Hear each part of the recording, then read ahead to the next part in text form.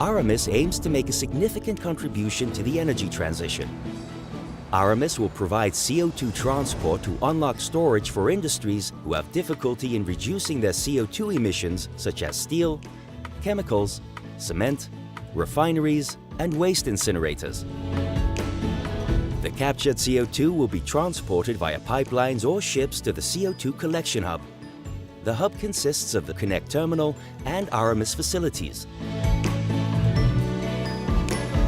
Connect is an independent terminal for the reception, temporary storage, and delivery of liquid CO2 in the harbour of Rotterdam. The terminal will be connected to the Aramis infrastructure. From the hub, the CO2 will be transported by Aramis's offshore pipeline to the platforms at sea. The pipeline will be designed to allow for additional industrial customers and storage fields to be added incrementally in the future. The CO2 will arrive at the offshore platforms where it is injected via wells into depleted gas fields to be permanently stored 3 to 4 kilometers below the seabed. The Aramis project aims to create synergies between carbon capture and storage projects in the Netherlands and realize infrastructure that can serve more industrial clusters to support their transition towards more sustainable production processes.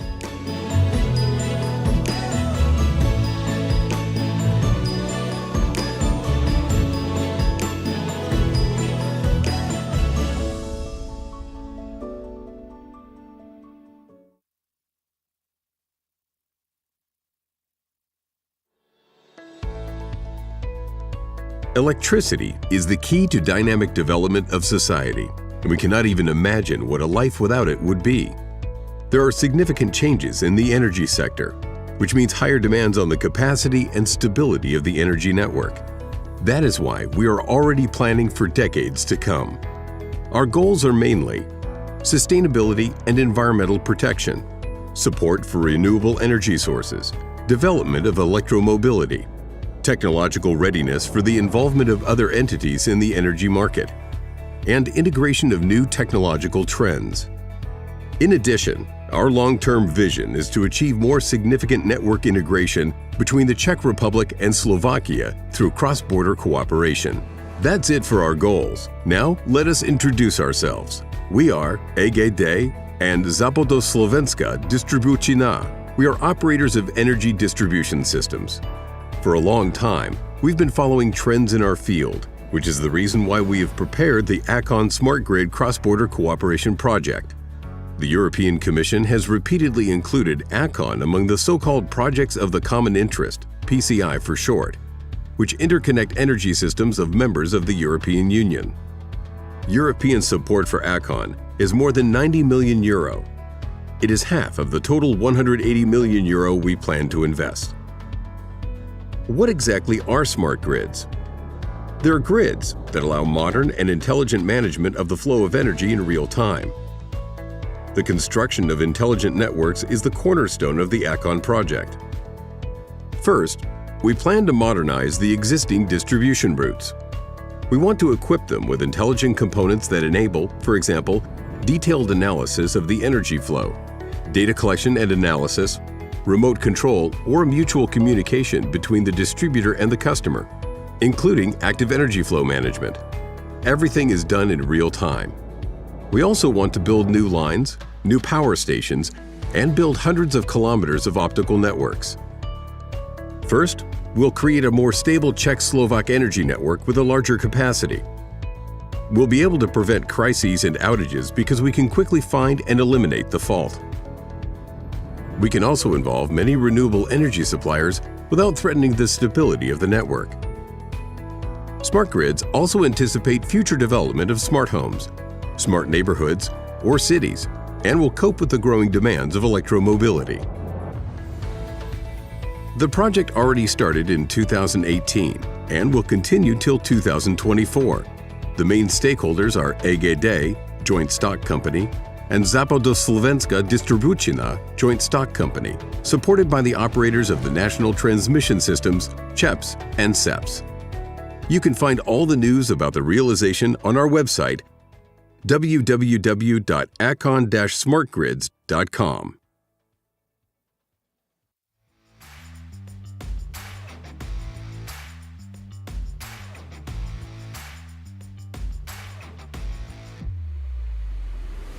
Akon Smart Grids je mezinárodní projekt dvou provozovatelů distribučních soustav. V České republice to je EGD a na Slovensku Západoslovenská distribučná.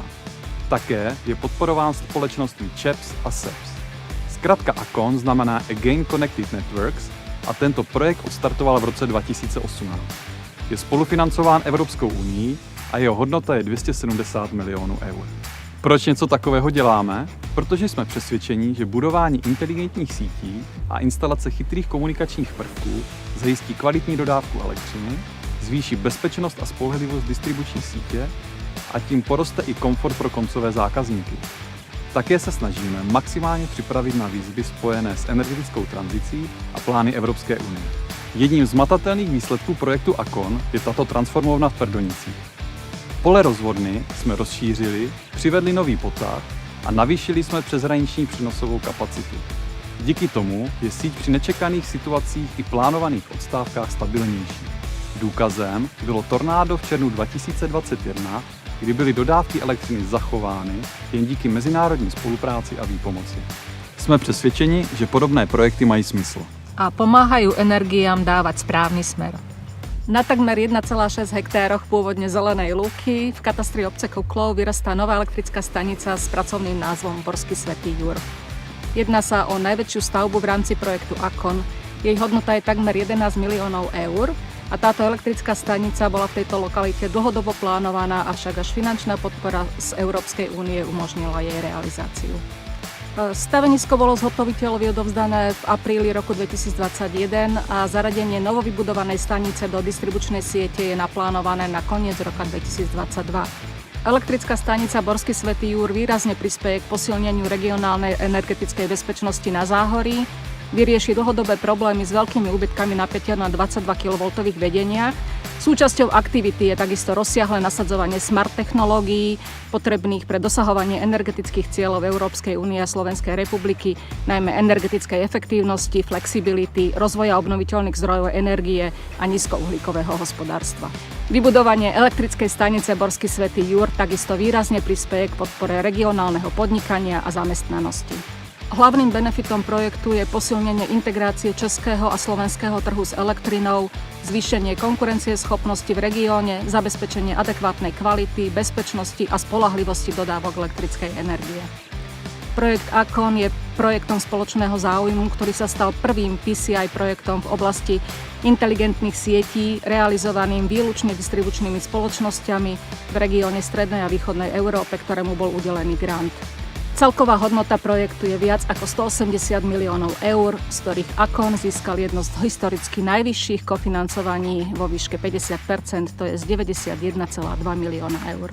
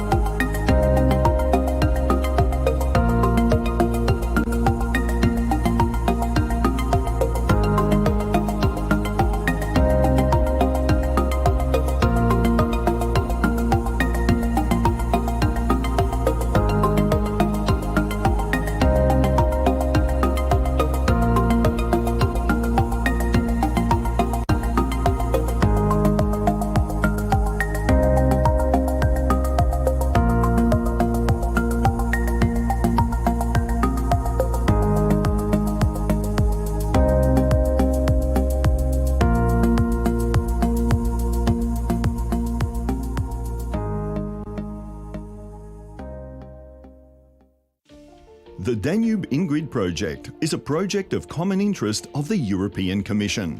The project promoters are Západoslovenská distribučná AS, Slovak DSO, EON Észak-Dunántúli Áramhálózati ZRT, Hungarian DSO, and Slovenská elektrizačná prenosová sústava AS, the Slovak TSO. Movír ZRT, the Hungarian TSO, is a supporting member. The Danube In-Grid project is co-financed by the Connecting Europe facility of the European Union. The purpose of the Danube In-Grid project is to strengthen interaction and integration between Slovak and Hungarian electricity markets. Danube In-Grid plans to integrate more renewables to the distribution grid by the application of smart technologies and manage them in a smarter way, along with keeping the security and high quality of supply for electricity consumers in the Central Eastern European region. The main benefit is to provide better and economically more efficient delivery of services for the strategic industrial areas and final consumers of both countries. This is enabled by the installation of new substations and the modernization and smartification of the existing infrastructure. In addition, one of the main streams of the project is to adopt smart grid technologies both internally and on a cross-border level, using ICT technologies for the evolvement of modern energy infrastructure by intelligent monitoring and remote control of distribution networks. The project places particular emphasis on intelligent monitoring and management of the distribution network, and on involvement of network users in the management of their consumption and/or generation, which is allowed by the implementation of the mentioned smart solutions and devices. The Danube In-Grid project will further increase market integration and cooperation, and ensures valuable knowledge sharing among the member states concerned.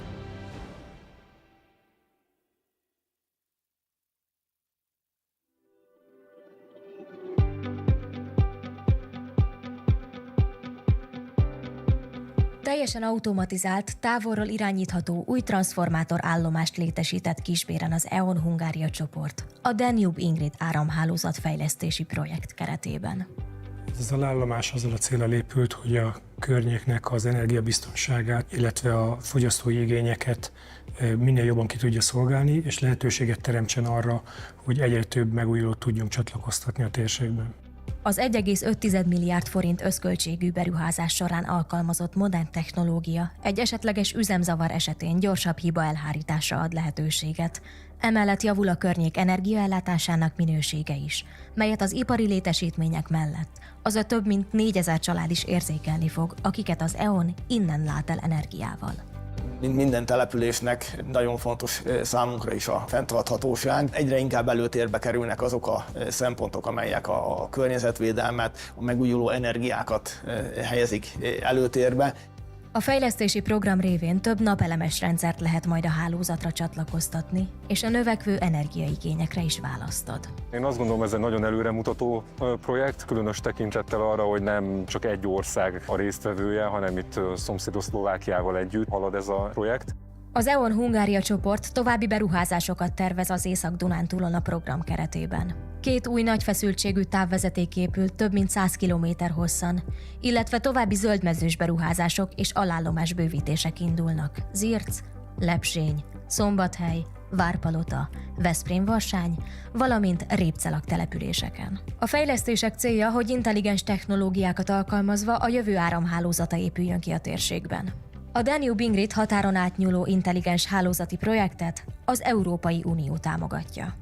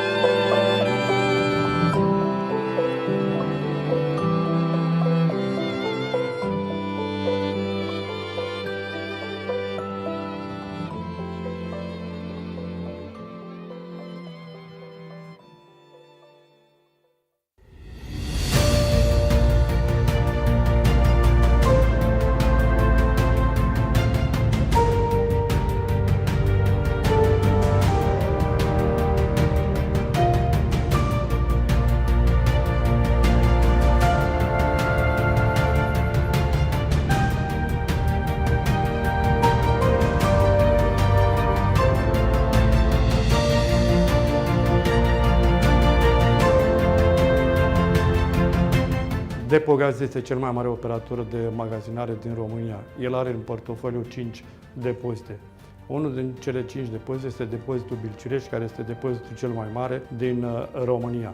El astăzi este operat la o capacitate de magazinare de 1.310 normal metri cub de gaze, cu o capacitate de injecție de 10-12 milioane normal metri cub de gaze pe zi și o capacitate de extracție la 14 milioane de normal metri cub pe zi. Depozitul Bilciurești este situat pe area județului Dâmbovița, are în structura lui organizatorică 60 de sonde cu facilitățile și instalațiile tehnologice necesare pentru exploatare. În acest moment, în proiectul Bilciurești, suntem într-o dinamică de dezvoltare, capacității de la 14 la 20 de milioane. Prima fază pentru mărirea capacității la 14 la 20 de milioane deja a fost finalizată, urmând faza a doua, pentru care Depogaz a accesat fonduri europene în valoare de 38 de milioane de euro, astfel încât să putem ajunge la capacitatea de extracție de 20 de milioane de normal metri cub pe zi.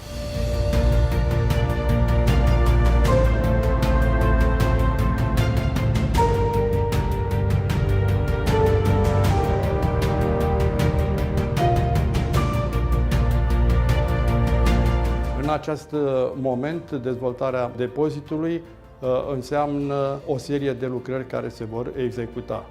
Primele lucrări care vor fi executate este realizarea unui colector de legătură între Bilciurești și Butimanu pentru a putea prelua surplusul de capacitate la 14 la 20 de milioane, un colector care este calibrat pentru 150 de bari, de asemenea modernizarea sondelor care înseamnă inima depozitului, 39 de sonde din cele 60 de sonde care operează pentru a putea ridica caracteristicile lui geologice și pentru a răspunde cerințelor noi pentru care depozitul este construit.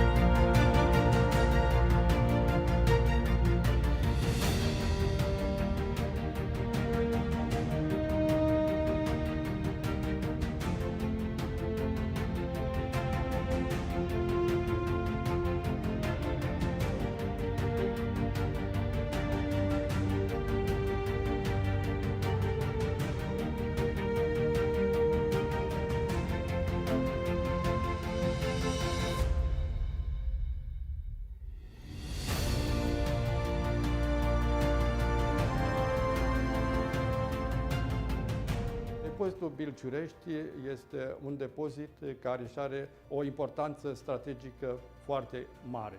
Această importanță strategică este dată din faptul că este în nodul tehnologic Moșu, unde avem o legătură strânsă cu operatorul Transgaz, unde putem prelua și, de asemenea, da cantitățile de gaz pentru a putea asigura o stabilitate și o funcționare optimă a sistemului național de transport. Depozitul Bilciurești joacă un rol important și în piața est-europeană. Aici el își arată rolul prin asigurarea unor cantități pentru exportul în Bulgaria, pentru exportul către Ungaria, știind că sistemul național de transport deja este interconectat cu aceste două țări.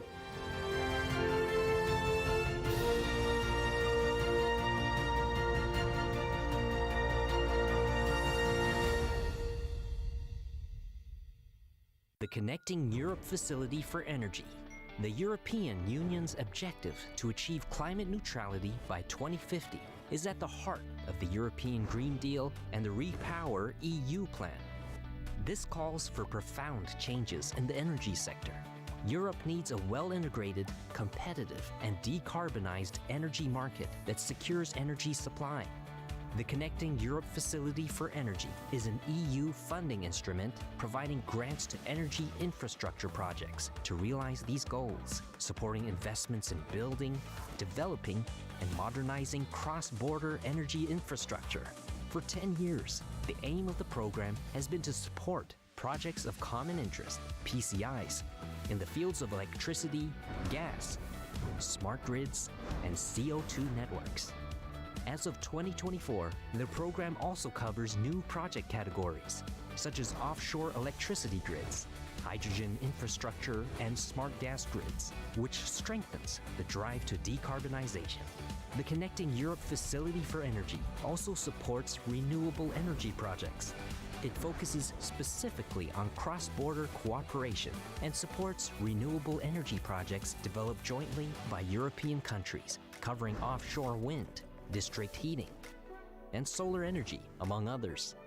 The Connecting Europe Facility for Energy has so far invested 6.3 billion euros in more than 160 projects, and it plans to invest more than 3 billion euros by 2027. CINEA, the European Climate Infrastructure and Environment Executive Agency, has been entrusted by the European Commission with the management of the Connecting Europe Facility for Energy and Transport. Follow us for more information on our projects and on funding opportunities.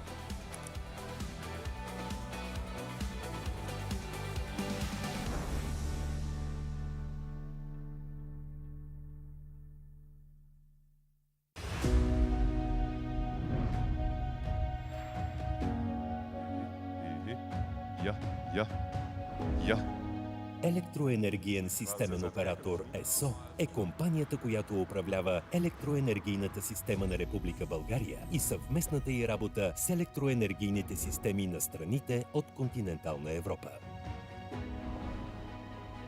ЕСО поддържа баланса между производството и потреблението на електроенергия всяка секунда, 24 часа в денонощието, 7 дни в седмицата и 365 дни в годината. Компанията управлява, експлоатира и поддържа 15 384 км електропроводи, 297 подстанции и 9 400 киловолтови междусистемни електропровода, свързващи България с съседните страни. ЕСО използва най-съвременни автоматизирани системи и иновативни технологични решения, поддържани и развивани от висококвалифициран и постоянно усъвършенстващ се екип. Към този момент в страната се реализират 5 проекта от общ европейски интерес, които представляват над 465 км електропровод 400 кВ, както и разширението на 4 системни подстанции. Такава амбициозна програма за разширението на електропреносната мрежа не е реализирана през последните 40 години в страната.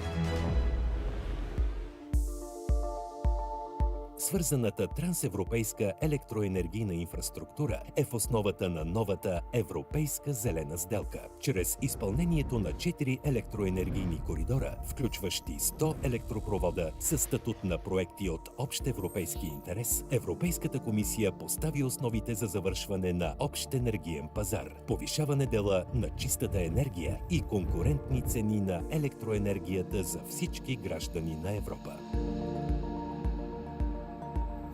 ЕСО изпълнява 5 от тези проекти с общо европейско значение, като строителството на 3 от тях се финансира от Механизма за свързване на Европа.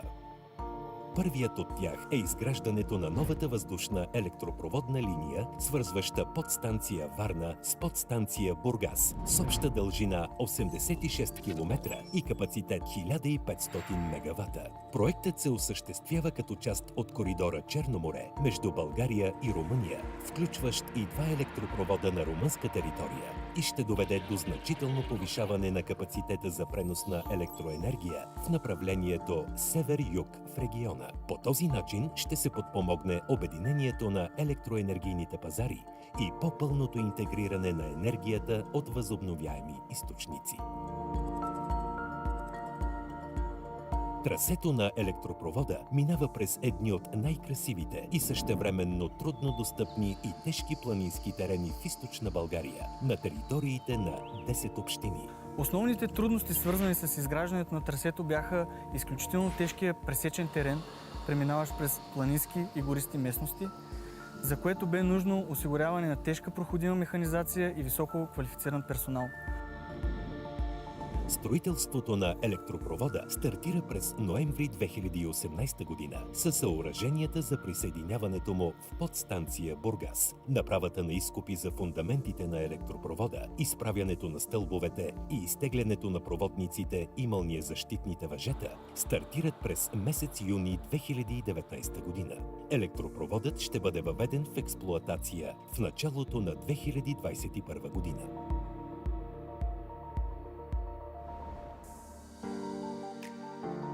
Останалите проекти са част от група за увеличаване на капацитета за пренос на електроенергия между България и Гърция.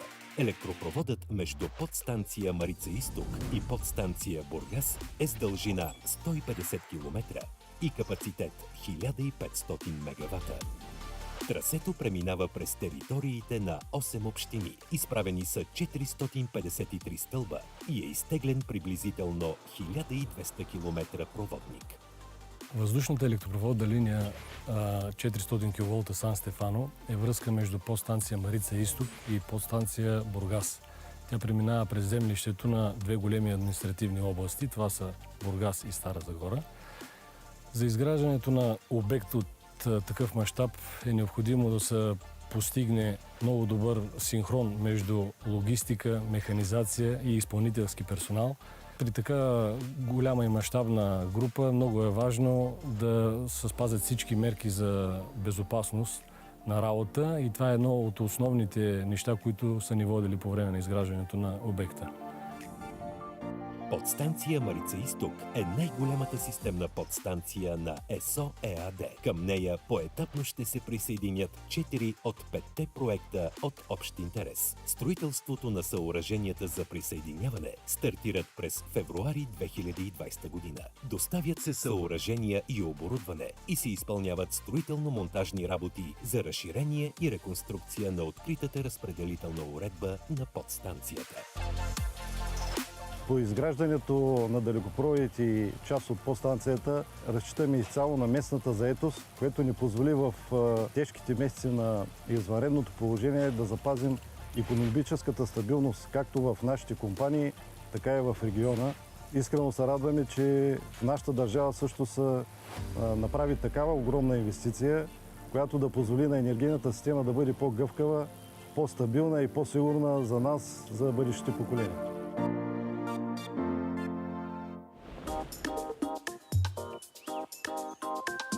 Новата въздушна електропроводна линия за напрежение 400 кВ, свързваща подстанция Марица Изток с подстанция Неа Санта в Гърция, е с дължина 151 км, от които 122 км или повече от 2/3 са на българска територия. Затова и строителството започва от българския участък. Трасето на българска територия преминава през общините Симеоновград, Хасково, Кърджали, Момчилград и Кирково. Все територии, известни с древната си история и наличието на представители на защитени видове диви птици. Затова, както и на останалите електропроводи, и тук се монтират специални устройства за защита на птиците. Трасето на електропровода преминава през източните Родопи, където е наситено с археология. Изкопните работи се извършват под постоянно наблюдение на археолозите. 5 електропровода предстои да бъдат въведени в експлоатация поетапно от 2021 до началото на 2023 година. Автоматизираните системи за диспетчерско управление вече се настройват за въвеждане в експлоатация на електропроводите. Системите с диспетчерско управление вече са подготвени да посрещнат новите електропроводи, които значително ще увеличат преносните способности в района на Югоизточна Европа, както и преносната способност в цялата синхронна зона на континентална Европа.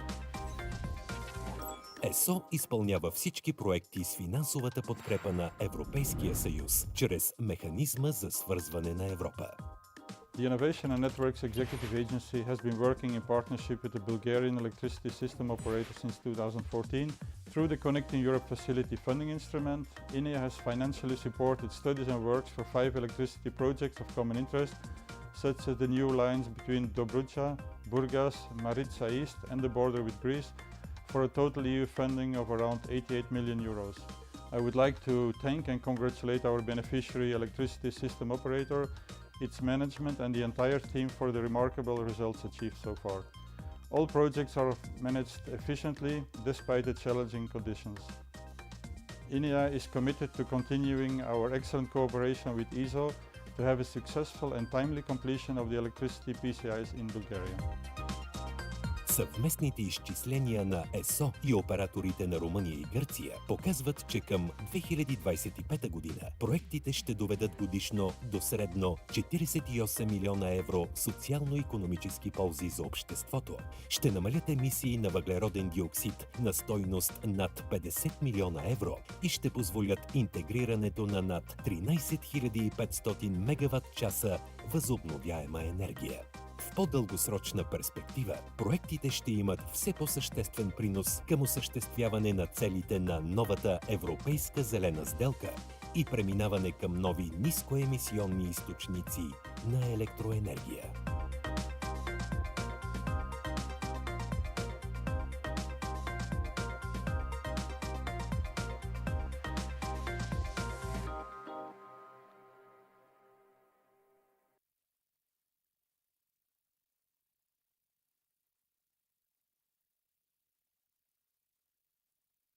Изпълнява 5 от тези проекти с общо европейско значение, като строителството на 3 от тях се финансира от механизма за свързване на Европа. Първият от тях е изграждането на новата въздушна електропроводна линия, свързваща подстанция Варна с подстанция Бургас, с обща дължина 86 км и капацитет 1500 мегавата. Проектът се осъществява като част от коридора Черно море между България и Румъния, включващ и 2 електропровода на румънска територия, и ще доведе до значително повишаване на капацитета за пренос на електроенергия в направлението север-юг в региона. По този начин ще се подпомогне обединението на електроенергийните пазари и по-пълното интегриране на енергията от възобновяеми източници. Трасето на електропровода минава през едни от най-красивите и същевременно трудно достъпни и тежки планински терени в източна България, на териториите на 10 общини. Основните трудности, свързани с изграждането на трасето, бяха изключително тежкия пресечен терен, преминаващ през планински и гористи местности, за което бе нужно осигуряване на тежка проходима механизация и високо квалифициран персонал. Строителството на електропровода стартира през ноември 2018 година със съоръженията за присъединяването му в подстанция Бургас. Направата на изкопи за фундаментите на електропровода, изправянето на стълбовете и изтеглянето на проводниците и мълниезащитните въжета стартират през месец юни 2019 година. Електропроводът ще бъде въведен в експлоатация в началото на 2021 година.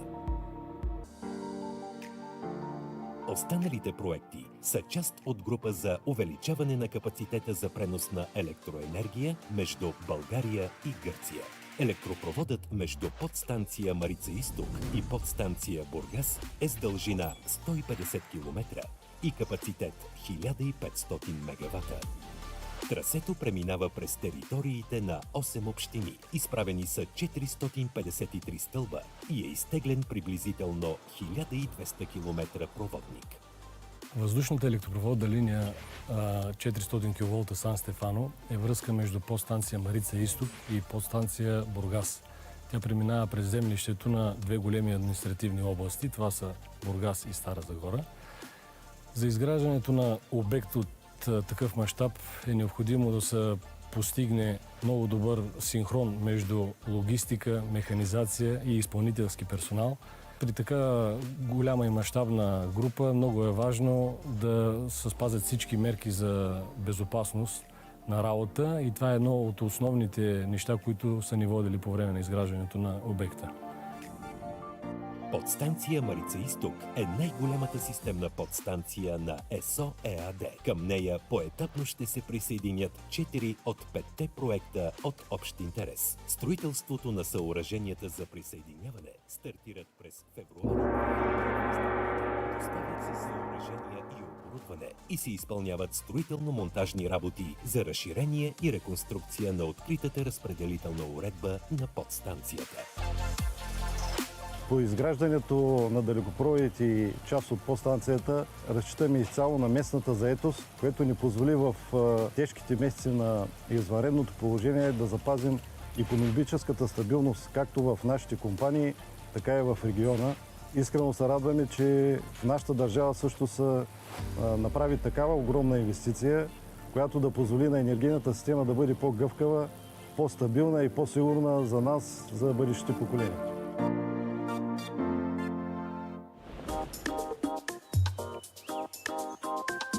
Новата въздушна електропроводна линия за напрежение 400 кВ, свързваща подстанция Марица Изток с подстанция Неа Санта в Гърция, е с дължина 151 км, от които 122 км или повече от 2/3 са на българска територия. Затова и строителството започва от българския участък. Трасето на българска територия преминава през общините Симеоновград, Хасково, Кърджали, Момчилград и Кирково. Все територии, известни с древната си история и наличието на представители на защитени видове диви птици. Затова, както и на останалите електропроводи, и тук се монтират специални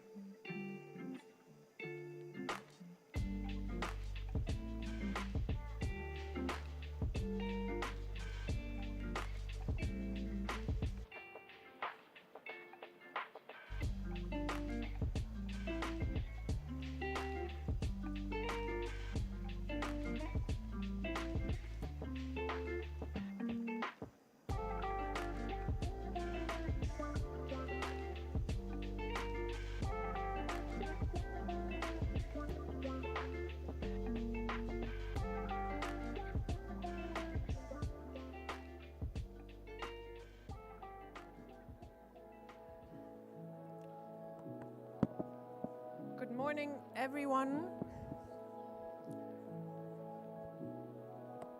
If I may ask you to take your seats, welcome to the PCI Days. I would suggest we start this part of the session.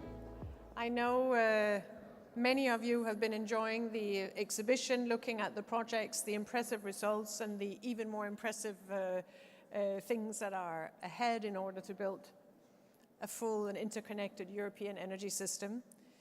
But please take your seats so we can start here. I will be very brief because I'm actually not so much here to speak as I'm here to introduce our Commissioner, Kadri Simpson, who will be speaking shortly. So just a few words from my side to welcome you to this 4th edition of our PCI Energy Days. It is a real pleasure and an honor to be allowed to open it and to introduce Commissioner Simpson and to have these days to exchange on what is one of the absolutely critical challenges, both in the energy transition, but also, of course, to keep us energy secure across the European Union now and ahead.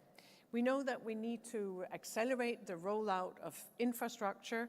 We know that we need to modernize our networks so that they can help us be energy secure, energy efficient, and make sure that we have access to affordable and sustainable energy in line with our energy security objectives and in line with our climate objectives. And we also know that achieving all of that requires a joint European effort. None of us can do it alone. We need cross-border interconnections for our security, for our energy access. And that's why I'm so glad to see many here today from different sectors. We have got network operators, we have got developers, manufacturers, regulators, investors, NGOs, and policymakers, just to mention some. And of course, this year is a special year in many, many ways. It marks the 10th anniversary of our Trans-European Energy Networks regulation, at a time when the role of energy structure for ensuring our security and climate targets and affordable energy has become increasingly evident and very present in the public debate, where grids is something everyone seems to be talking about. We too talk about grids, and we do more than just talk. We will be presenting today our Grids Action Plan to help accelerate investments into grids to help make sure that things happen on the ground rather than just in meeting rooms. Here today, we will also be presenting the very first list of projects of common interests and project of mutual interests. 166 cross-border energy infrastructure projects will be on that list, and that will contribute to a doubling of the grid capacity, to integrate all the renewable energy and to deepen our electrification and deploy infrastructure for decarbonizing our gas market and speed up the pace of the energy transition. This is a special list, both because it's a list with 166 at a time where we need all of that investment, but also because it's the first under the new regulation with really a focus on making sure that our projects of common interest and projects of mutual interest can be accelerated for the deployment and for energy security and for the green transition. So I hope that you will be making the most of the days here. I hope you will be enjoying the days. There is lots of news, as you can hear, both the PCI list, the Grids Action Plan and more. And I know that our Commissioner, Kadri Simpson, will be saying more about that. So it is a great honor, Kadri, to be allowed to invite you to the stage to give opening remarks here today. Thank you very much.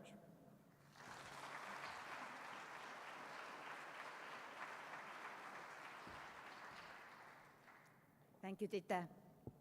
Dear Excellencies, Honourable Member of the European Parliament, Christian Pusoi, ladies and gentlemen, good morning, everybody.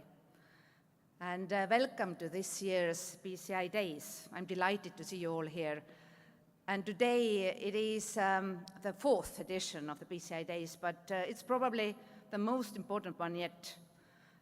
We stand at a crucial juncture where we are into the last year of this Commission's mandate and just a few months away from the European elections. So this is the time now to finish the job we have started and consolidate our achievements.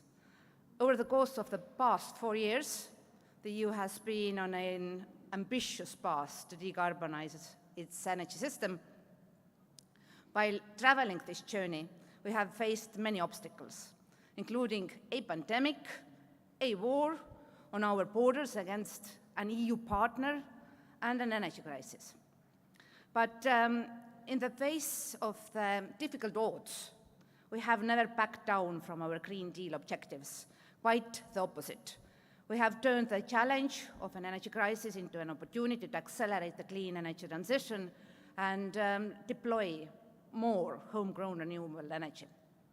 We have put all the building blocks in place to rapidly roll out renewables and electrify demand.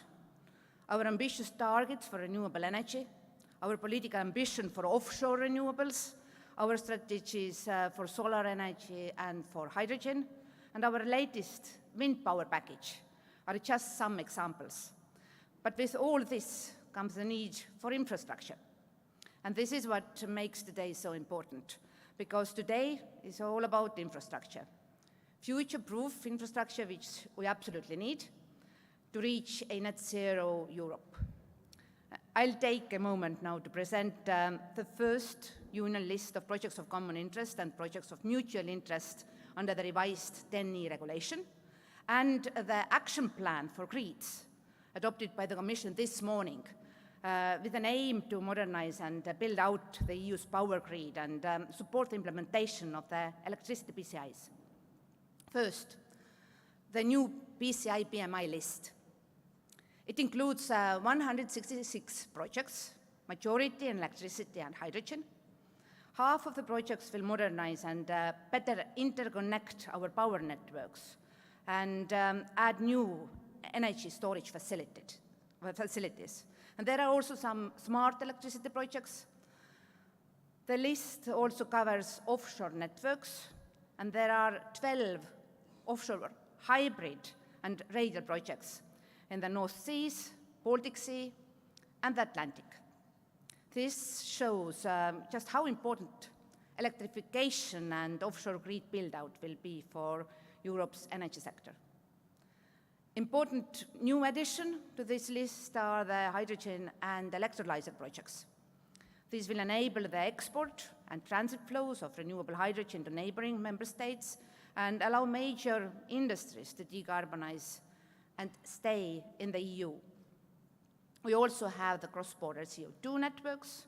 Here we see a jump from the current 6 projects to 14, stretching geographically from the Baltic Sea over the North Sea to the Western and Eastern Mediterranean.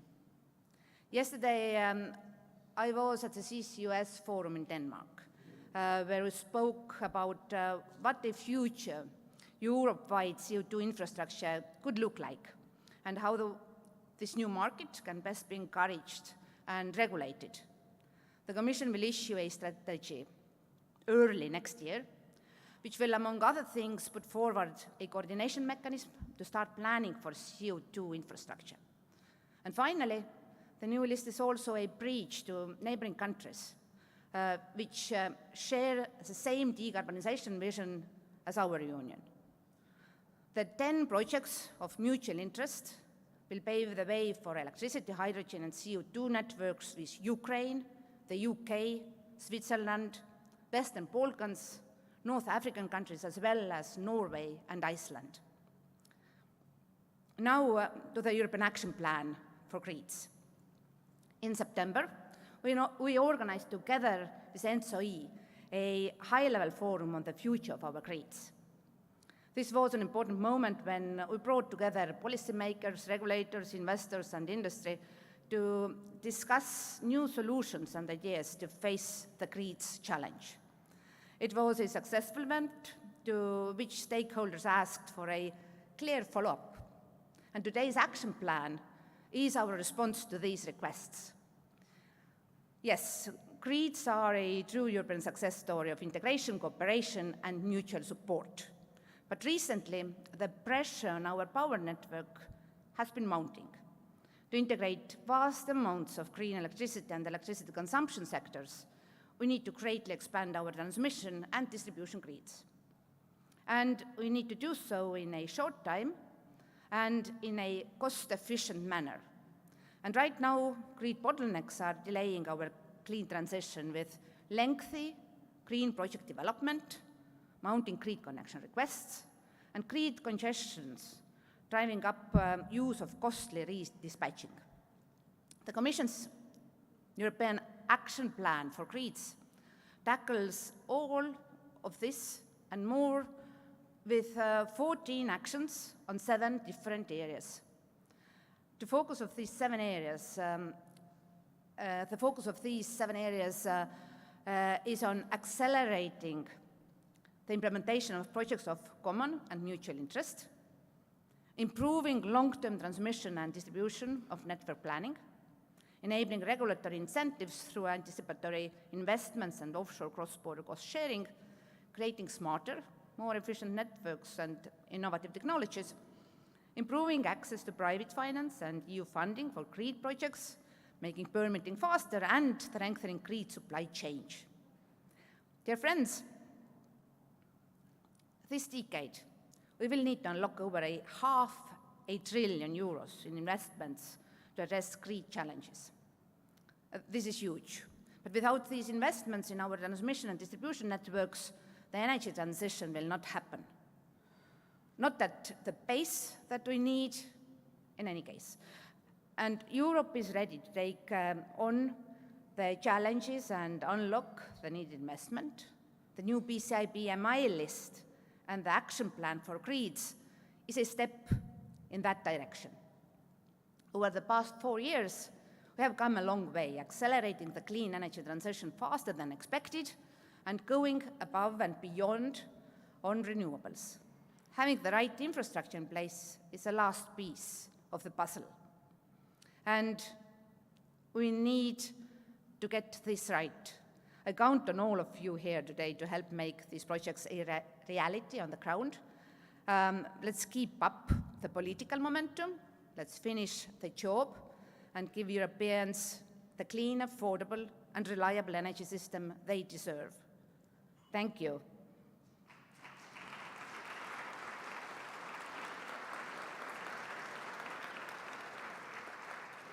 And now I would like to invite to the stage Mr. Christian Puso, who is the chair of the ITRE committee in European Parliament. Christian.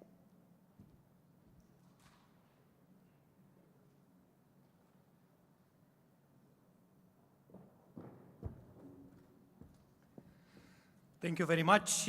Thank you, dear Commissioner Kadri Simpson, dear Director General, Mrs. Jorgensen, dear guests.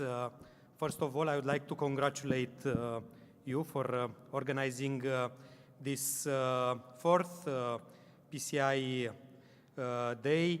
It is extremely important to show the support for such extraordinary projects that helps interconnect better European Union member states. The EU is a story of cohesion, improved competitiveness, sustainability, and solidarity between member states, and this is well reflected also in the Union's acquis on energy policy. While some instruments clearly contribute to make our energy markets more competitive, such as electricity and gas directive, innovative, energy efficiency legislation, others like renewable energy directive sets the necessary goals to have a sustainable future, but only a few are real life expression of solidarity and improved cohesion between member states. This is, of course, I can give some examples like the security of gas supply regulation and 10E that puts common interest above immediate markets' interests. Already back in July 2020, European Parliament set its priorities for the revision of 10E guidelines to take into account in particular of the Union's energy and climate targets for 2030, the Union's long-term decarbonization commitment, and energy efficiency first principle. And I'm very happy to see that the list that was approved, presented here, and will be also discussed later this day in the European Parliament, in ITRE committee, and we'll have Commissioner Kadri Simpson in this afternoon, really reflects all these expectations and, of course, implements very well the legislation that was decided by the end of 2021 when the negotiations were concluded, and this list is the first one to take into account the updated guidelines into consideration. It is therefore a pleasure to be here today in the 4th PCI Days organized by European Commission, when the first PCI PMI under new legislation, but I think I will not mistake, the 6th PCI list is launched and presented. I really believe that the challenge that we face point to the achievements of our climate neutrality goals for 2050, and in order to reach those ambitious goals, the best way to achieve is to have sustainable production, economic and social model, but also the most efficient way to reduce the Union's vulnerabilities to external shocks. You know that we talk a lot about the triple diversification strategy: energy source, energy suppliers, and energy routes. Of course, this became even more relevant after the Russian war of aggression in Ukraine and our strategic decision to phase out imports from Russia and to build a European Union less dependent on external sources and more interconnected. The REPowerEU plan, supported largely and enthusiastically by European Parliament, illustrated the links between all these goals and the complementarity.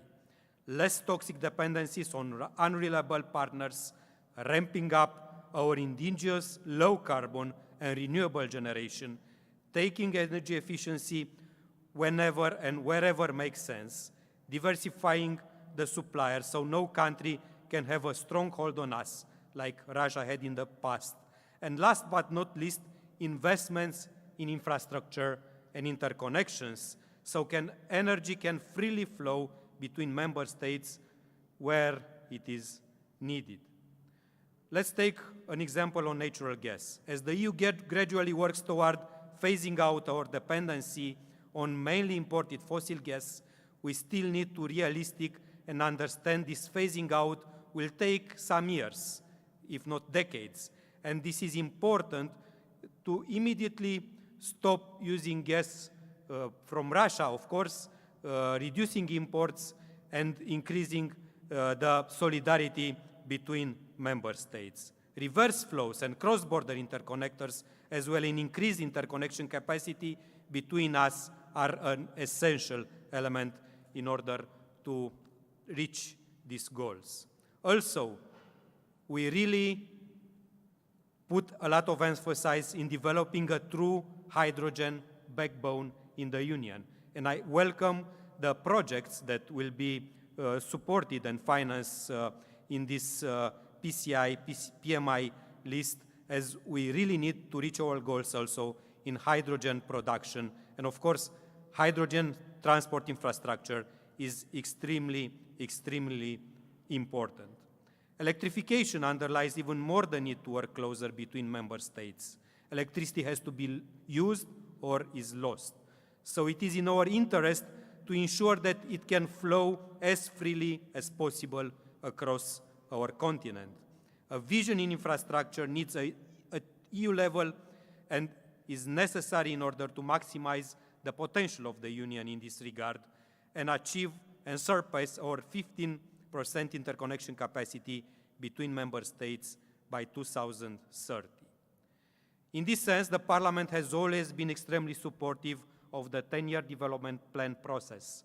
And of course, the PCIs and PMIs, which build on our strategic goals and these plans, illustrate how together we can identify gaps and help to bridge the gap between what national markets want and what the Union as a whole needs. I therefore congratulate European Commission and all those who have worked very hard in the past and works also very hard now in order to build the most efficient list of projects of common interest.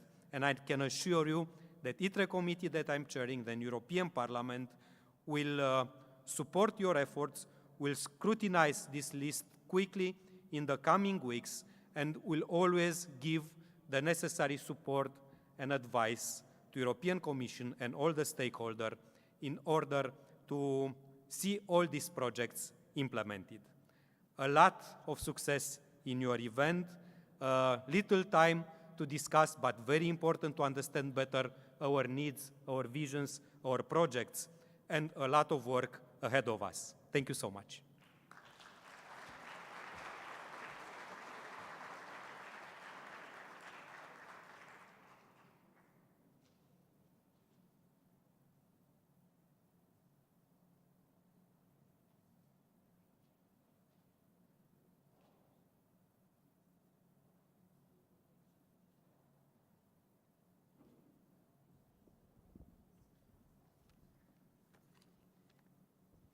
Good morning. Good morning, everybody. We are very happy today to host, as part of our 4th PCI Energy Days, the ceremony to mark the signature of the CEF agreement for the ELMED interconnector between Italy and Tunisia. And I would like to invite on stage all the participants and the actors who made this project possible.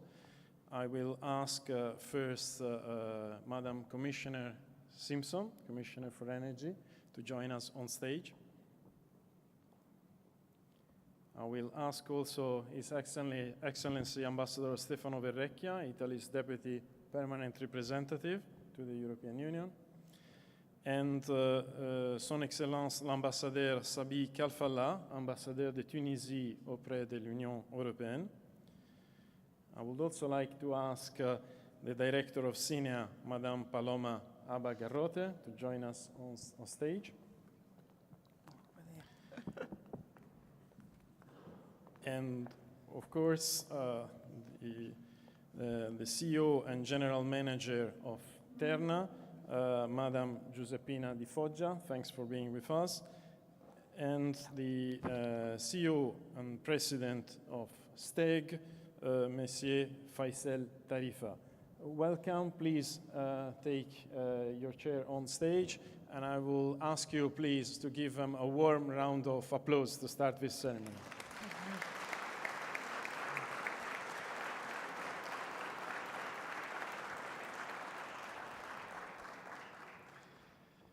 Thank you very much. I would ask Madam Commissioner Kadri Simpson to say a few words to open this ceremony.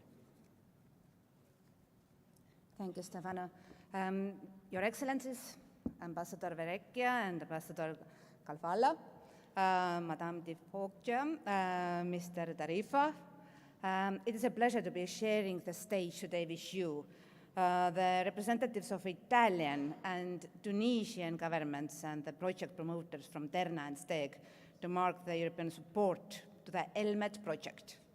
It is the first undersea high-voltage electricity cable connecting Italy and Tunisia, and a project of mutual interest on the first PCI BMI list. The project will interconnect the Euro-Mediterranean power system. It's an important element of our regional cooperation agenda and part of the Global Gateway Initiative. It is also part of Tunisia's energy perspective to decarbonize the energy sector by boosting renewable investments and deployment.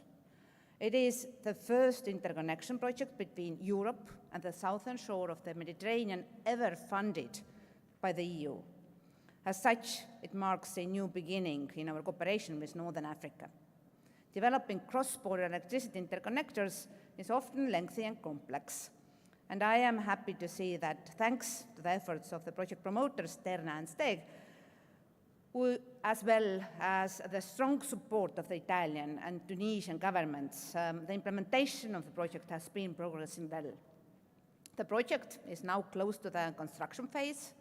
ELMED has received 307.6 million euro grant from the Connecting Europe facility, and this shows our recognition, the importance of the project to the European energy system. Today offers a perfect occasion to celebrate the signature of the CEF grant agreement. The Commission will continue to support the implementation of this project until its completion. Thank you.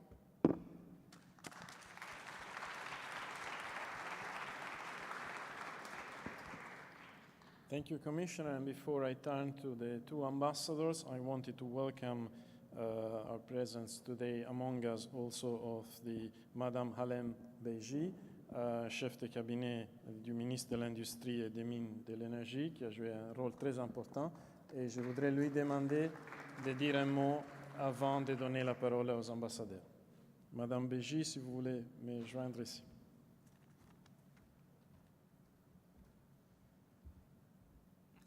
Thank you. I will speak in France. Désolée. Madame Guedry, commissaire chargée de l'énergie, honorable invité, Excellences, je suis très honorée aujourd'hui en tant que représentante du gouvernement tunisien de participer à cette cérémonie qui vient couronner les efforts déployés par la STEG et la TERNA depuis une dizaine d'années pour arriver à concrétiser ce projet important qui verra le jour en 2028 avec le soutien continu de la Commission européenne. Et d'ailleurs, je tiens à remercier toute l'équipe de la Commission européenne qui a travaillé sur ce projet et je profite de cette occasion pour remercier nos partenaires, notamment le BEI, le BEUD, KfW et la Banque mondiale pour leur soutien à la mise en place de notre stratégie énergétique à l'horizon 2035 et notamment ce projet d'interconnexion ELMED. J'aimerais signaler que la réalisation de ce projet fait partie des axes prioritaires de notre stratégie tunisienne en énergie, à savoir renforcement de la sécurité énergétique, réduire la dépendance à l'égard des énergies fossiles, lutter contre la précarité énergétique et contribuer au développement bas carbone en Tunisie. Et enfin, nous souhaitons ensemble un plein succès pour les démarches à venir pour que ce projet voit le jour. Et merci beaucoup. Merci. Merci.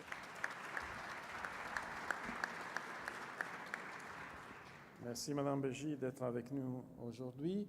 I will turn now and I will ask to join me at the lectern to Ambassador Verrecchia. Ambasciatore, prego. Thank you. Good morning, all.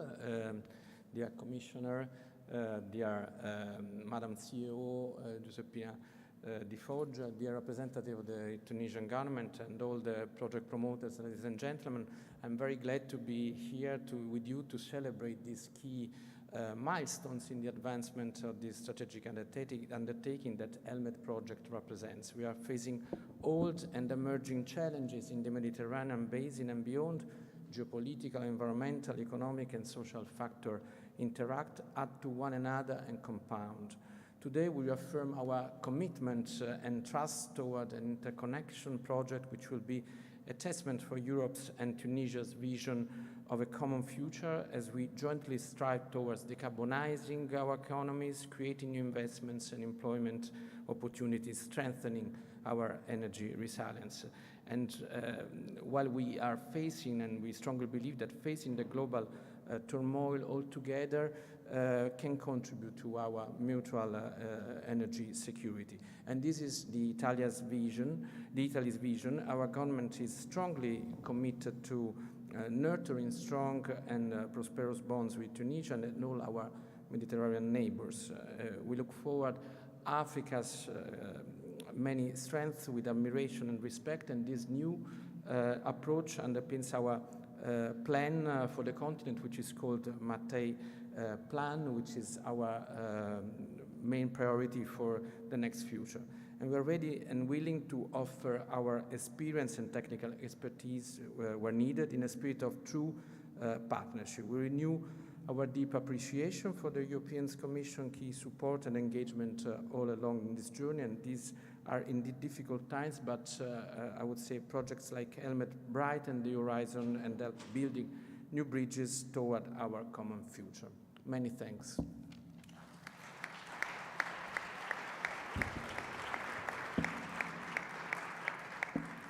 Grazie ambasciatore. Je voudrais maintenant inviter Monsieur l'ambassadeur Sabi Kalfala.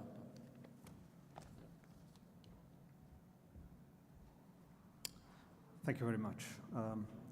Commissioner Simpson, I'm very glad to be here with you today.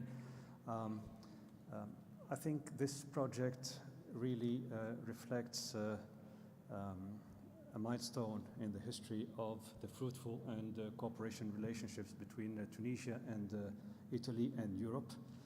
And therefore, I consider it like a new bridge that is built between us and a clear realization and achievement, which is reflected also in the Memorandum of Understanding that Tunisia signed with the European Commission last July.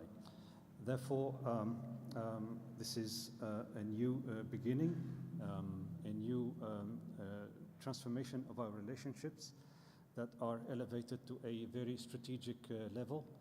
And I would like to congratulate all those who worked on this project. We look forward to its completion, and therefore this is not only a celebration, not only a signature ceremony, but also a celebration of our relationships. Thank you very much.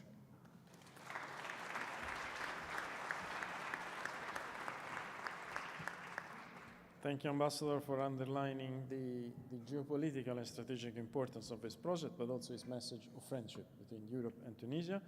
I will now turn to the Director of SINEA, Madame Aba Garrote, to please join me at the lectern, deliver some remarks, and also prepare to deliver the certificates to the project promoters. Madame Garrote, please. Well, good morning, dear Commissioner Simpson, dear ambassadors, ladies and gentlemen. Well, as Director of SINEA, I am very honored to be here today to mark the signature of the grant agreement between the agency and the beneficiaries of the ELMENT project, under the Connecting Europe facility. The CEF Energy will provide more than 307 million euros to the ELMENT project to support the construction of the interconnection between Italy and Tunisia, consisting of 200 kilometers undersea high-voltage electricity cable. This is the first electricity project linking Europe with a third country to be financed under the Connecting Europe Facility energy program. ELMET, a project of mutual interest, will benefit the Italian, North African, and European interconnection electricity systems by integrating renewable energy into the grid and delivering more resilient supply of power. I am sure and confident that the joint efforts of Terna and the Société Tunisienne d'Électricité et Gaz, but also with your enthusiasm, your commitments, and your experience will be able to bring this project to successful completion. So from SINEA, we would only want to say that we will be ready to support you all around your journey, being behind you, and you can count on us. So we will be celebrating the completion in a few years' time. So congratulations, and thank you very much for being here today.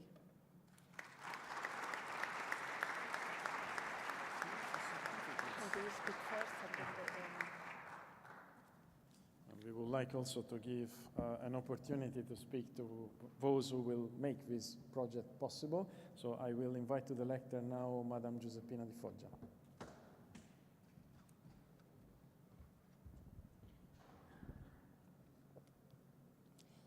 Good morning, Excellencies, distinguished guests, ladies and gentlemen.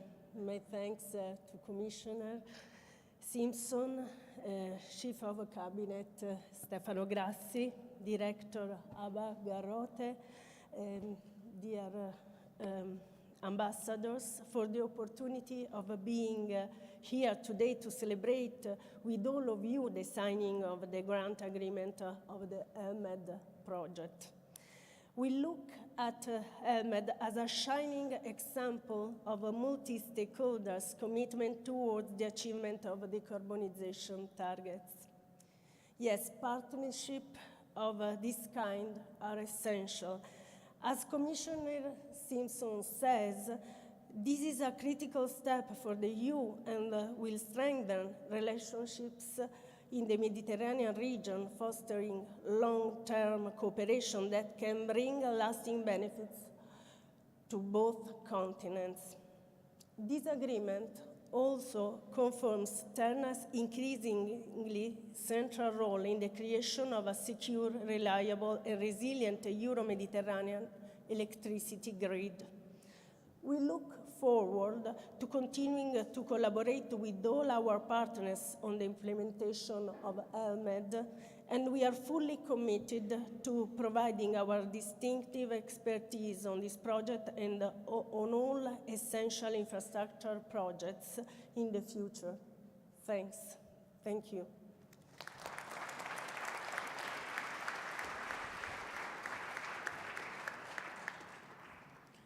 I would like to invite now Mr. Sayed Tarifa to join us at the lectern. Bonjour tout le monde, Excellences les ambassadeurs, Madame la chef du gouvernement, donc Madame Simpson.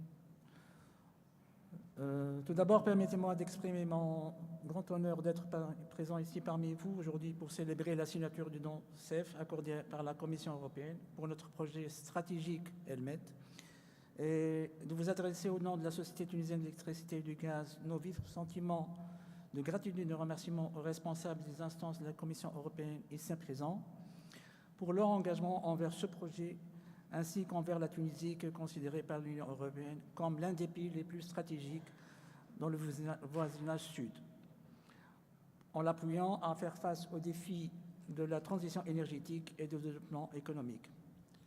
Ces moments de célébration et de fierté, nous les fêterons également avec nos partenaires italiens Terna, avec qui nous partageons tant d'intérêts et nous manifestons notre volonté en faveur d'un ancrage plus important des liens de coopération à travers des futurs projets qui illustrent la solidarité des relations. Nous rappelons aussi que le don de 307 millions d'euros alloués au projet phare ELMED témoigne des relations de partenariat de longue date entre le gouvernement tunisien et l'Union européenne dans le secteur de l'énergie.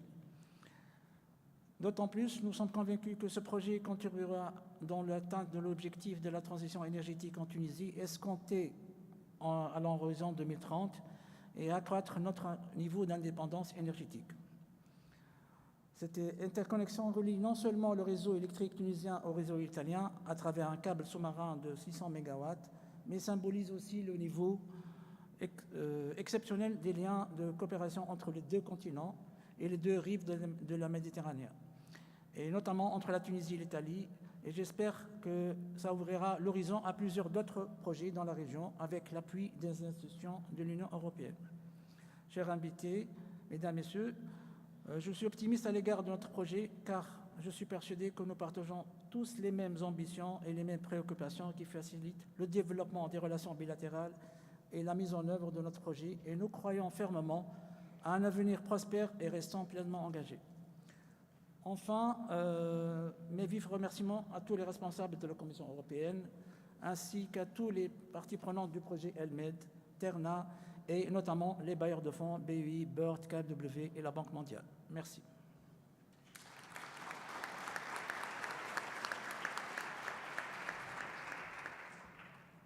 Now I will ask Madame Abagarrote to hand over the certificates to the two project promoters.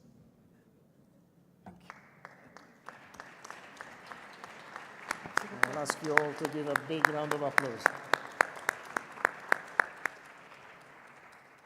Commissioner. Andita is... she left. Okay. Thank you.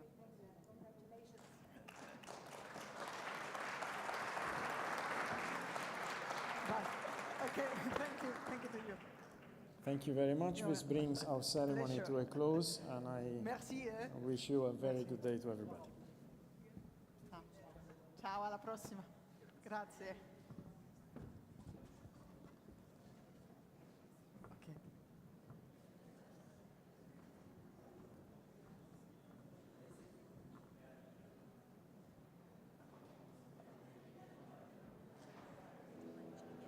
Yeah, but I can give it. I knew where I was getting like everybody's going to the left, and I but I was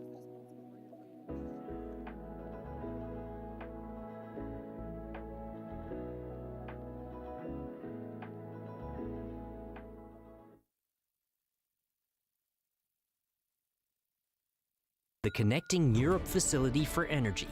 The European Union's objective to achieve climate neutrality by 2050 is at the heart of the European Green Deal and the Repower EU plan. This calls for profound changes in the energy sector. Europe needs a well-integrated, competitive, and decarbonized energy market that secures energy supply. The Connecting Europe Facility for Energy is an EU funding instrument providing grants to energy infrastructure projects to realize these goals, supporting investments in building, developing, and modernizing cross-border energy infrastructure. For 10 years, the aim of the program has been to support projects of common interest, PCIs, in the fields of electricity, gas, smart grids, and CO2 networks. As of 2024, the program also covers new project categories, such as offshore electricity grids, hydrogen infrastructure, and smart gas grids, which strengthens the drive to decarbonization. The Connecting Europe Facility for Energy also supports renewable energy projects. It focuses specifically on cross-border cooperation and supports renewable energy projects developed jointly by European countries, covering offshore wind, district heating, and solar energy, among others. The Connecting Europe Facility for Energy has so far invested 6.3 billion euros in more than 160 projects, and it plans to invest more than 3 billion euros by 2027.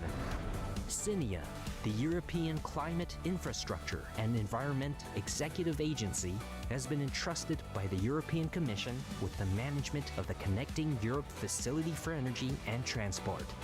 Follow us for more information on our projects and on funding opportunities.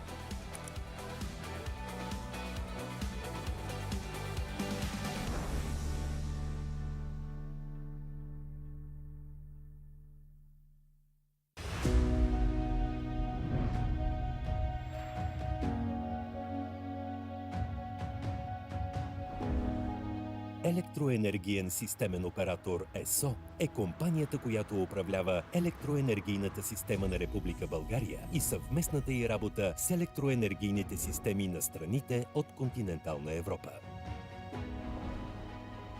ЕСО поддържа баланса между производството и потреблението на електроенергия всяка секунда, 24 часа в денонощието, 7 дни в седмицата и 365 дни в годината.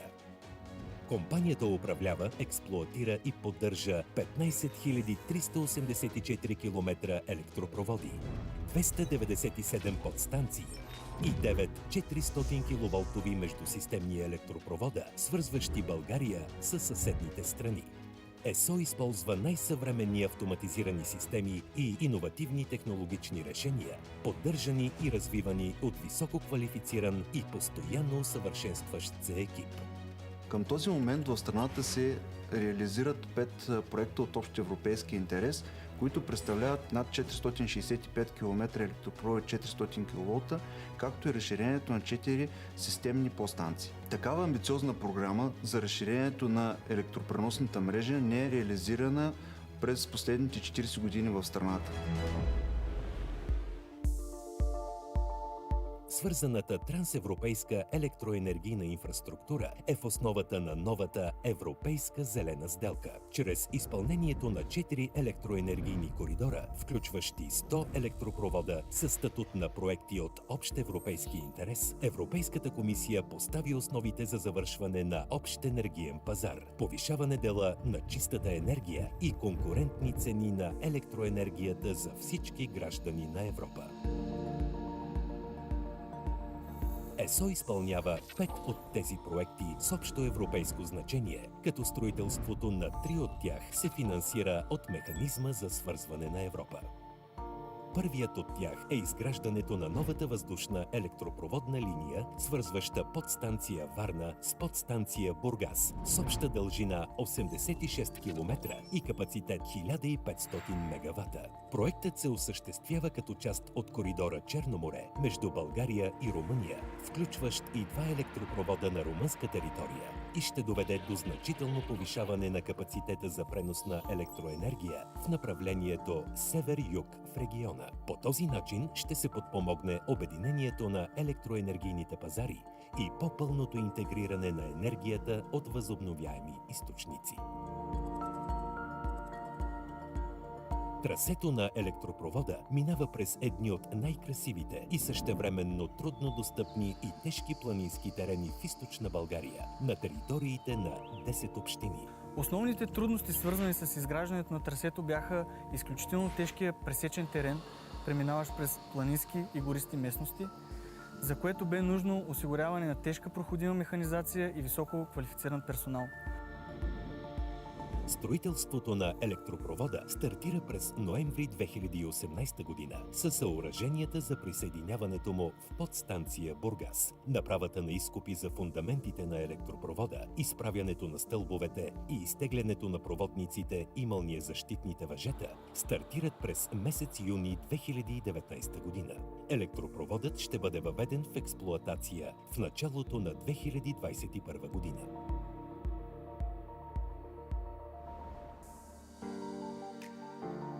Останалите проекти са част от група за увеличаване на капацитета за пренос на електроенергия между България и Гърция. Електропроводът между подстанция Марица Изток и подстанция Бургас е с дължина 150 км и капацитет 1500 мегавата. Трасето преминава през териториите на 8 общини. Изправени са 453 стълба и е изтеглен приблизително 1200 км проводник. Въздушната електропроводна линия 400 кВ Сан Стефано е връзка между подстанция Марица Изток и подстанция Бургас. Тя преминава през землището на 2 големи административни области. Това са Бургас и Стара Загора. За изграждането на обект от такъв мащаб е необходимо да се постигне много добър синхрон между логистика, механизация и изпълнителски персонал. При така голяма и мащабна група много е важно да се спазят всички мерки за безопасност на работа и това е едно от основните неща, които са ни водили по време на изграждането на обекта. Подстанция Марица Изток е най-голямата системна подстанция на ЕСО ЕАД. Към нея поетапно ще се присъединят 4 от 5 проекта от общ интерес. Строителството на съоръженията за присъединяване стартират през февруари 2020 година. Доставят се съоръжения и оборудване и се изпълняват строително-монтажни работи за разширение и реконструкция на откритата разпределителна уредба на подстанцията. По изграждането на далекопроводите и част от подстанцията разчитаме изцяло на местната заетост, което ни позволи в тежките месеци на извънредното положение да запазим икономическата стабилност както в нашите компании, така и в региона. Искрено се радваме, че в нашата държава също се направи такава огромна инвестиция, която да позволи на енергийната система да бъде по-гъвкава, по-стабилна и по-сигурна за нас, за бъдещите поколения.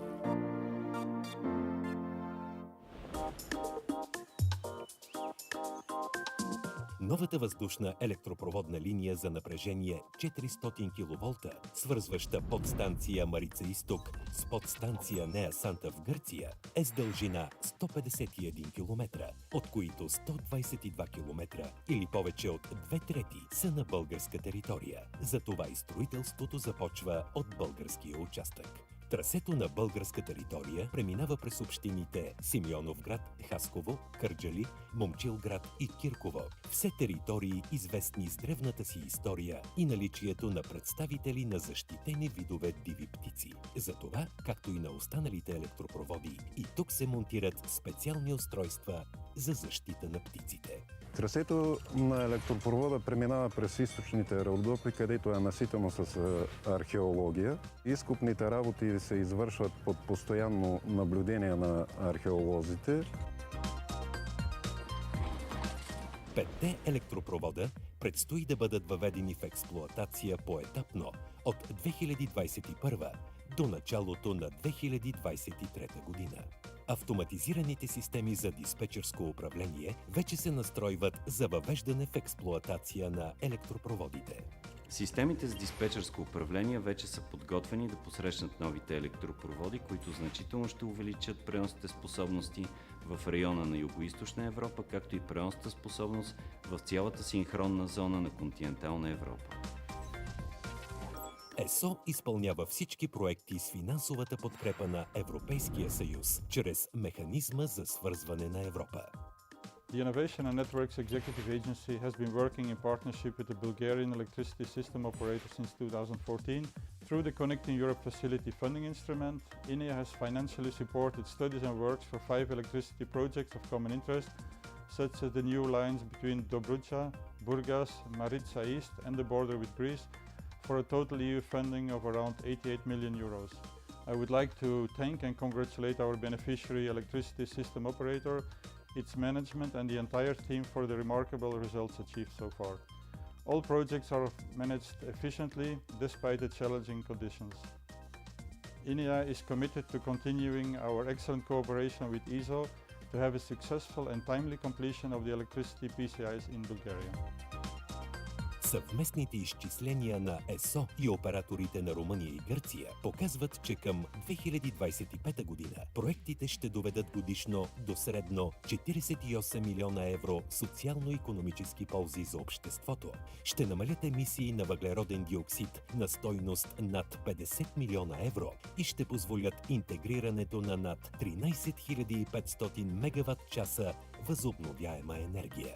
В по-дългосрочна перспектива, проектите ще имат все по-съществен принос към осъществяване на целите на новата европейска зелена сделка и преминаване към нови нискоемисионни източници на електроенергия.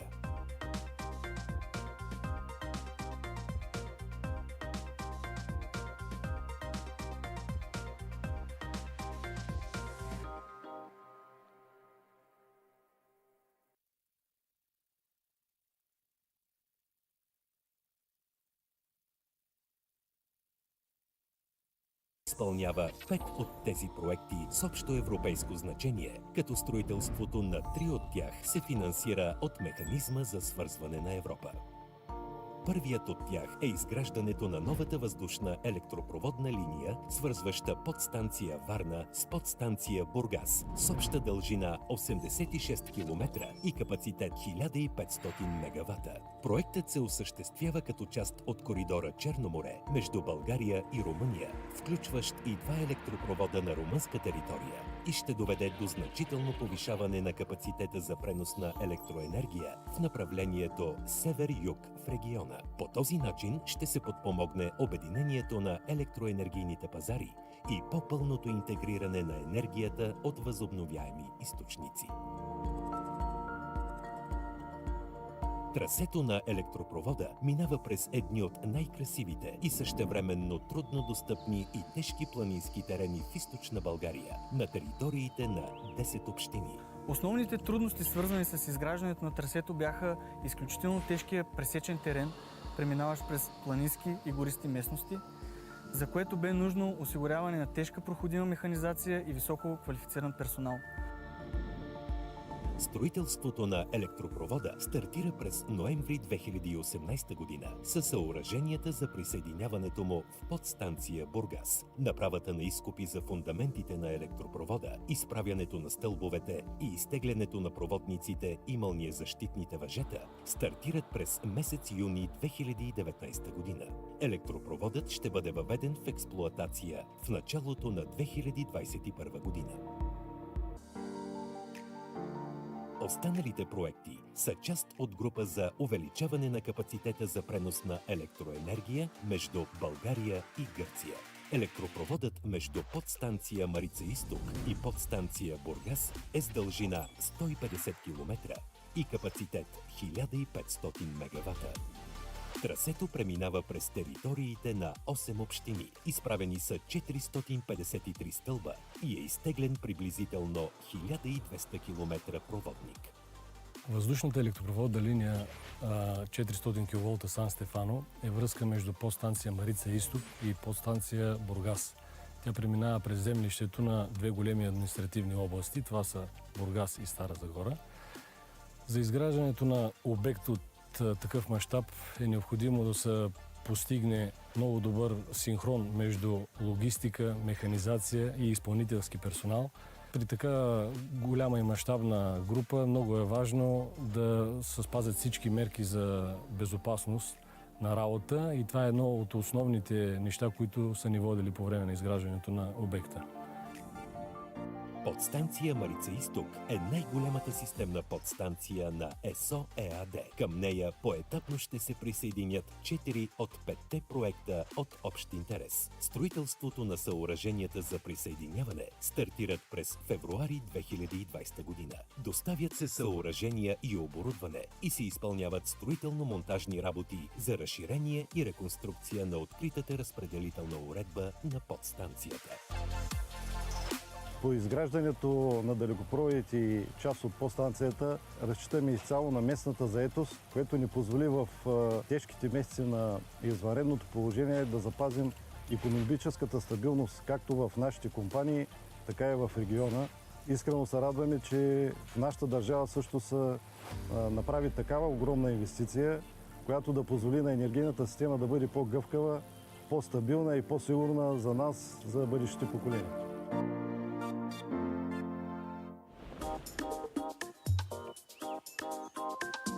Новата въздушна електропроводна линия за напрежение 400 кВ, свързваща подстанция Марица Изток с подстанция Неа Санта в Гърция, е с дължина 151 км, от които 122 км или повече от 2/3 са на българска територия. Затова и строителството започва от българския участък. Трасето на българска територия преминава през общините Симеоновград, Хасково, Кърджали, Момчилград и Кирково. Все територии, известни с древната си история и наличието на представители на защитени видове диви птици. Затова, както и на останалите електропроводи, и тук се монтират специални устройства за защита на птиците. Gabretta Smart Grids was listed as a project of common interest. PCIs are major infrastructure projects that modernize and link energy networks and systems across Europe. Gabretta aims to support the cross-border cooperation between Germany and the Czech Republic, modernize the distribution networks based primarily on smart grid technologies, digitalization, and new elements of communication.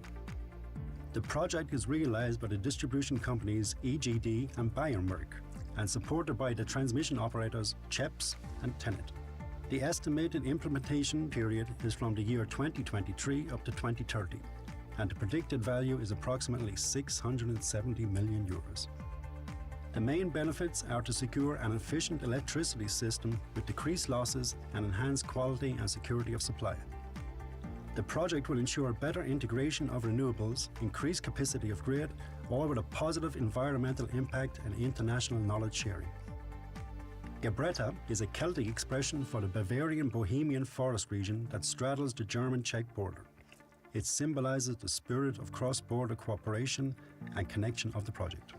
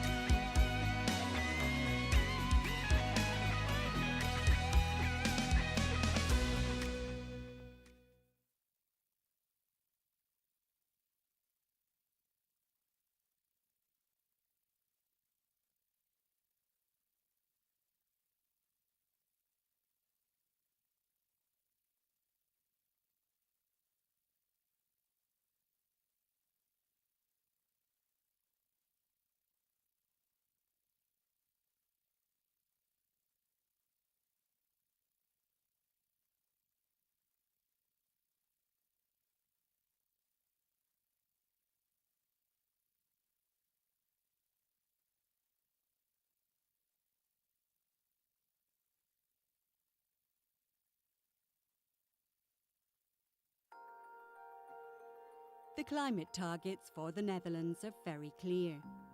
CO2 emissions must be reduced by 49% by 2030.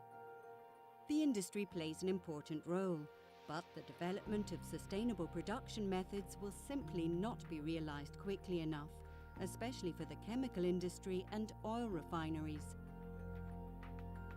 Therefore, the Porthos project is being developed in the port of Rotterdam, aimed at collecting and storing CO2 from industry in the area. Industrial clients will be able to connect to an open access network.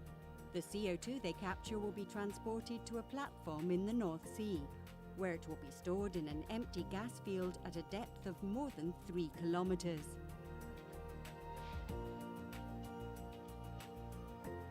As one of the many methods to be used along the energy transition, CO2 storage enables industrial companies in Rotterdam to contribute to a better climate for all of us.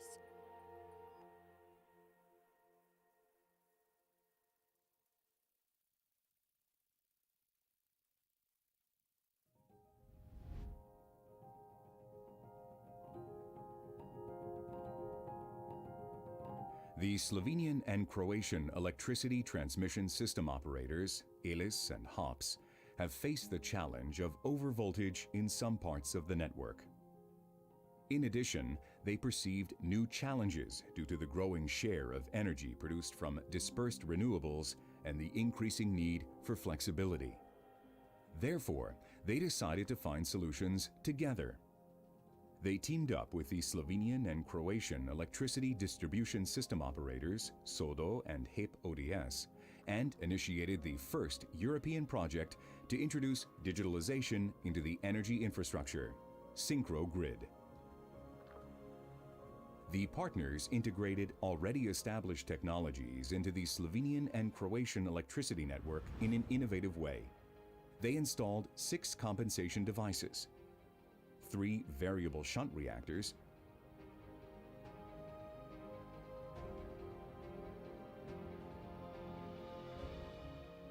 2 static VAR compensators,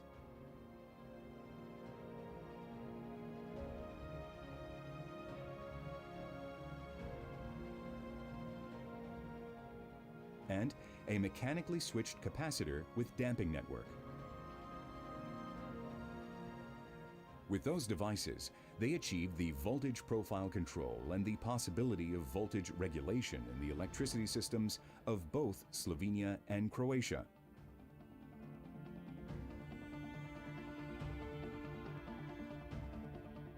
To increase the flexibility of active power and thus the reliability of the system operation, 2 battery energy storage systems were installed. The dynamic line rating system calculates the dynamic thermal limits of transmission lines for operation in real time and short-term forecast based on improved DLR algorithms and models.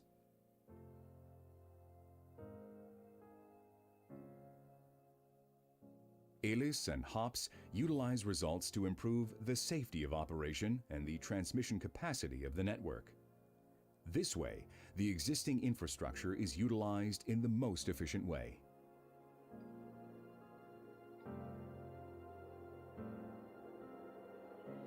In both national control centers, a joint application was installed, forming a unique cross-border virtual control center.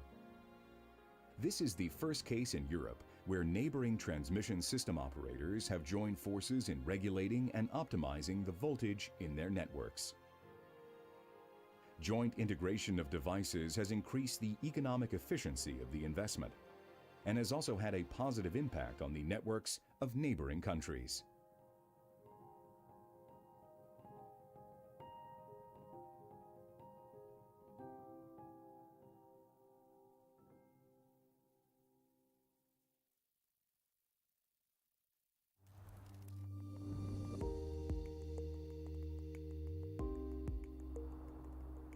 ELMED is the name of the energy bridge between Italy and Tunisia, currently being developed by Terna and Steg to link the 2 vast electricity systems of Europe and North Africa. This energy interconnection and the integration of renewables to the grid are crucial to ensuring an integrated Euro-Mediterranean electricity system. The line will have an output capacity of 600 megawatts and will connect the electrical substation of Partanna in Trapani, Sicily, with the corresponding substation in Mlabi, Tunisia. Close attention to the landscape and sustainability are the cornerstones of the project, which combines technical solutions with a low environmental impact. On the Italian side, from the landing site in Castelvetrano, the underground power line will follow pre-existing roads for 18 kilometers. It will then reach Partanna, where the new converter substation will be built near to the existing electrical substation. The undersea section of the line involves laying a cable at a depth of around 800 meters, which will be extended for approximately 200 kilometers.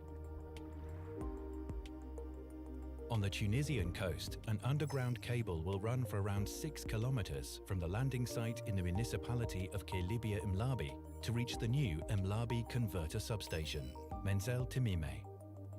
Recognized for its strategic importance and common European interest, the ELMED project secured a grant of €307 million from the CEF Connecting Europe facility in 2022. This represents the first time that EU funds have been allocated to a member state of the European Union and a third country for the joint development of an infrastructure project.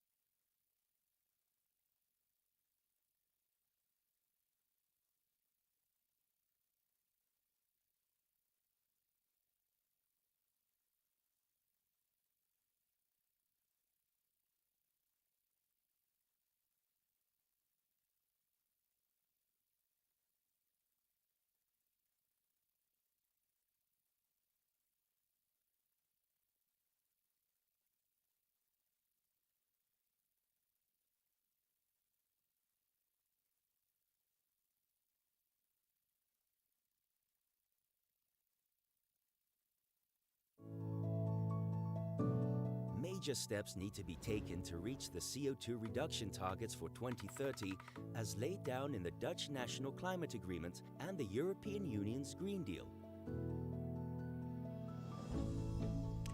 Capturing and storing CO2 underground can help reduce greenhouse gas emissions in the atmosphere to reach these goals. Aramis aims to make a significant contribution to the energy transition. Aramis will provide CO2 transport to unlock storage for industries who have difficulty in reducing their CO2 emissions, such as steel, chemicals, cement, refineries, and waste incinerators. The captured CO2 will be transported via pipelines or ships to the CO2 collection hub. The hub consists of the Connect terminal and Aramis facilities. Connect is an independent terminal for the reception, temporary storage, and delivery of liquid CO2 in the harbour of Rotterdam. The terminal will be connected to the Aramis infrastructure. From the hub, the CO2 will be transported by Aramis's offshore pipeline to the platforms at sea. The pipeline will be designed to allow for additional industrial customers and storage fields to be added incrementally in the future. The CO2 will arrive at the offshore platforms where it is injected via wells into depleted gas fields to be permanently stored 3 to 4 kilometers below the seabed. The Aramis project aims to create synergies between carbon capture and storage projects in the Netherlands and realize infrastructure that can serve more industrial clusters to support their transition towards more sustainable production processes.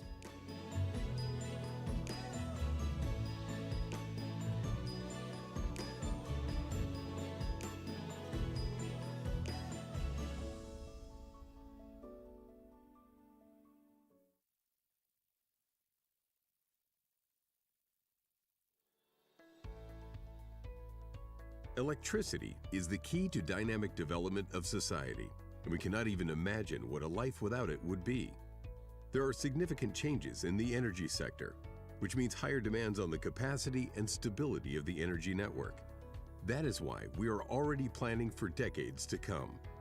Our goals are mainly sustainability and environmental protection, support for renewable energy sources, development of electromobility, technological readiness for the involvement of other entities in the energy market, and integration of new technological trends.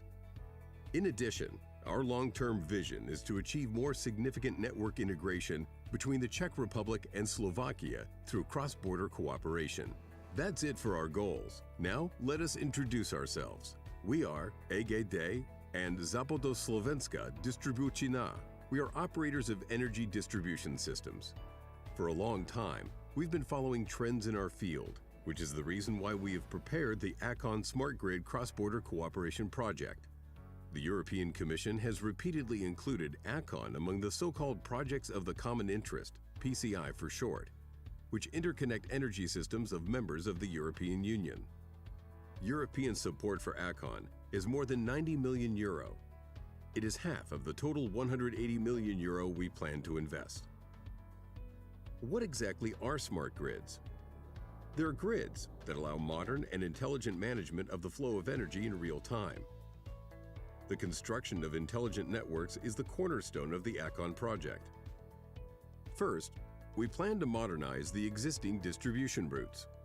We want to equip them with intelligent components that enable, for example, detailed analysis of the energy flow, data collection and analysis, remote control, or mutual communication between the distributor and the customer, including active energy flow management.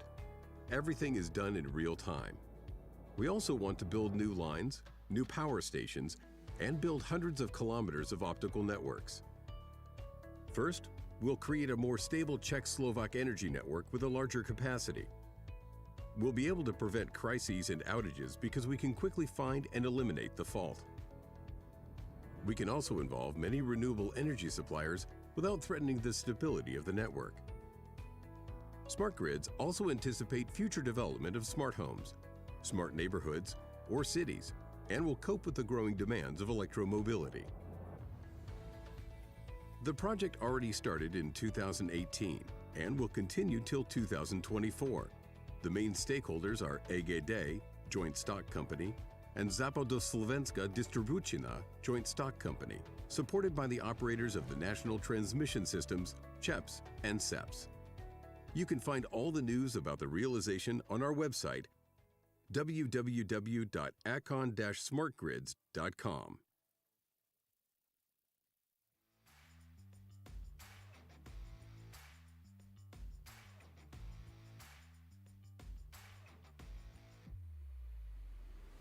Acon Smart Grids je mezinárodní projekt dvou provozovatelů distribučních soustav. V České republice to je EGD a na Slovensku Západoslovenská distribučná. Také je podporován společností CHEPS a SEPS. Zkratka Acon znamená Again Connected Networks a tento projekt odstartoval v roce 2018. Je spolufinancován Evropskou unií a jeho hodnota je 270 milionů eur. Proč něco takového děláme? Protože jsme přesvědčeni, že budování inteligentních sítí a instalace chytrých komunikačních prvků zajistí kvalitní dodávku elektřiny, zvýší bezpečnost a spolehlivost distribuční sítě a tím poroste i komfort pro koncové zákazníky. Také se snažíme maximálně připravit na výzvy spojené s energetickou tranzicí a plány Evropské unie. Jedním z matatelných výsledků projektu Acon je tato transformovna v Prdonicích. Pole rozvodny jsme rozšířili, přivedli nový potah a navýšili jsme přeshraniční přenosovou kapacitu. Díky tomu je síť při nečekaných situacích i plánovaných odstávkách stabilnější. Důkazem bylo tornádo v červnu 2021, kdy byly dodávky elektřiny zachovány jen díky mezinárodní spolupráci a výpomoci. Jsme přesvědčeni, že podobné projekty mají smysl. A pomáhajú energiám dávať správny smer. Na takmer 1,6 hektároch pôvodne zelenej lúky v katastri obce Kuklov vyrastá nová elektrická stanica s pracovným názvom Borský Svätý Jur. Jedná sa o najväčšiu stavbu v rámci projektu Acon. Jej hodnota je takmer 11 miliónov eur a táto elektrická stanica bola v tejto lokalite dlhodobo plánovaná, avšak až finančná podpora z Európskej únie umožnila jej realizáciu. Stavenisko bolo zhotoviteľovi odovzdané v apríli roku 2021 a zaradenie novovybudovanej stanice do distribučnej siete je naplánované na koniec roka 2022. Elektrická stanica Borský Svätý Jur výrazne prispeje k posilneniu regionálnej energetickej bezpečnosti na Záhorí, vyrieši dlhodobé problémy s veľkými úbytkami napätia na 22 kV vedeniach. Súčasťou aktivity je takisto rozsiahle nasadzovanie smart technológií potrebných pre dosahovanie energetických cieľov Európskej únie a Slovenskej republiky, najmä energetickej efektívnosti, flexibility, rozvoja obnoviteľných zdrojov energie a nízkouhlíkového hospodárstva. Vybudovanie elektrickej stanice Borský Svätý Jur takisto výrazne prispeje k podpore regionálneho podnikania a zamestnanosti. Hlavným benefitom projektu je posilnenie integrácie českého a slovenského trhu s elektrinou, zvýšenie konkurencieschopnosti v regióne, zabezpečenie adekvátnej kvality, bezpečnosti a spoľahlivosti dodávok elektrickej energie.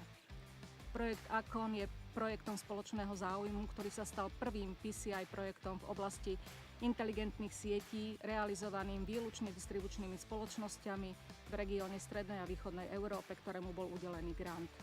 Celková hodnota projektu je viac ako 180 miliónov eur, z ktorých Acon získal jedno z historicky najvyšších kofinancovaní vo výške 50%, to je z 91,2 milióna eur.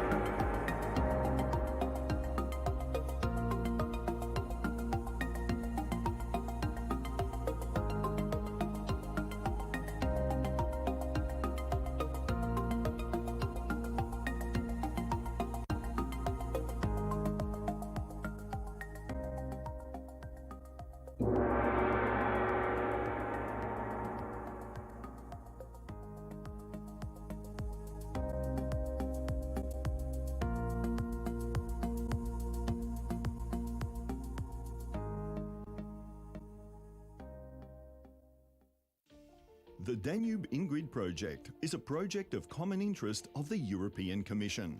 The project promoters are Západoslovenská distribučná AS, Slovak DSO, EON Észak-Dunántúli Áramhálózati ZRT, Hungarian DSO, and Slovenská elektrizačná prenosová sústava AS, the Slovak TSO. Movír ZRT, the Hungarian TSO, is a supporting member. The Danube In-Grid project is co-financed by the Connecting Europe facility of the European Union. The purpose of the Danube In-Grid project is to strengthen interaction and integration between Slovak and Hungarian electricity markets. Danube In-Grid plans to integrate more renewables to the distribution grid by the application of smart technologies and manage them in a smarter way, along with keeping the security and high quality of supply for electricity consumers in the Central Eastern European region.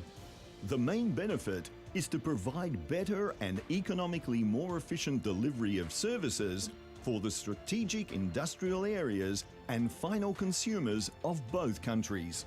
This is enabled by the installation of new substations and the modernization and smartification of the existing infrastructure.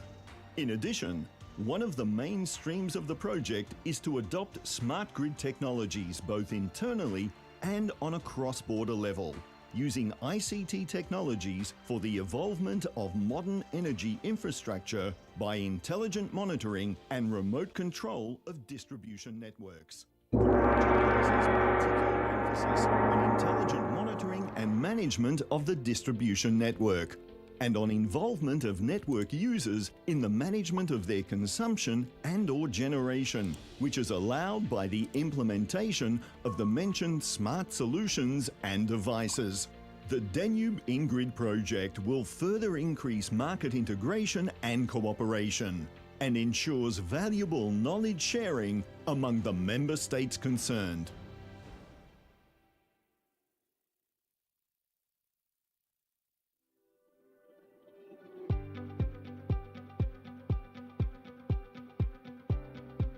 Teljesen automatizált, távolról irányítható új transformátor állomást létesített Kisbéren az EON Hungária csoport a Danube In-Grid áramhálózat fejlesztési projekt keretében.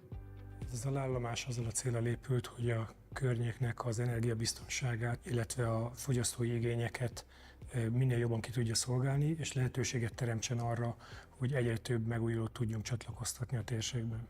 Az 1,5 milliárd forint összköltségű beruházás során alkalmazott modern technológia egy esetleges üzemzavar esetén gyorsabb hiba elhárításra ad lehetőséget.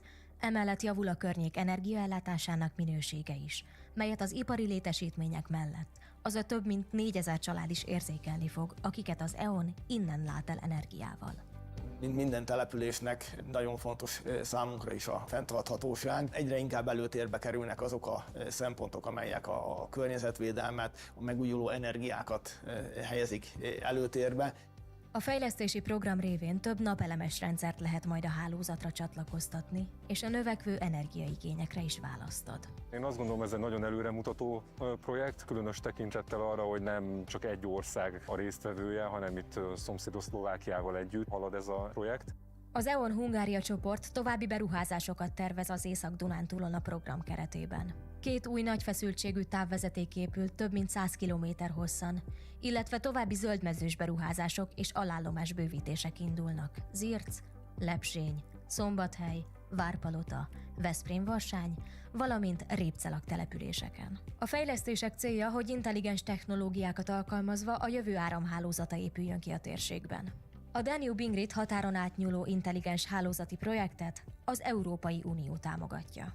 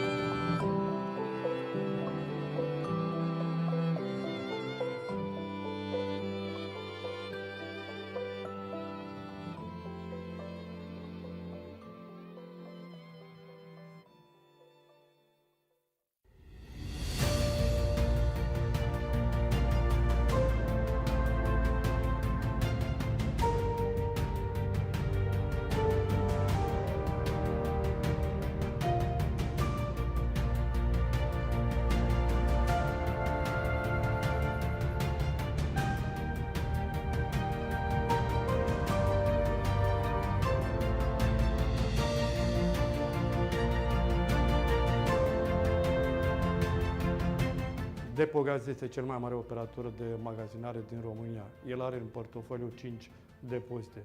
Unul din cele 5 depozite este depozitul Bilciurești, care este depozitul cel mai mare din România. El astăzi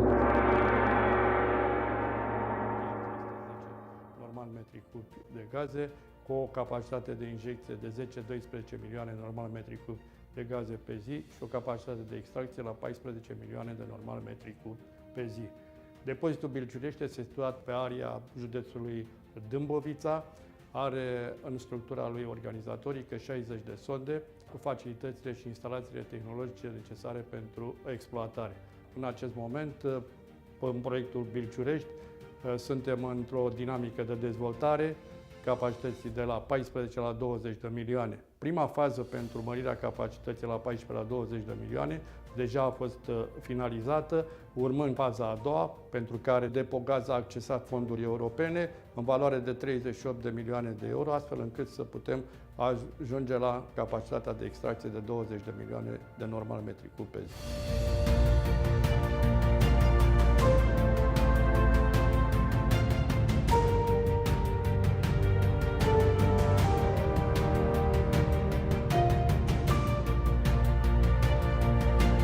În acest moment, dezvoltarea depozitului înseamnă o serie de lucrări care se vor executa. Primele lucrări care vor fi executate este realizarea unui colector de legătură între Bilciurești și Butimanu pentru a putea prelua surplusul de capacitate la 14 la 20 de milioane, un colector care este calibrat pentru 150 de bari, de asemenea modernizarea sondelor care înseamnă inima depozitului, 39 de sonde din cele 60 de sonde care operează pentru a putea ridica caracteristicile lui geologice și pentru a răspunde cerințelor noi pentru care depozitul este construit.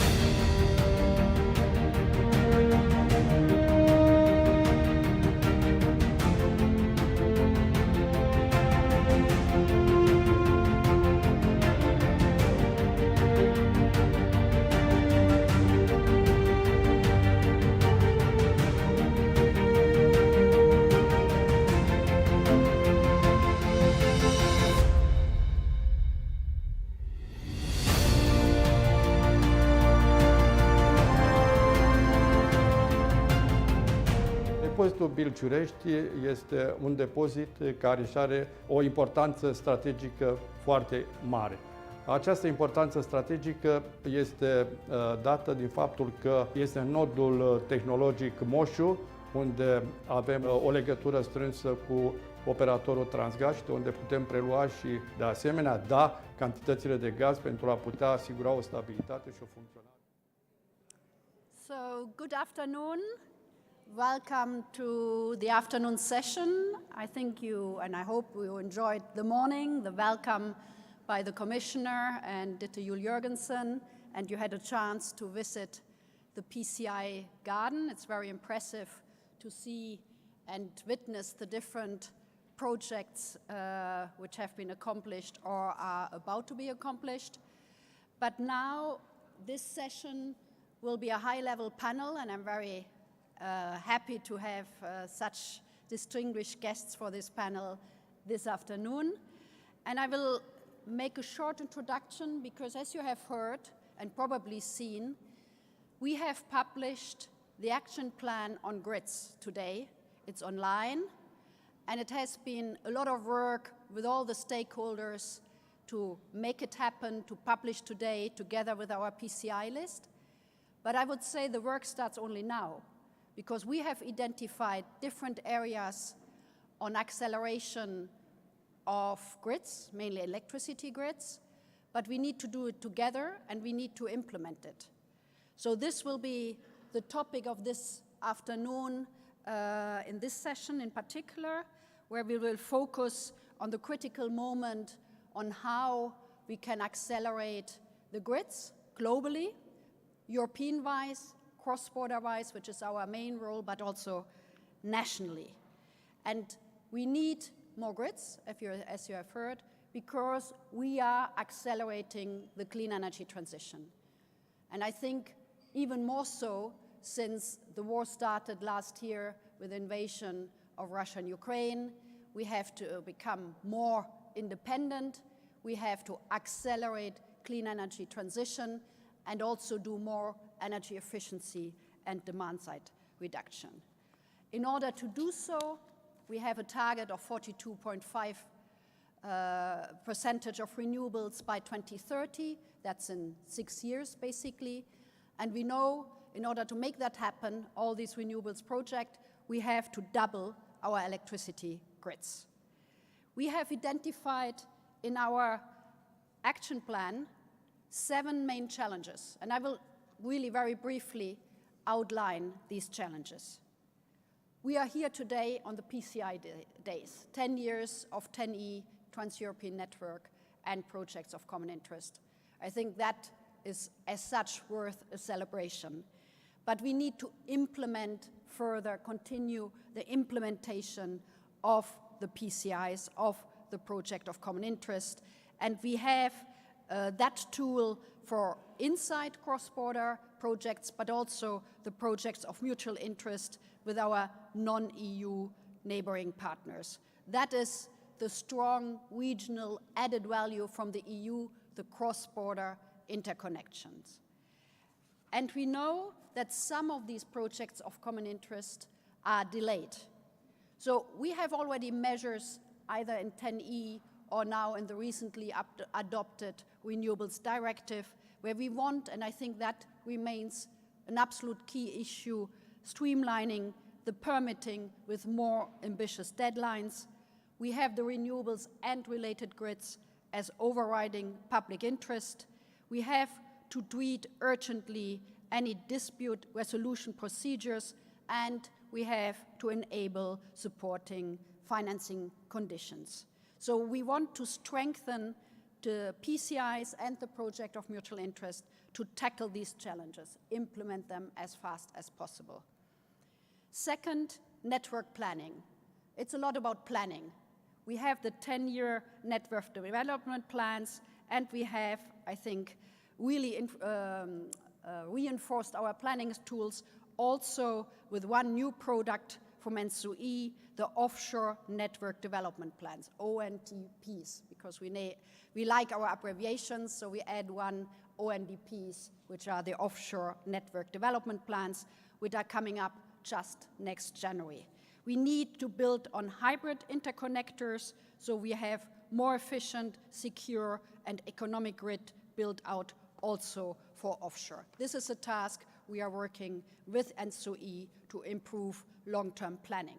But it goes also beyond the transmission grids. We have to look at our distribution grids, which are critical and are becoming the centerpiece of the clean energy transition and the sector integration as we are moving towards more electromobility, to heat pumps and distributed generation. So the EU DSO entity should play a fundamental role in exploring case studies, best practice, and providing recommendations to our DSOs. A third area of action is the regulatory framework. I think we have done already a lot in the last years, I would say, to improve and strengthen our regulatory framework in view of 2030 targets, in view of internal market rules, both for gas, and we are still discussing electricity. So there is a lot on the regulatory front, but one key word which came out also up in the September high-level conference, which ENTSO-E with our patronage organized, is about anticipatory investments. So really looking ahead, not develop a project and then think, how can I connect it? Doing it hand in hand, and I think these anticipatory investments is something we want to develop together with ACER and ENTSO-E, EU DSO entity and others guiding principles. And then the one other issue we want to tackle here is the sharing of costs, in particular for cross-border offshore grids. It shouldn't only some of the coastal member states who make the necessary investment. We need to find a way to also involve other member states who are profiting from this offshore connection. So this cost sharing is also something where we will develop guidance in the next month. And I already mentioned money. We have our Connecting Europe facility, but it's a tiny budget, so we hope also in the next round of our multi-annual financial framework to increase that money, but that is too early to say. A fourth area is also the better usage of the existing grids, and I think this comes together with digitalization and streamlining grid connection requests, and I think here also we need to work even more together to develop available and more innovative technologies that can improve the efficiency and operation of our networks, and I know there are a number of business already doing a lot, and here also we want to call on our stakeholders to work how we can improve and use even more these technologies. The fifth area, I mentioned it, it's finance. We want to involve more investors to look at public, but even more on the private side. So we will revamp our investors' dialogue for understanding the challenges and overcoming them, and see more visibility on funding opportunities for smart grids, for modernization of distribution grids, and all what it's needed. The sixth area is the faster permitting and public engagement. I think we will discuss that. There is obviously something we have in our regulation, but we need to make it happen. And I think here also we will provide guidance and exchange of best practice. And later today, we will launch the Pact for Engagement for early, regular, and meaningful stakeholder engagement. But we will hear later more. I don't want to spoil the surprise right now. And lastly, it's the seventh area about supply chains, because here in Europe, we are dependent on the supply of many critical minerals and other material. So we have proposed from the Commission side the Net Zero Industrial Act, the Wind Power Action Plan, and we want more systematic, ambitious collaboration between system operators, technology providers to develop, for example, standard technology specification and also improve visibility of grid project pipelines. That is all what our action plan on the EU grids is about. As I said in the beginning, it's the start of a common work. We have identified the areas and very concrete actions, but we need all the stakeholders' involvement. It's a huge challenge to do it together. But now my role is to invite the panelists, and I'm very happy that we have a wide range. We will have, and I start to invite Mr. Keisuke Sadamori, who is head of the Energy Market and Security Directorate at the International Energy Agency. A warm welcome to Keisuke, who comes from Paris to greet us there. Here, please, come on. I will invite all the panelists now and then give the floor one to other. I would like to invite Sonja Dvohik, who is the Secretary General of ENTSO-E, the European Network of Transmission System Operators for Electricity. Sonja, please. Then Peter Vermat, the Secretary General of the EU DSO entity. Next is Gila Batok, who is the acting head of the Department for European Union Agency for the Cooperation of Energy Regulators. ACER, a warm welcome to you. And then last but not least, Paloma Abagarote, who is the Director of the European Climate, Infrastructure and Environment Executive Agency, SINIA. So I will also take my seat if there's a place left. You left it this for you.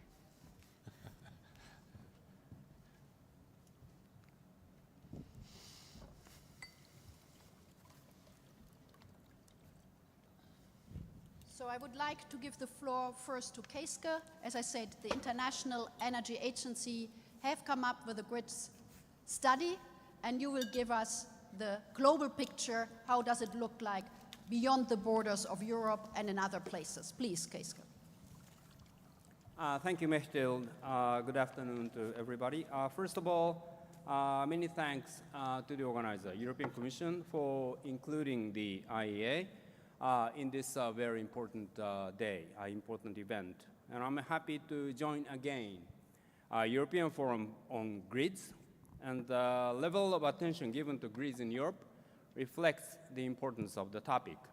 The action plan by the Commission is crucial to inform the pathway of our electricity grids as a central part of the secure energy transitions. So I would like to share the key findings from our global analysis on electricity grids published last month, October. Demand for electricity and its role will continue to grow. And we need grids to deliver clean electricity in a secure and affordable way while maintaining resilient power systems. However, lack of ambition and attention risks making electricity grids the weak link in energy transitions.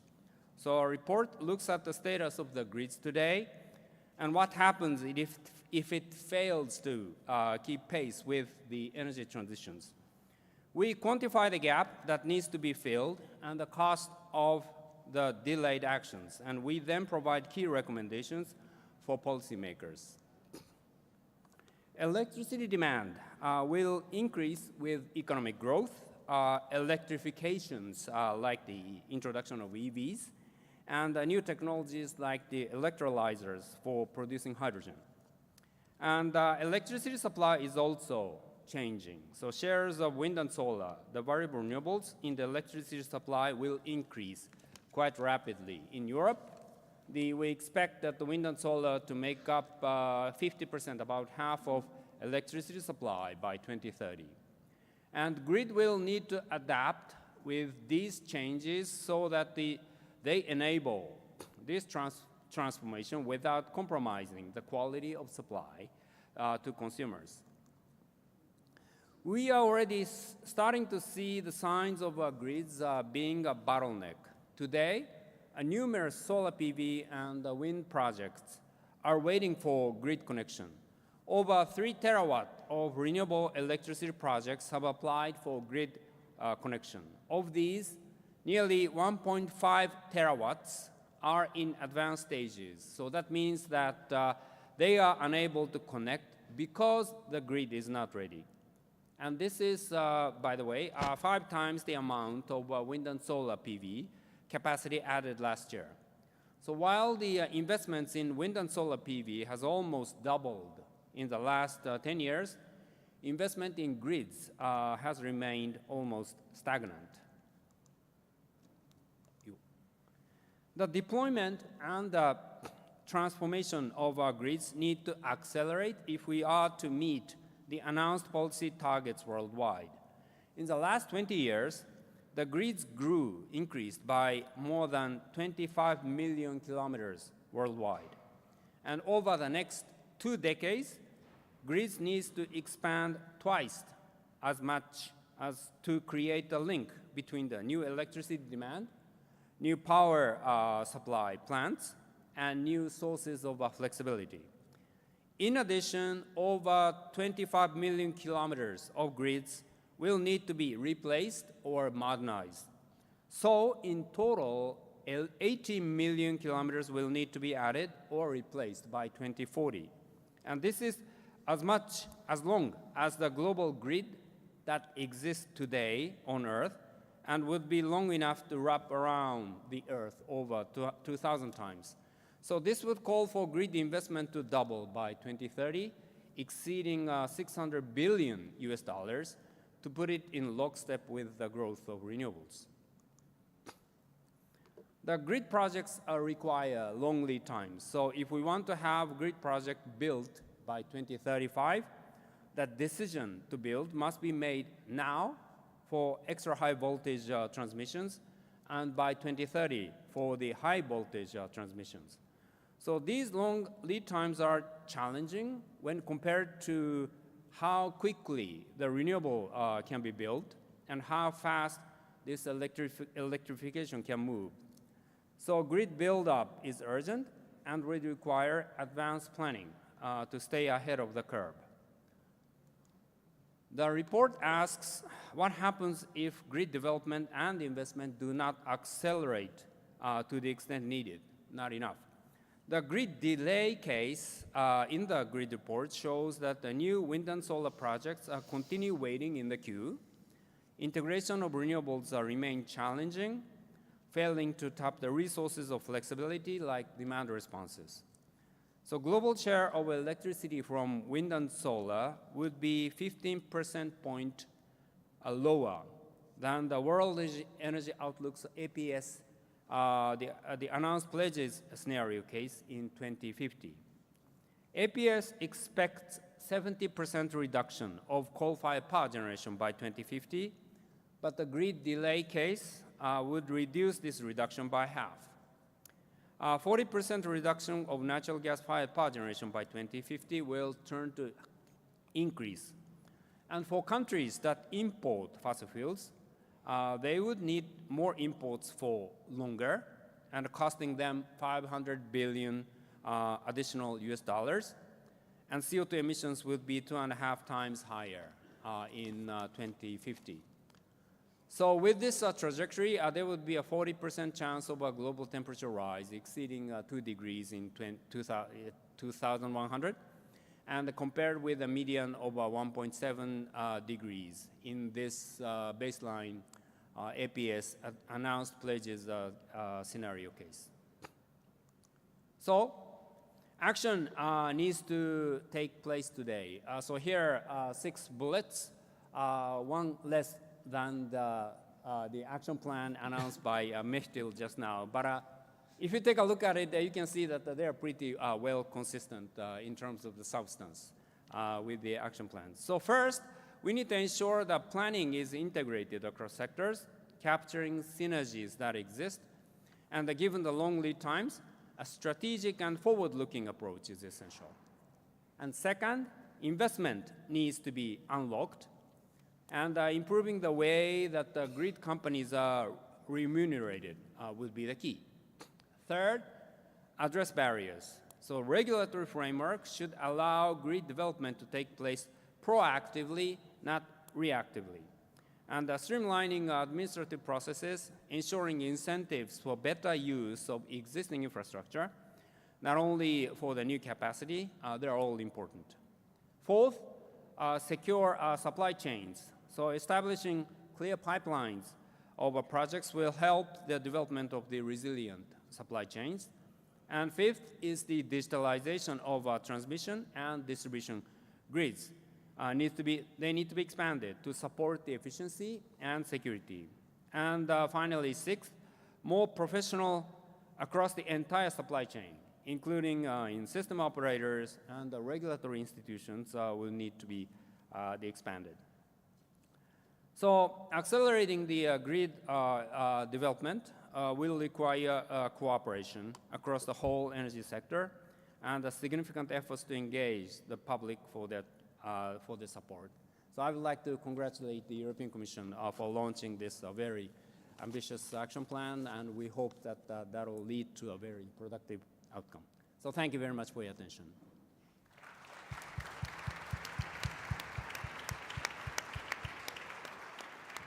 Thank you very much, Keisuke. It's very good to hear that we are so much aligned internationally and European-wide, and then we can act together. I would like to turn to Sonia now, the Secretary General of ENTSO-E, and then hopefully at the end we will have time for questions. Sonia, please. Good afternoon. Good afternoon. So I would like to start by congratulating the European Commission on the publication of the EU plan for grids. It's a very important day for us in the TSO community because we believe the spotlight on grids is an appropriate one, is necessary for energy transition, and it will deliver the benefits that we all hope for as part of transition. So congratulations. And also, I suppose today also is an important occasion for us in ENTSO-E because we have completed the permanent synchronization of Ukraine and Moldova with continental Europe, the mesh network. And this, of course, started in March 2022 with the following the invasion of Ukraine. So we are very happy today to announce the permanent synchronization of Ukraine. This is a very important decision. And also that the export, and that has been also revised, and 1,700 megawatts is now available for trading with Ukraine and Moldova. So this is a very important day because infrastructure is important, both to energy security, but also in terms of furthering the ambitions of Europe to be carbon neutral by 2050. So there is no transition without transmission. So this is an important byword for us. And the Future of Our Grids Forum in September very much highlighted the need for grids and the need of the industry to have a grid that supports its own ambition. So we need to keep the momentum going. And of course, today's publication by Commission is an important part of that. TSOs are at the heart of this energy transition. In front of you here, you will see the investment that is planned by TSOs of at least 700 billion euro in assets up to 2050. And therefore, our ambition as TSOs is therefore to accelerate very much the infrastructure that's needed to accommodate the renewable energy sources on the system. ENTSO-E is very much focused on this commitment, and of course today's publication has enabled us to even further accelerate our own goals, our own ambitions within the TSO community.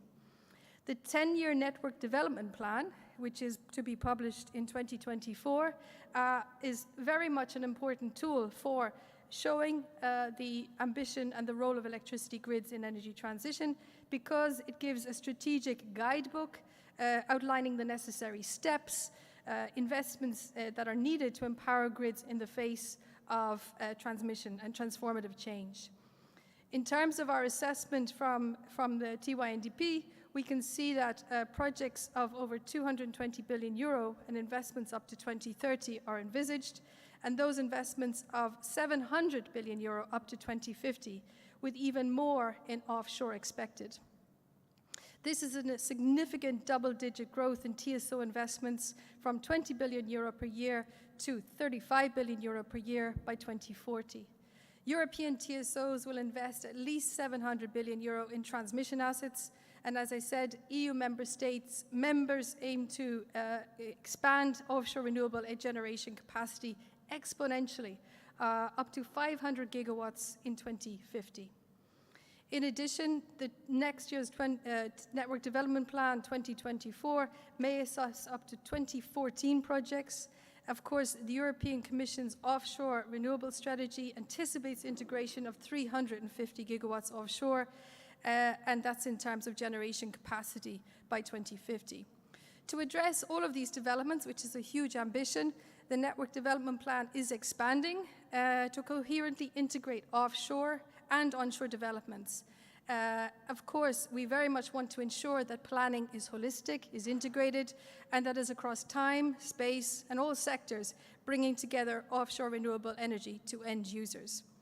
So, as Mechthild mentioned, there is a new abbreviation called ONDPs, which is the Offshore Network Development Plans, and ENTSO-E will release the first of those in January 2024, so less than 2 months from now.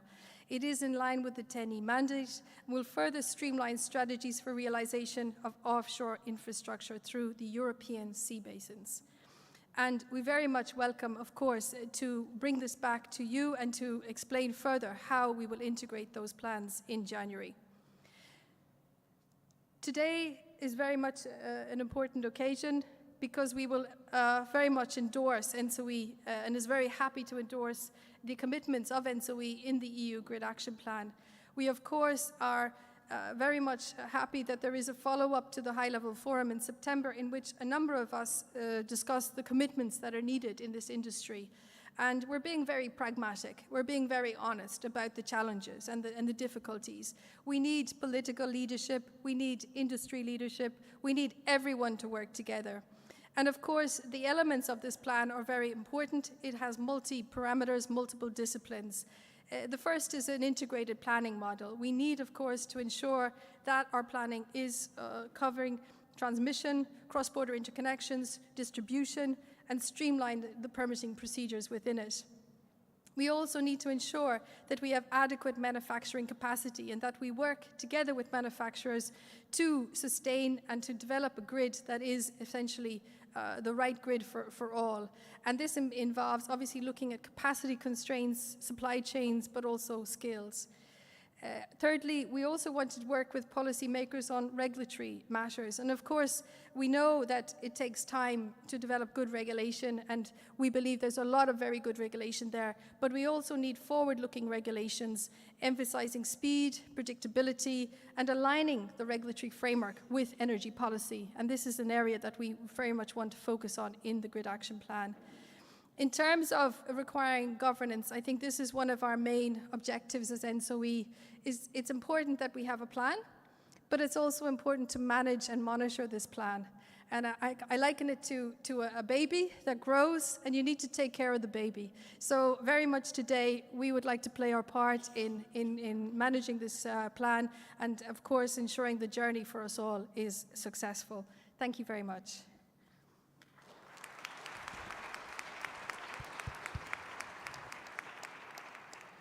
Thank you very much, Sonja, for highlighting the different elements and challenges and the huge amount of investments needed to develop further the grid in the EU, and also congratulations to the more geopolitical permanent synchronization of the continental Europe network with Ukraine and Moldova. It was very challenging, and time-wise it was following a pilot action on the 23rd, 24th of February last year when the war started. So it was a challenging, risky-taking experience, entre guillemets. So very good it's permanent now, connected. I will now turn to Peter. Peter, you represent the EU DSO entity, and as I said, the DSO are the cornerstone. So please, the floor is yours.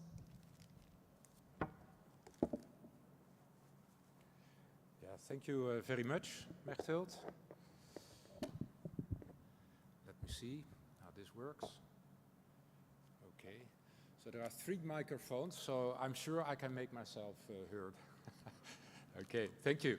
Well, thank you, Mechthild, for inviting us to be present here from a DSO entity. It's my pleasure to represent DSOs on this very nice day, and I would like to join the previous speakers also to congratulate the European Commission on this action plan. As you know, DSO entity is representing almost 900 DSO companies throughout all member states in Europe, in all countries, from very small to very large. So we are a very diverse organization, but our aim is to bring all that knowledge together to work on good conditions to make energy transition happen. And that is also, I think, what the EU Action Plan for Grids is aiming at. It brings the good framework for the conditions to be developed to help TSOs, DSOs, all other stakeholders to work on energy transition. So it's a timely initiative, also indeed in the words of the Commissioner at the event a couple of weeks ago, to put the grids at center stage. And I think it is also clear, perhaps more than ever, that decentralization is an important element of the energy transition. So that is also where DSO grids come into play. And it is also highlighted very well, I think, in the action plan. And let me illustrate this from some examples also from the Fit for 55 program that was published some time ago. Imagine in 2037, 135 million cars to be driven forward, to be electricity driven and connected to the grid, mostly DSO grid. Imagine that 70% of the renewables will be connected to the DSO grid, like millions of rooftop solar panels. Imagine 10 million of heat pumps already by 2027, so that is 4 years from now, to be fed through the DSO grid. So it is illustrating that the DSO grid, in a way, is the last mile to the consumer. Or put it in other words, DSO grids enable the consumer to play their part. They empower the consumer to make energy transition happen. It also means, and it was very well illustrated by Mr. Kazuke, that the use of the grid will change. There will be a fundamental different operation of the grid, balance between demand and supply than we used it before. So we need to migrate the grid to a different operation, and a lot needs to be done for that. And the DSO Action Plan elaborates on a lot of very focused actions on that. But before I go into that, let me also remind you that we are starting on new challenges, but a lot has been covered already. And perhaps you have noticed the publication of the first report of EU DSO entity 2 weeks ago, where we investigated the best practices at the moment on areas like permitting, integrating renewables, and also the way we can accelerate permitting, that we increase more the renewable integration, and that we work on better tariff systems. And I think those show that DSOs are in action mode. But there is more to come, more is needed. And the frame that comes from the European Grid Action Plan will give good guidance there. To mention a few, there have been a lot of challenges mentioned in the report, also summarized in clear action points. But I think that one of them that is also relating to DSOs very much is the condition to work on anticipatory forward-looking investments. It was also mentioned by Sonia.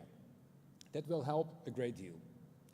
DSOs in the coming 10 years need to invest 400 billion euros to smarten and strengthen the grid. We can do that more efficiently and more quickly if we can also include anticipatory investments to that. Another element will be to better use the grid. Better utilization optimizes the capacity usage of the grid, and transparency on capacity that is available will help on that. A very important action point also in the Grid Action Plan. Another one, to accelerate permitting. And I can mention more, like improving access to funding. All in all, I would say enough to mention, but also enough to start on. So from our side, we are committed to bring the best knowledge of our members to engage and accelerate the conditions of this plan. And we would like to do that with all stakeholders from the European Commission, the regulator, our friends and partners from NSOE, all of you here in this room. I would just like to say, let us get started. Thank you.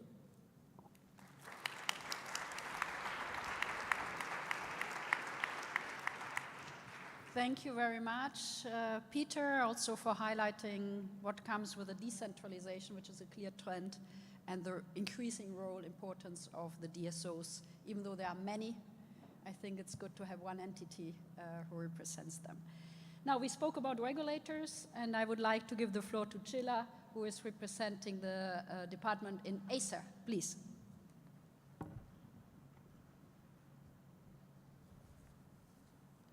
Good afternoon, and I'm very happy to welcome you here, and I'm representing Acer, and I'm going to talk a little bit from our perspective, how do we see the challenges going ahead.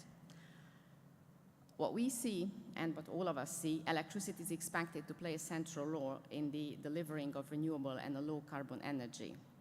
And so it's capable to offer energy and moderate production costs, and it offers also a variety of usages that a user can tap in. Now at Acer, of course, we think that what is very important in such an important development phase, that this is achieved in an efficient and affordable manner. And so the best way to achieve that, as colleagues were also talked about in the panel, that we strengthen our planning tools and our capabilities. And if we are looking back a bit into the work that we were doing as part of the TENI and TYNDP, we would like to see that the needs assessments we would like to see that needs assessment is improved, and we would like to see a better understanding what the needs are and a better application of the methodologies that underpin them. We would like to see them in a way that we regularly update it, and we would like also that we include all the technologies that are coming on board, which is part of the energy transition, that we would see new things, and that means that our methodologies should be developing. Next to that, we also see a growing share of the distributed generation, and so that means that we would like to see a better coordination and greater efficiency between system operations and planning that is happening at the TSO and the DSO level. And even forward, we would like to see a more efficient deployment of the grids, and we would like to see smart enhancements in the grid so that those are better promoted, even from a regulatory level, but very broadly. And so we are tapping in the smart metering so that we can serve better our consumers. And that would also mean that both at EU and national level, we would need to encourage those more efficient tools, that they are coming more online. And I was very happy to see that we have some smart grids put in the current PCI list, but we would need much more of those. And so then even going forward, with the rapid growth of renewables, we would like to see a better governance and a more efficient governance system, which means that we would like to see an improvement in permitting. Our data collection shows that on average, electricity projects implementation varies between 11 and 14 years, and permitting takes out of that 3 to 4.5 years. Then if I'm looking more deeply in our work that we do under the TENI process, we of course dealing with benefits, cost and benefits, and how they look like. And so we have a methodology that focuses very much on monetization of the benefits. We understand and we would like to see that the monetization takes a very important role. However, we also know that there are benefits that are hard to monetize and difficult to monetize. We would like to see that those are still defined, and defined in a way that is not contradicting the monetization, and it allows to compare the project, because what we would need also in this very big and large deployment of the project, that the most efficient, the most useful ones go ahead as priority. On cross-border cost sharing, we would like to see broader approaches of cross-border cost sharing across member states. That requires a lot of coordination. And sometimes what we also notice that could be that benefits are very much dispersed across many, many countries. So there, we were proposing in previous years that potentially CEF could be stepping in to help taking care of these dispersed benefits, which are very difficult to recognize, however, allowing to have this project going forward. And then we would like to see early phases of planning. Those are very, very useful. They are useful also from the point of view of cooperation and coordination. And it's also very useful to have very good plans that would come from the member states in the phase of the NECPs. And then we provide a very good consistency for this planning process. Then, and very importantly, and we would be talking about that this afternoon, stakeholders play a very important role. And so that means that we would need to incorporate the stakeholders in the whole grid development process. It doesn't mean that we would go project by project or occasion by occasion, but it would mean that there is an early conversation that starts with the stakeholder, and it's also there is a long-term and structured communication or dialogue that takes place. This may require that that dialogue has some educational elements, but it remains important that we carry that also with us.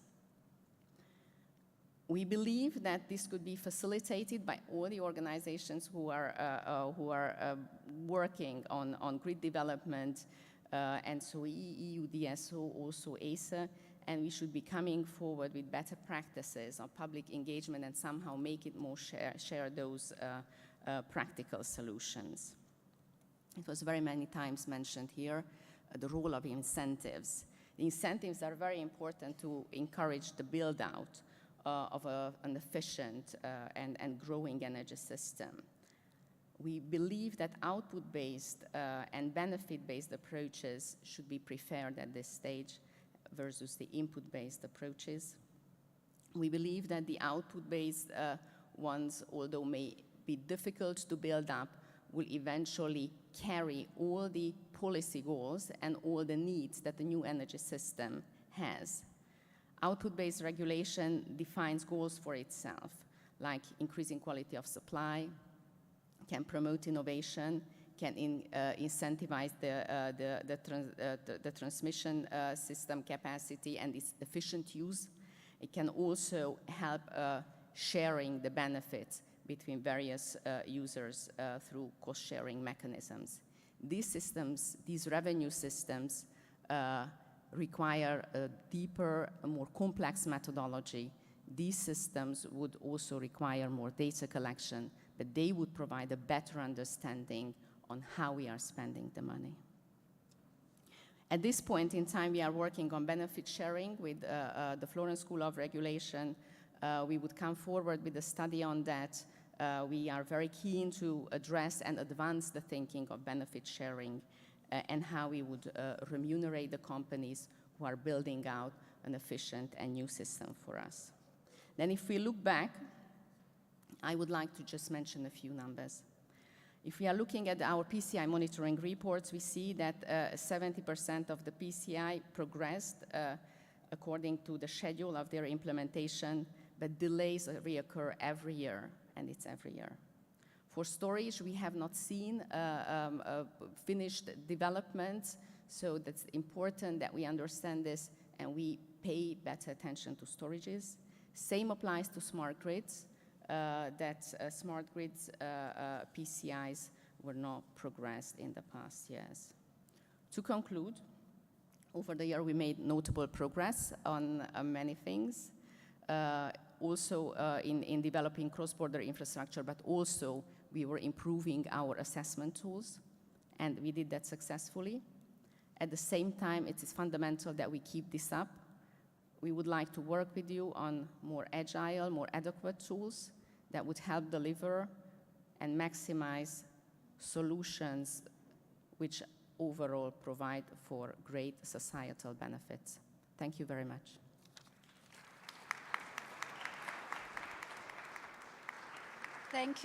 Thank you very much, Sheila. I think it was very important to hear all your points from a regulatory point of view, European regulator, and I think your tools and improvement of tools and all other aspects you have raised, there's a long list, are very important also in our action plan to be followed up.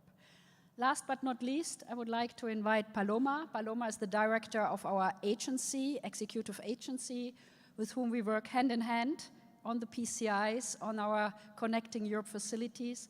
So, Paloma, the floor is yours.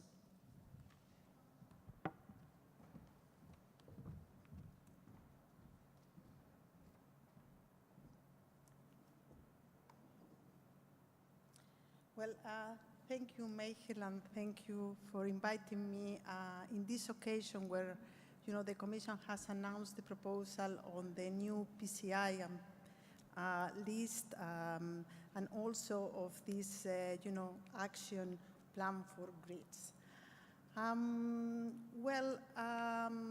As an executive agency, we are focusing on the European Union budget, and it's complementary to what the Commission is doing in terms of policy. Both of them have to go hand in hand. And even with a very limited budget that we have, I think that we are making impact here. The Connecting Europe facility has demonstrated that it is an effective tool for the deployment of electricity grids. We have basically given support during the preparatory phases of projects. So, for example, by facilitating permitting, by addressing also routing and therefore the acceptance by the public, and also by allowing the promoters to take the final investment decision. And after the preparatory works or studies, we have moved and also financed crucial cross-border projects during the construction phase. And these projects would not have gone and would have gone into the completion unless they have received our support. These are projects which have not been commercially viable by their own, or they have a funding gap, or they have not been able to access the financial markets. And that's the role of the Connecting Europe facility. It's just not giving the full support, but we are the ones who are just giving this, represent this stepping stone. Well, you can see that what we have provided until now, since 2014, is nearly more than 6 billion euros to the project of common interest, but particularly on electricity transmission and smart grids, we have financed 71 PCI projects, counting for about a total support of 4 billion. If, where to choose the ones that I would like to show today, would be very difficult for me. Many projects have reached the completion phase, around 1/3 of them. Another 1/3 are under construction, and then another 1/3 are still during these preparatory phases, all very important to us. But let me just speak about 2 projects. First one is the Baltic Synchronization Project, a project that received a large support, more than 1 billion euros of support, and have allowed the Baltic states to connect to the European network. This has been particularly important during the energy crisis, also disconnecting themselves also to Russia and Belarus. We have also another project, smaller in size, but still very important, and it's the Smart Grid Synchro Grid project between Slovenia and Croatia. And this project has allowed us to accept large quantity of electricity from renewables energy resources and also ensure security of supply. And maybe something that I would like to share with you today is a little bit of lessons learned. I could be speaking here for many minutes, but I know that time is tight. So I would like just to focus on 3 lessons learned from my experience working, with the smart grids, but also on project financing. Something that maybe does not result and, strange for you, is very obvious, is working together. It's very important, a close cooperation between the different TSOs, but also, any political support that you receive and many other stakeholders. This is the very first key of success. Well, second is about getting the preparatory steps right. We all know how long permitting takes place, whether environmental or constructions, how long the procurement procedures they are. And therefore, there is a need for a good planning, a good organization. And if we get the preparatory steps right, we have a solid base for the construction phase. And I would say as a last one lesson probably that we have learned in the very recent years, and is be prepared for the unforeseen. Who would have thought about COVID-19?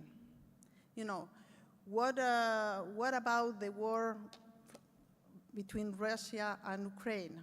I mean, all these factors have also later on provoked the energy crisis, have produced inflation, and also we have the issue about the supply chain problems. So we have to get prepared for the unforeseen. We need to have a plan B. We need to think out of the box.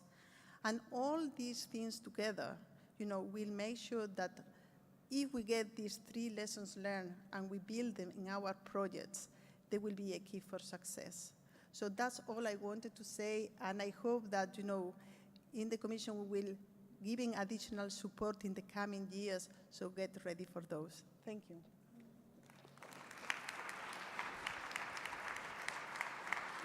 Thank you very much, Paloma. I think you underlined already the close cooperation between us, but also the close cooperation with all the key partners as one of the lessons learned.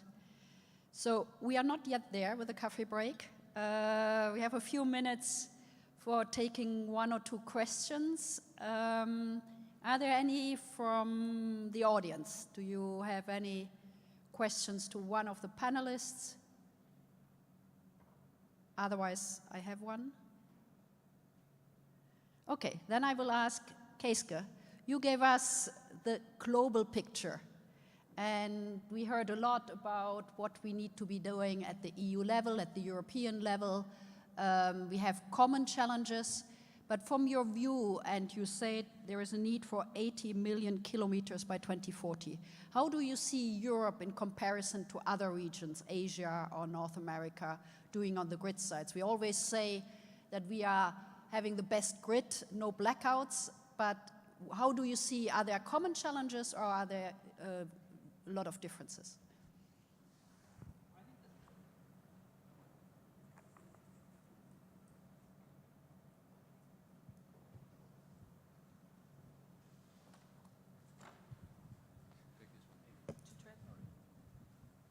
I think that of course, there are many common elements, but also difference in terms of the stage of economic development, geographical factors, and the various the endowments in resources. So obviously the European countries, they are the advanced economies, and many are the IEA members, and they are in advanced stage in terms of high shares, introduction of variable renewables. And also, when you look at the European continent, you have quite a diverse set of power generation sources. The nuclear in France, the very strong the hydropowers in Scandinavian countries, and you have the offshore, very strong wind resources. So it's quite diverse, and also you have already been successful in integrating the very vast electricity power systems. So in that respect, I think that the European countries are the front runner in terms of the power market integration and the integration of variable renewables for the decarbonization. So I think that this is very interesting case, and many other countries have a lot to learn. And I hope that European countries will be successful in terms of the very robust grid development and also the successful integration of variable renewables. So in that respect, of course, there are many cases. The Asian countries are rather different. In my home country, Japan, even though we are a single country, but we are divided by the 50 hertz and 60 hertz divide. So There are many cases, but I think that what is important is that many countries need to learn from each other, and I hope that the European countries will be able to provide a good, successful cases for other regions as well. Thank you. Thank you very much, Keisuke. Maybe a question to my two neighbors here. Out of the 7 areas and 15 actions in our grid action plan, where do you see from a TSO or DSO point of view the one you would really say this is the top priority we have to tackle first? I know it's a difficult question, but please, Sonja first and then Peter.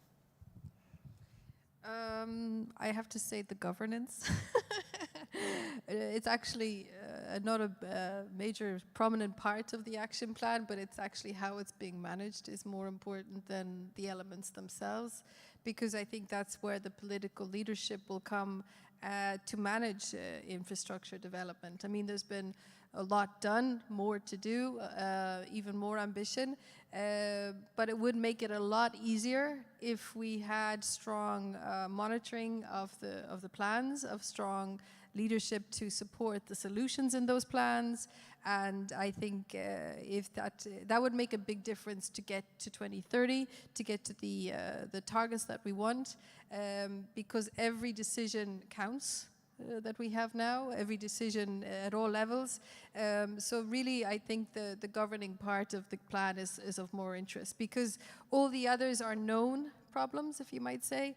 This problem, which is the leadership point, is more that navigation question, which is really, really interesting. Yeah, thank you.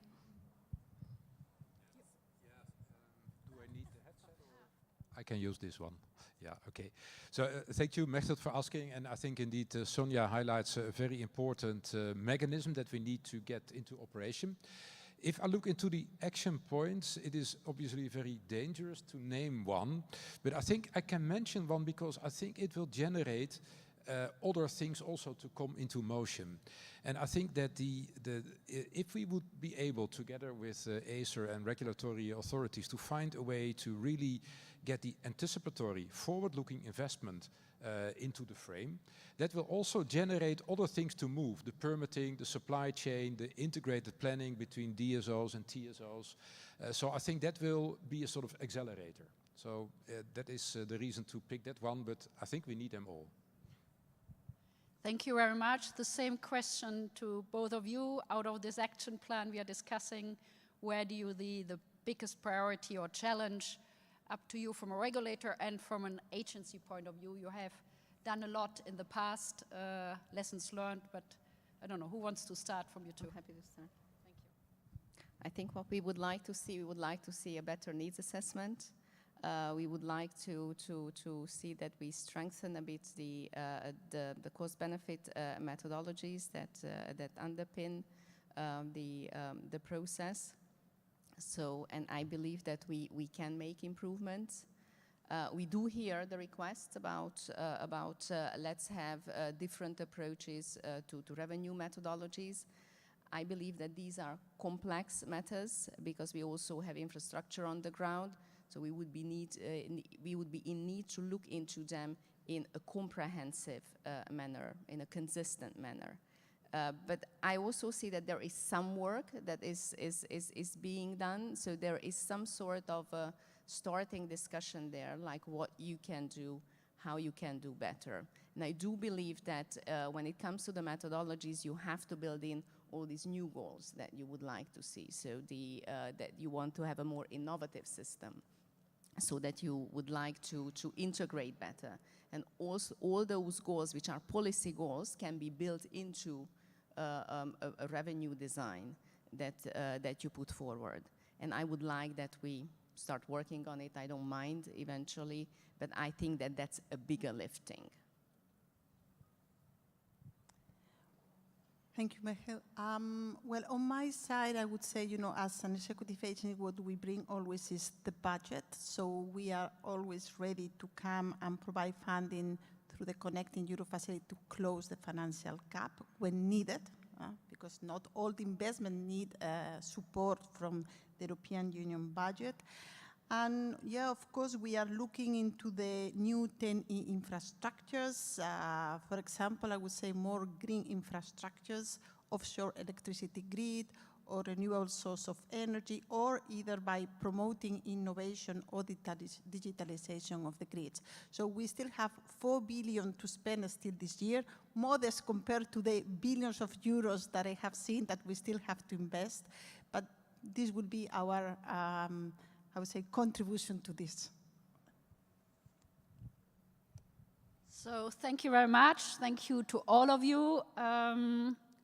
I think there is now a coffee break for half an hour. So we need to be back by 15:05 here. But I would really like to thank all the panelists. I think we got a very good overview and we got the start of a discussion on the implementation of our action plan. Is only the start. I think we have a few elements to further discuss among us and with all of you. But I would really like to thank for all the excellent interventions and see you back in half an hour. Thank you.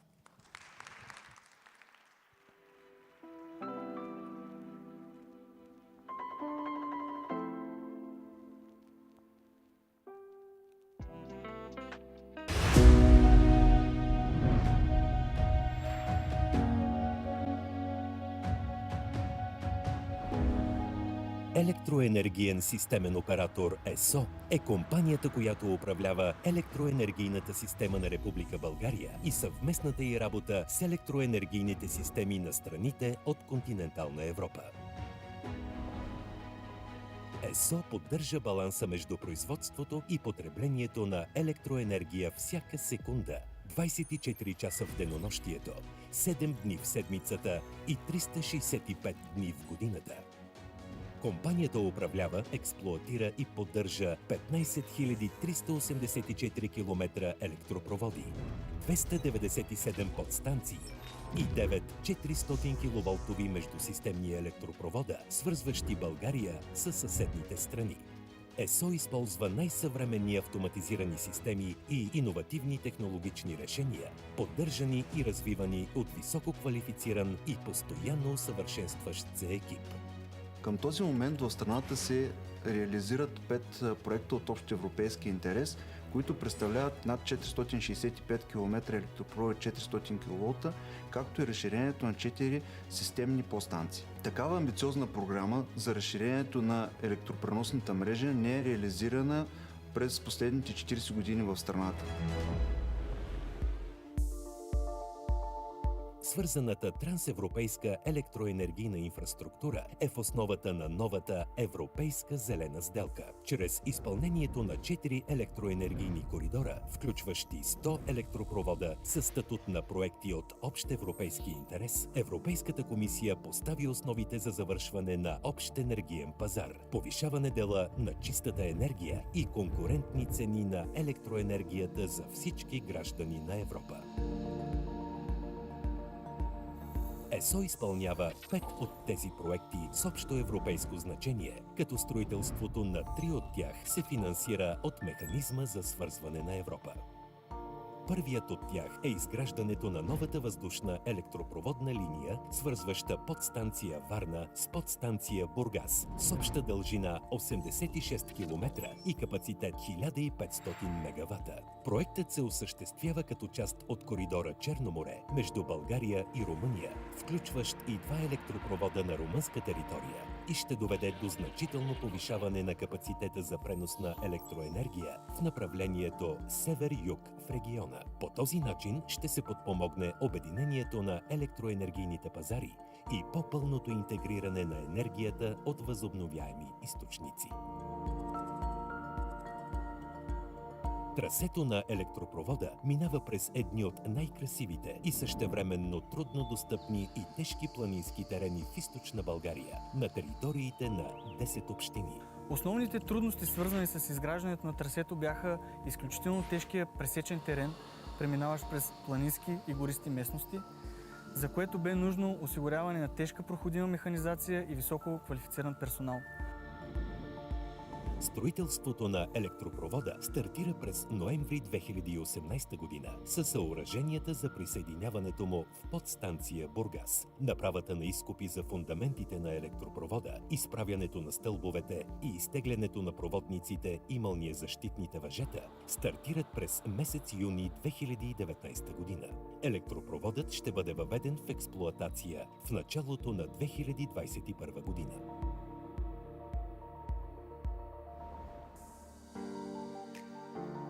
Останалите проекти са част от група за увеличаване на капацитета за пренос на електроенергия между България и Гърция. Електропроводът между подстанция Марица Изток и подстанция Бургас е с дължина 150 км и капацитет 1500 мегавата. Трасето преминава през териториите на 8 общини. Изправени са 453 стълба и е изтеглен приблизително 1200 км проводник. Въздушната електропроводна линия 400 кВ Сан Стефано е връзка между подстанция Марица Изток и подстанция Бургас. Тя преминава през землището на две големи административни области. Това са Бургас и Стара Загора.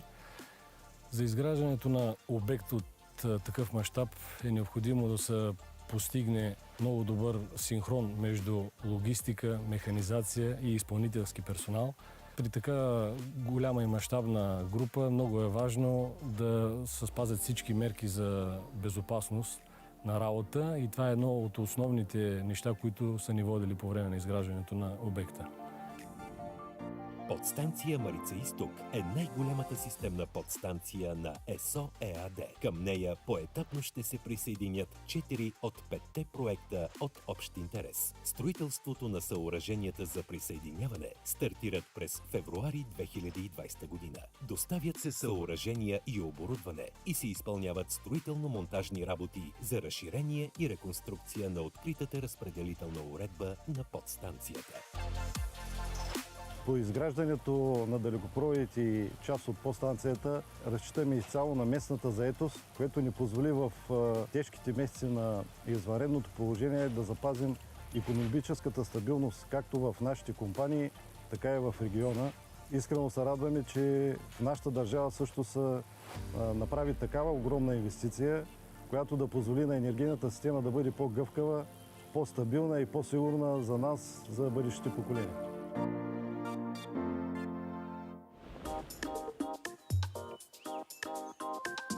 Новата въздушна електропроводна линия за напрежение 400 кВ, свързваща подстанция Марица Изток с подстанция Неа Санта в Гърция, е с дължина 151 км, от които 122 км или повече от 2/3 са на българска територия. Затова и строителството започва от българския участък.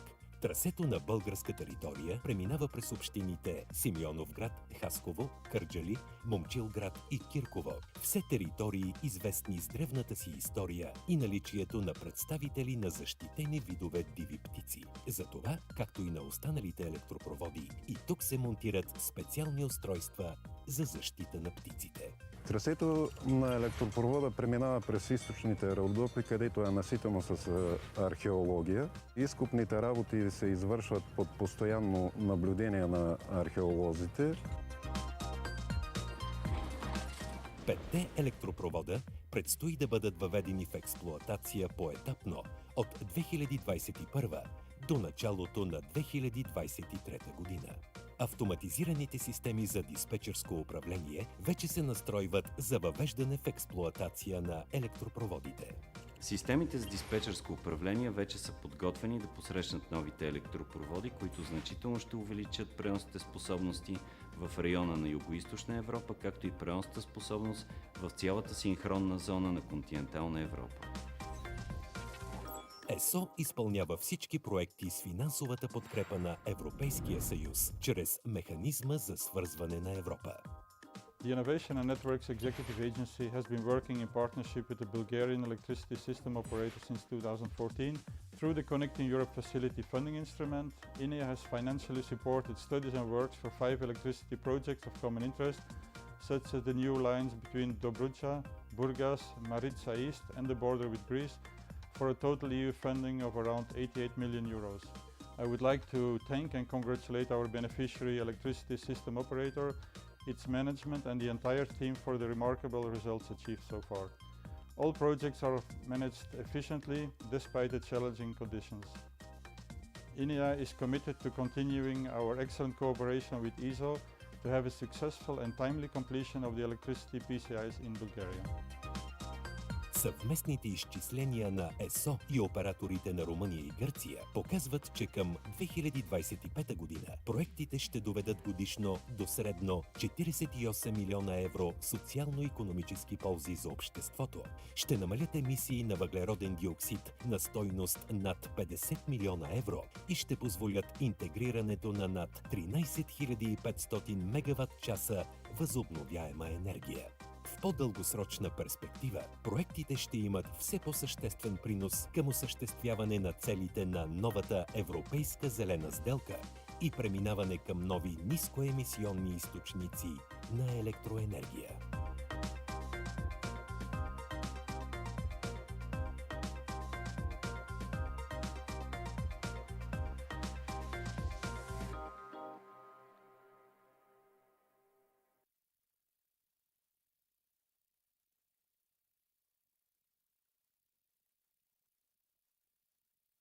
Изпълнява 5 от тези проекти с общо европейско значение, като строителството на 3 от тях се финансира от Механизма за свързване на Европа.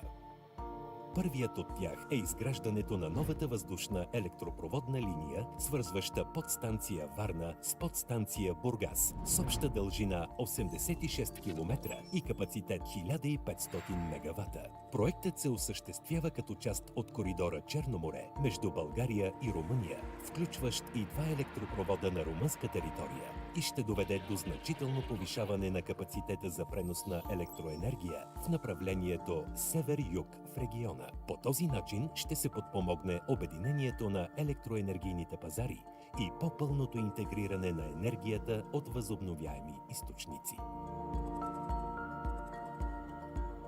Трасето на електропровода минава през едни от най-красивите и същевременно трудно достъпни и тежки планински терени в източна България, на териториите на 10 общини. Основните трудности, свързани с изграждането на трасето, бяха изключително тежкия пресечен терен, преминаващ през планински и гористи местности, за което бе нужно осигуряване на тежка проходима механизация и високо квалифициран персонал. Строителството на електропровода стартира през ноември 2018 година със съоръженията за присъединяването му в подстанция Бургас. Направата на изкопи за фундаментите на електропровода, изправянето на стълбовете и изтеглянето на проводниците и мълниезащитните въжета стартират през месец юни 2019 година. Електропроводът ще бъде въведен в експлоатация в началото на 2021 година. Останалите проекти са част от група за увеличаване на капацитета за пренос на електроенергия между България и Гърция. Електропроводът между подстанция Марица Изток и подстанция Бургас е с дължина 150 км и капацитет 1500 мегавата. Трасето преминава през териториите на 8 общини. Изправени са 453 стълба и е изтеглен приблизително 1200 км проводник. Въздушната електропроводна линия 400 кВ Сан Стефано е връзка между подстанция Марица Изток и подстанция Бургас. Тя преминава през землището на 2 големи административни области. Това са Бургас и Стара Загора.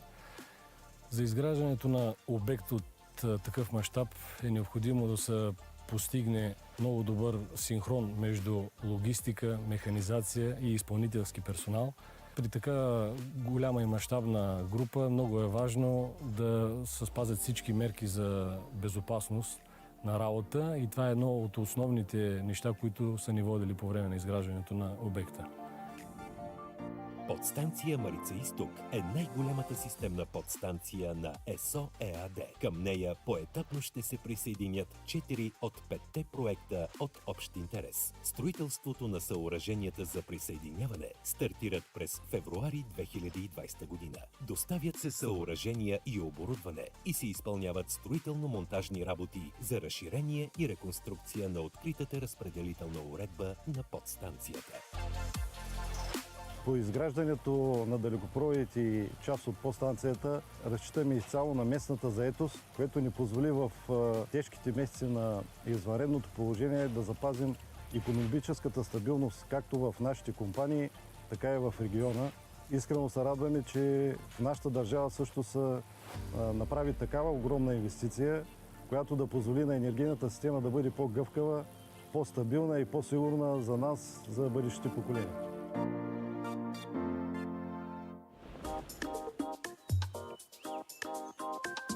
Новата въздушна електропроводна линия за напрежение 400 кВ, свързваща подстанция Марица Изток с подстанция Неа Санта в Гърция, е с дължина 151 км, от които 122 км или повече от 2/3 са на българска територия. Затова и строителството започва от българския участък. Трасето на българска територия преминава през общините Симеоновград, Хасково, Кърджали, Момчилград и Кирково. Все територии, известни с древната си история и наличието на представители на защитени видове диви птици. Затова, както и на останалите електропроводи, и тук се монтират специални устройства за защита на птиците. Gabretta Smart Grids was listed as a project of common interest. PCIs are major infrastructure projects that modernize and link energy networks and systems across Europe. Gabretta aims to support the cross-border cooperation between Germany and the Czech Republic, modernize the distribution networks based primarily on smart grid technologies, digitalization, and new elements of communication. The project is realized by the distribution companies EGD and Bayernwerk and supported by the transmission operators CHEPS and TenneT. The estimated implementation period is from the year 2023 up to 2030, and the predicted value is approximately 670 million euros. The main benefits are to secure an efficient electricity system with decreased losses and enhanced quality and security of supply. The project will ensure better integration of renewables, increased capacity of grid, all with a positive environmental impact and international knowledge sharing. Gabretta is a Celtic expression for the Bavarian-Bohemian forest region that straddles the German-Czech border. It symbolizes the spirit of cross-border cooperation and connection of the project.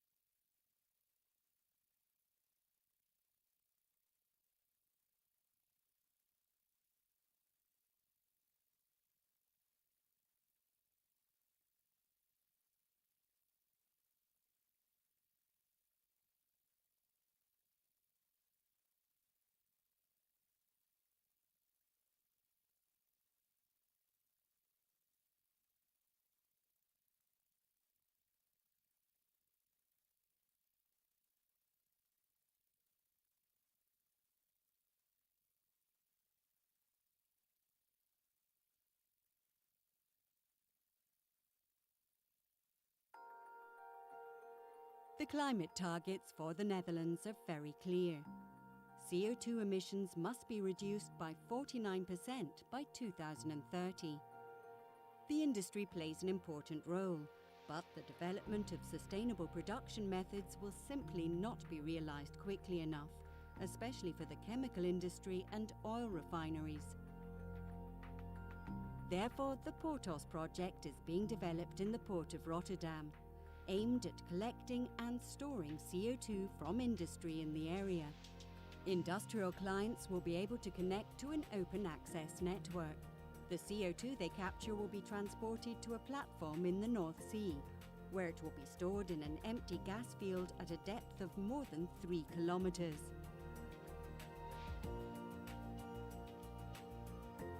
As one of the many methods to be used along the energy transition, CO2 storage enables industrial companies in Rotterdam to contribute to a better climate for all of us.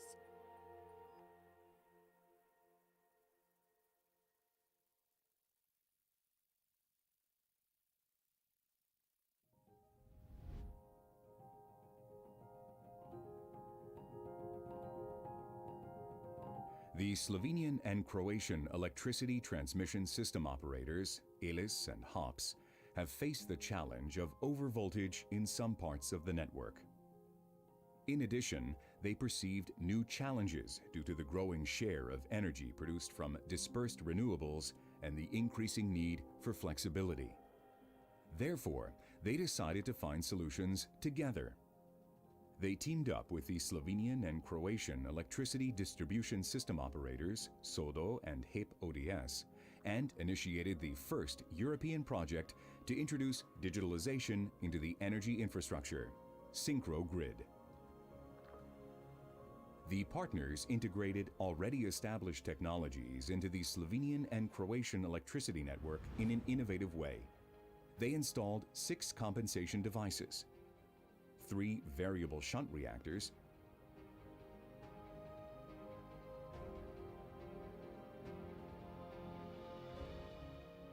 2 static VAR compensators,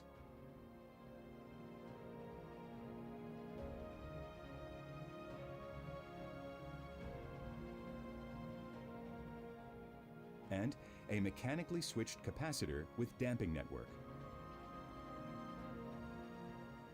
With those devices, they achieved the voltage profile control and the possibility of voltage regulation in the electricity systems of both Slovenia and Croatia.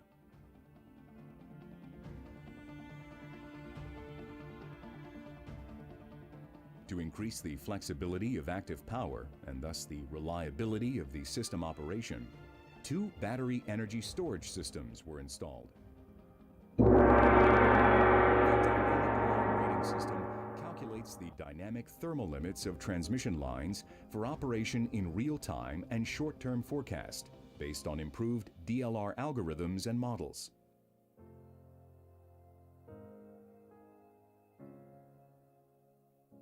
ELIS and HOPS utilize results to improve the safety of operation and the transmission capacity of the network.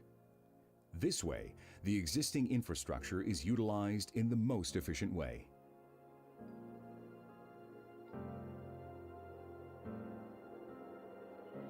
In both national control centers, a joint application was installed, forming a unique cross-border virtual control center.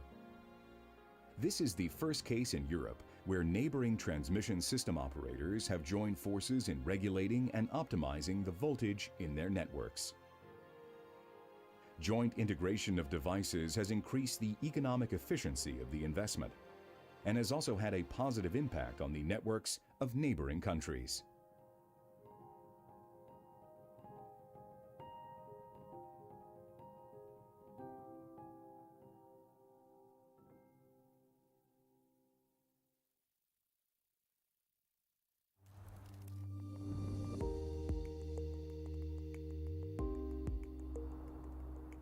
ELMED is the name of the energy bridge between Italy and Tunisia, currently being developed by Terna and Steg to link the 2 vast electricity systems of Europe and North Africa. This energy interconnection and the integration of renewables to the grid are crucial to ensuring an integrated Euro-Mediterranean electricity system. The line will have an output capacity of 600 megawatts and will connect the electrical substation of Partanna in Trapani, Sicily, with the corresponding substation in Mlabi, Tunisia.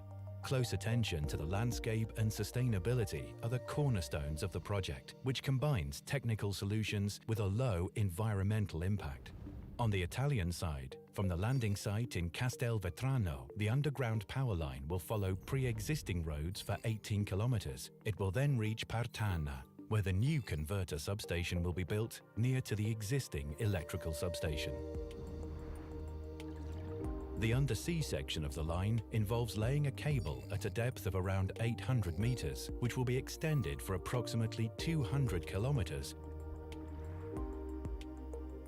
On the Tunisian coast, an underground cable will run for around 6 kilometers from the landing site in the municipality of Kelibia Mlabi to reach the new Mlabi converter substation, Menzel Timime.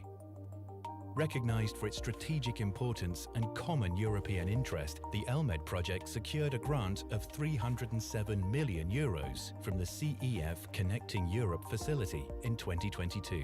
This represents the first time that EU funds have been allocated to a member state of the European Union and a third country for the joint development of an infrastructure project.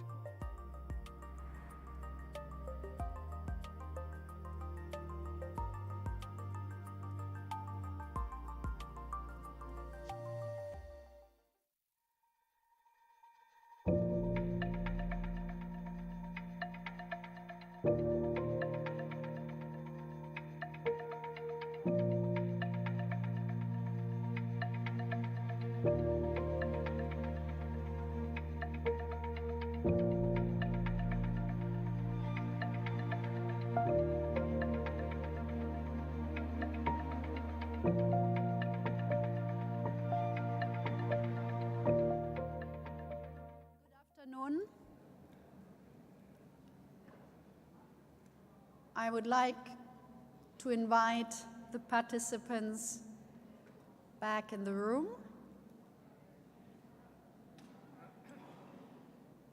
We are starting now the next high-level panel on the Trans-European Energy Networks Policy, a decade of planning European infrastructure.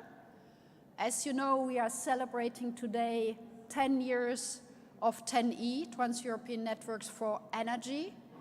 We have heard this morning that there are 86 projects in the different areas, electricity, gas, smart grids, and others already completed. And the high-level panel today should discuss a little bit how these different projects from north, south, west, east have been going on or are going on. There's a lot of expertise in this high-level panel. And we want to look at major achievements, challenges, also what you can share as best practice, how you can learn from each other. And I think this is something which we would really like to hear now. And then looking ahead for the next decade, we might want to apply some improvements if we hear there are some things missing. So we have this regional cooperation under 10E regulation. We have a lot of instruments, which we heard in the previous panel as well, to allocate costs across borders, and also how to speed up permitting deadlines while safeguarding environmental diligence. And we heard also from our agency on the access to finance under the Connecting Europe facilities. As I said, in the last decade, we had in total 86 electricity and gas transmission and storage and smart electricity grids, PCIs, that have been completed to date. They are all linking member states' networks, increasing security of supply, and integrating a large share of renewables. And if we have seen in last year's energy crisis, which was unprecedented, If we wouldn't have had all these interconnections, this good grid among the EU member states, I think we would have been in a much, much worse place. So thanks to the PCI, to the different cross-border internet connection built in the last 10 years, we were better prepared, even though it hit us hard, but we were better prepared to help each other, to help the neighbor either via electricity or gas. You have probably already visited the PCI garden, where you can see these tangible results. If you haven't been upstairs, I would like to invite you, because most of these projects are showcased in the garden, and you can get a sense of what extraordinary progress has been achieved. So the panelists today are representatives of those flagship projects which have come online in the past years or are under imminent completion in the West, North, East, and Southern European part. You are here to share how EU-wide network planning helped us bring forward only those projects needed for our energy and climate targets based on robust analysis of needs and benefits. In electricity, we have one of the most interconnected electricity network in the world. We had been discussing that also in the previous panel. The existing grid will have to modernize and smarten, but also to double its capacity to accommodate the renewable generation we need for our 2030 and 2050 targets. The sheer scale of investments is so significant that we will have to act on several layers, and that's what we want to do also with the action plan for grids. In natural gas, the 10E regulation has been a game changer, driven by the need to increase security supply. After the 2008 crisis, the diversification policy led by the 10E instrument allowed us to respond strongly and also, as I mentioned, be better prepared in the crisis of last year when it comes to Russia's invasion in Ukraine. So these achievements, coupled with our determination to reduce natural gas demand and fill up our storages, are the reason why we only needed limited additional infrastructure for energy security these past 18 months. So I just suggest with a high-level panel, we dig deeper into several projects and see how the underlying 10E framework acted as a catalyzer for its implementation.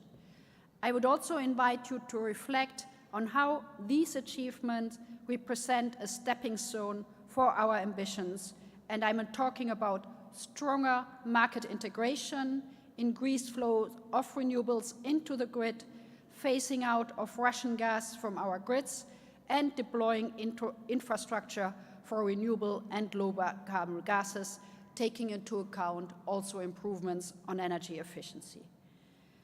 I would like the first speaker, Mark Foley, who is a known PCI guest here in Brussels.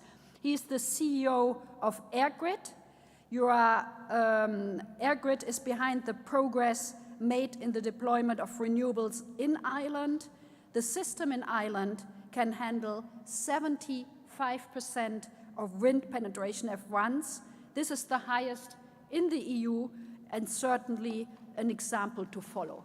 There is the Celtic electricity interconnector between France and Ireland, which is a key priority energy infrastructure project for Ireland, but also for France, to really end the isolation of Ireland to the European EU electricity network. And I was happy enough to be in Paris when the launch of that Celtic interconnector started. So we look forward to your views. The floor is yours, Mark. Good afternoon. Great to be here.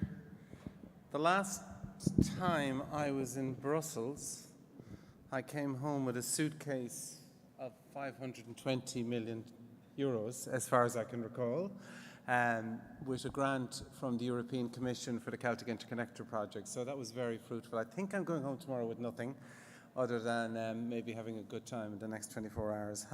Hands up those in the room who are either parents or grandparents? Hands up, hands up. So I'm 62 years of age. I've 3 grandchildren, 6, 4, and 6 months. And I go to COP on Saturday to the Middle East with a heavy heart, knowing 1.5 degrees is well and truly a fantasy, and I wish they'd stop peddling that narrative of, I suppose, erroneous narrative, and wondering what is going to happen to the planet that we're leaving behind to those, your children, and indeed my grandchildren. So a heavy heart, I head out to COP. And I ask myself every day in my role as a CEO, how do I make a difference? Because sometimes people talk about making a difference as being mega deals between countries, between continents, between presidents, but actually making a difference starts with leaders like me, like people in this room, like my peers on the panel, people who every day grind out an improvement. And when you add all those improvements together, you will get substantial, impacting change in terms of what we're trying to achieve against climate. COP won't do it. Leaders will do it. Leaders in hundreds of countries at the highest level and right throughout the hierarchy of leadership in every country. I'm going to talk about just 4 things we're doing in little old Ireland, a small country in the northwestern periphery of Europe, a country that proudly punches way above its weight in terms of what we're trying to do to make our mark. And it's not about the megatons of carbon we'll reduce, it's about the symbolism. Because if we can do things, others can do things, and hopefully we can catalyze change and impact in other countries around the world. 4 things. We are going to connect the Irish and the French power systems in the next 3 years, having lost our connection with Europe due to the madness of Brexit. Yes, the madness of Brexit, and they still think it was a great idea in the UK. And we look to reconnect with Europe. And there's a little story behind this project, because in the early stages of the development of this project, 560 kilometres of cable between a small village in Brittany and a small village in the south of Ireland. The South of Ireland community said no. They said they did not want the converter station in that town. We knew we were right, technically. We knew we were right in every respect under the law. But those people, for reasons that go back decades, to do with the substation that was built there 50 years ago, said no. And we made a seminal decision to listen to those people and to move this converter station for that project to another location, 20 kilometres away, at a cost of 30+ million euros. What we got for that, some would say crazy decision, was no appeal, no judicial proceedings, and 1,000 people in a small village who said, we will support your project. And I suppose what my point and my message is, if we listen to the communities who are often criticized and challenged for their opposition to infrastructure, if we listen with a good heart, sometimes and change our minds, it's a good outcome. And we've got a fantastic outcome, because within 3 years, 700 megawatts of connection between Ireland and France will be energized. We got our slot with Nexans to build the cable, and if we had missed that slot, the project, I estimate, would have cost 300 million more, and I have no idea when it would ever be built. In the last 2 years, we've made decisions on 3 projects totaling 2 billion euros to put the cables underground, because we listened to what the communities were saying. They didn't want the perfect technical solution. They wanted a solution that they could live with. And our grid program will be under construction, the biggest grid program in the history of our country, within the next 2 years. 2 weeks ago, on a weekend, we had 75% of all of our energy coming from renewable sources. In fact, we had so much additional wind energy, we had to export the balance to the UK because we couldn't handle it on our system. The laws of physics said no. Our capability was restricted to 75. And there have been periods in winters in the past where we've had over 100% renewables. In January, we will launch a program within EirGrid to accelerate the process to be 100% renewables capable. We hope we may be one of the first in the world. We think there's others have similar ambition. But we will launch that in January. And our intent is to make sure every megawatt of installed renewable energy is a crime. Turning down energy should not happen when there's people need it and when one looks at the cost of energy, and particularly in the geopolitical crisis that we face. So we've set our ambition next year to make this happen as fast as is humanly possible, and we're very grateful for the support of other TSOs around the world who are pooling resources, pooling intellectual property and saying, let's work on this together. Lastly, Ireland embarks on an extraordinary new adventure. We are a world leader in terms of renewable energy. We have one of the best onshore wind ecosystems in the world. Our offshore adventure has started, partly through developer-led proposition on the east coast of Ireland, but secondly, through a plan-led proposition, which we are deeply privileged to be given the mandate by our government. And very shortly, we will lodge planning applications for platforms on the south of Ireland and the offshore revolution, which has been so successful in many countries around Europe and indeed in the UK. That revolution starts in Ireland, and that will help us achieve our ambition to have an 80% RESI power system by 2030, as set out in government policy and in government legislation. And I suppose my message to people in this room is often we stand on platforms like this and we point fingers at governments, at policies, at the European Commission, and indeed at supply chains, etc. But look at what you can control. Look at what we can get our arms around and the impact we can make as leaders. And my job, and the job of my team, is to be impacting and to control those things we can, and to have the biggest impact we can in this decade. Because if we don't do it in this decade, then we're going to lose. So thank you very much. Look forward to the questions, and it's great to be here.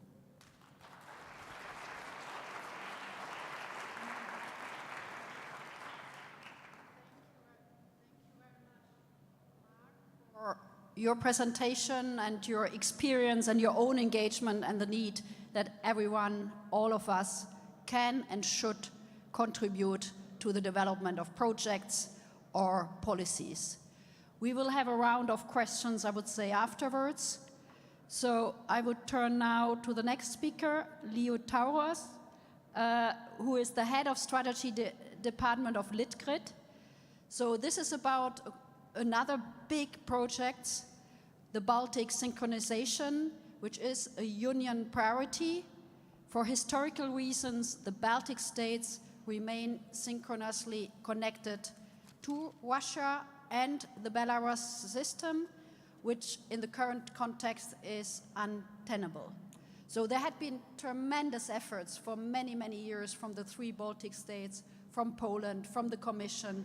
Really, in terms of political capital, there is almost 1.2 billion euro grant from the Connecting Europe facility. And I think we are seeing the light at the end of the tunnel in 25. But I will give you the floor to tell us more. Thank you.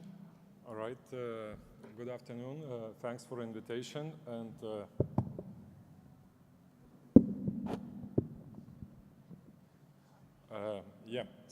my name is Liutauras, and let's proceed with synchronization. So Mark said that last time he visited Brussels, he took a luggage for 500 million. So Mark, we visited quite a few more times because we needed to carry back 1.2 billion, you know.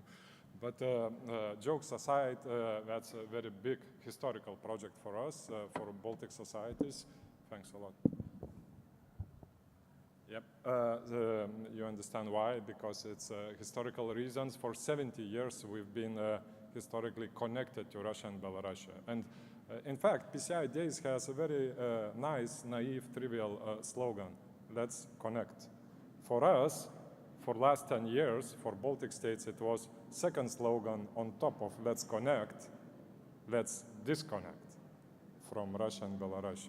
That's very, very serious. So I'm going to share some expertise with you of what we faced and what we achieved. So first stepping stones were started to be laid down across Baltic states 8 years ago. We completed 2 major projects. One is Lithuania connecting to Poland, Litpol, Lithuania and Poland, Litpol link. So that first time in the history of Baltic states opened the gates toward continental Europe, because we were heavily integrated into Russia and Belarus, but never towards continental Europe. So in 2015, this historical project of synchronous, asynchronous for now, but synchronous in the future, line was launched, success. Then we launched Latvian Estonian third interconnector, which was absolutely necessary recently, which is also a connector towards 3 Baltic states connecting to continental Europe. But when we launched the Litpol link, I want to share one story with you. In 2015, we did the cost-benefit analysis on this project. And according to European regulation, we identified the beneficiaries: Lithuania, Latvia, Estonia, and then Norway, Sweden, and Germany. And you know what we did? We sent the bills for beneficiaries to cover our costs. And this story is not funny at all, because my message will be at the very end about cost-benefit, cross-border cost allocation, because after what we did, we went to Acer, we went arguing who should pay the bill. Germans took lawyers, and everybody agreed not to pay nothing to anybody. We got our lesson, we paid the bill, but it's not funny because it's infrastructure which is historical and absolutely necessary. So we proceeded. We proceeded with 40 more projects across 3 Baltic states and Poland. As you can see on the map, we are very, very close to the completion. In 1 year, we aim to finally disconnect. And as it's been mentioned, 1.2 billion, 1/4 of the total CEF funding was allocated to Baltic states. So here, sincerely on the stage, I, on behalf of all societies of 3 Baltic states, should thank every European who contributed to this historical change, which we will complete in 1 year. Without this funding, I doubt it would be so easy and simple to be achieved. And coincidentally or not, all remaining costs were covered by 3 Baltic states and Poland without sending the bills to our neighbors. So cross-border cost allocation this time was fine. But let's talk now about the future. We know renewables are coming, and we become more and more interconnected. And let me dare to say that after completing synchronization onshore, we will start synchronizing offshore. We know it's going to be HVDC, it's going to involve hydrogen, it will involve many more countries. But Lithuania recently announced a new study with an aim in upcoming 20 years to construct offshore energy hub, which will need 5 times more CapEx investments compared to the total CapEx of synchronization. Compared to 2 billion, we will need roughly 10 billion. And here, the question of cross-border cost allocation, who gets the benefits and who pays the costs, gets back. Only this infrastructure is even more important, it's even more expensive, and we have to solve this. So my message today is let's learn on the lessons we've got during the synchronization process. Let's, if it's possible, improve regulations for cross-border cost allocation now, taking the burden from transmission system operators only, arguing in Acer towards all society and community finding the best solution. So thank you very much for your attention.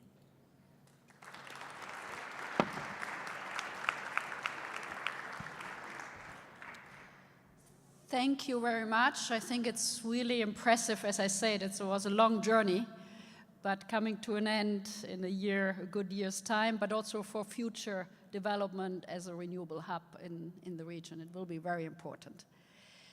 Normally, we would have had one more panelist, even though there is no more chair, but Søren Dupont Christensen, who's the COO of Energinet, the operator of electricity and gas grids in Denmark, has unfortunately, I think his flight was cancelled, so he's not with us today, so he sends his regrets, so we don't have the example of the Baltic Pipe or the North Sea Wind Power Hub, which he would have presented today.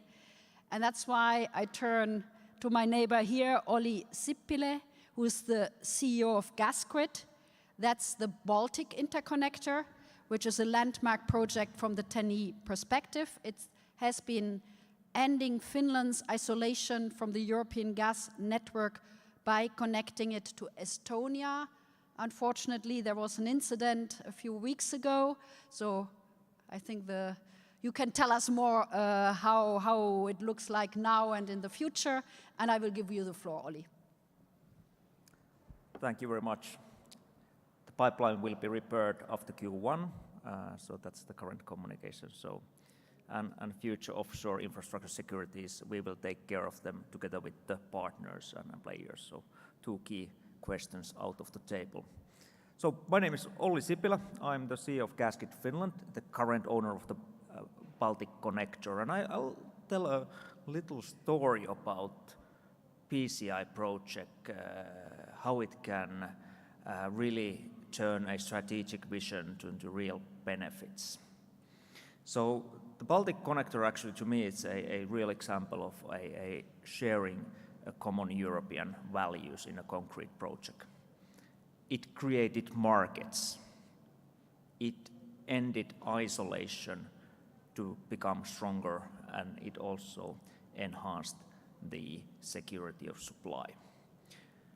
It was heavily debated in the mid-2010 decade, as probably any projects in infrastructure, as we hear from stakeholders and others. But the strong vision of a developers and a strong support by European Commission that let's drive those values and create a joint market were key enablers of the decision. One concrete result is the structure of TSO tariff zone between Finland, Estonia and Latvia.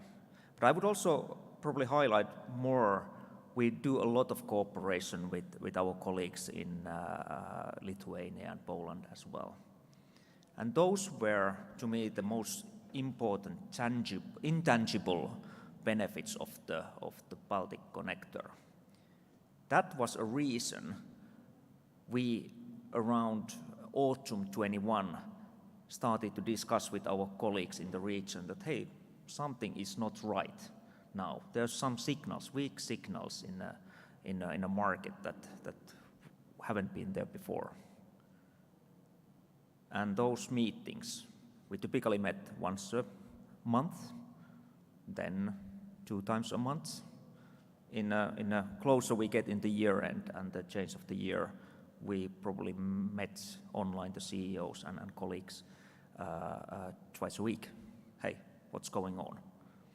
And this cooperation, which was, I think, initiated by the Baltic Connector, led us then to react in terms of these large-scale FSRU together with Estonia in the very early days of the war.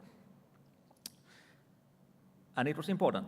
I signed the charter in 20th of May 22, and the next day the Russian gas deliveries to Finland stopped.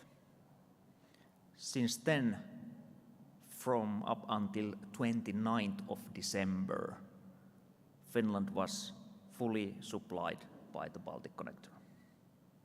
But also one of the reasons, additional benefits of having made a decision to acquire the terminal was that it also linked and helped the Baltic region in terms of gas deliveries. And in addition, the desync project over there's a lot of gas turbine in electricity sector in the Baltic Sea region. We also connected to the electricity part in some of the crisis scenarios. So all that was made possible by this regional cooperation. And I think when looking going forward, as I said, the Baltic Connector will be repaired.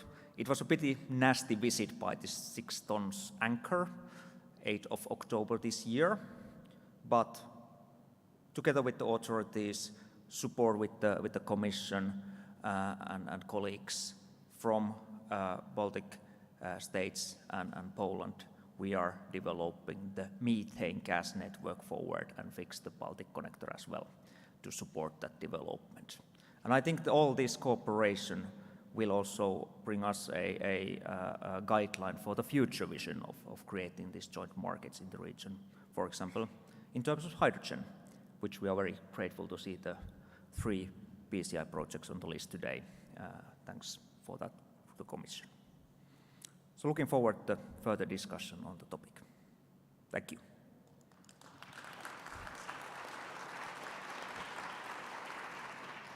Thank you very much, Olli, and describing the route of Finland and the Baltic states, or here Estonia, but a broader picture. And I think now we are going more south, to Southern Europe. I would like to invite Ivan Fugaš, who is Managing Director of LNG Croatia. I would invite you to speak about the importance, both geopolitically and strategically, of an LNG in Krk, which I think is well known. It has a strategic situation in the Central and Southeastern European countries. So I give you the floor, please. Thank you very much. Good afternoon to you all. So yes, Croatia, as you probably know, is located in Southeast Europe, and regarding the security of natural gas supply, we were basically the last country in pipeline chain. So basically we were paying the natural gas the most expensive than the other countries in the Europe. And therefore we made the decision, it was in 2019, that we will finally, and when I say finally, I mean we were constructing the LNG terminal for, I don't know, maybe 20 years, but we never did make the FID for the construction. So in 2019, we finally made the FID and we started with the construction of the terminal. And the main reason for the construction was to increase the security of natural gas supply. So if you look, basically, you will see where the LNG terminal is located in Croatia. It is located in the island of Krk. It is about 200 kilometers from Zagreb, which is the capital of Croatia. And before LNG terminal, we did have 2 interconnections. One was made with Slovenia, the other one was with Hungary. And the good thing about Croatia was that in that time, the domestic production was also pretty high. So we were, let's say, pretty good with natural gas.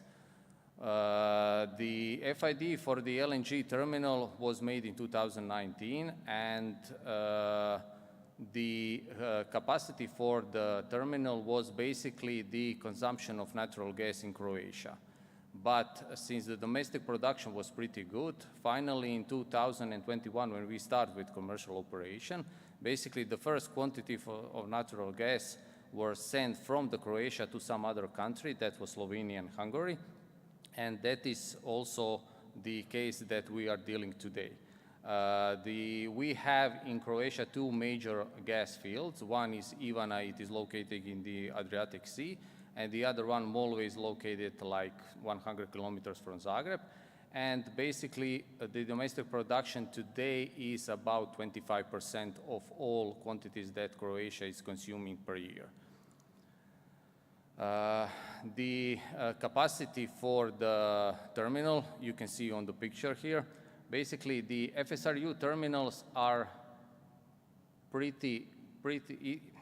in 2023, unfortunately, because of this war situation, the whole Europe, or the countries that didn't have LNG terminal, basically all decided to construct the FSRU type terminals, because it is the fastest way to have a terminal that will do the regasification of the LNG. And if you look that you need 6 months to 1 year to construct it, basically everybody, especially German, they decided to do the constructions of the terminal. And now, when you look that in 2021, when the LNG terminal in Croatia started with commercial operation, we had only basically 2 FSRU terminals in Europe at 2020. One was in Tuscany in Italy, the other one was Klaipėda in Lithuania. So the third one was terminal in Croatia. Not only that, the LNG terminal in Croatia increased the security of supply for Croatia, it also increased the security of supplies for all the countries that were in neighbor with the Croatia. I don't know how much do you want to know about technical informations, but basically the FSRU terminals are very large ship. It is a floating storage and regasification unit. You can see on the other slide here. And basically what you do, you have 2 options. Either you will construct the new FSRU vessel, or you will do the conversion of some old LNG carrier. We decided to do the conversion of the old LNG carrier, and after 1 year that we did all necessary work to do the conversion, the vessel was ready to start with the operation in January 2021. From the financial structure, it was pretty simple. 100 million euros were received from Republic Croatia, 100 million euros were received from the EU, and the other 33 millions were received from the owners of LNG Croatia, since the owners are 2 major companies in Croatia. One is HEP, that is the electricity company, and the other one is Plinacro, which is a TSO in Croatia. So if you look that from the start of the operation, we did have a pretty large number of the vessels. So we did a 77 operation, ship-to-ship operation, or discharging the LNG to the FSRU. We also started with transport of the LNG and discharging of the LNG directly from the FSRU into the trucks for transporting the LNG. We made more than 6 BCMs from the start operation and sent out to the national grid.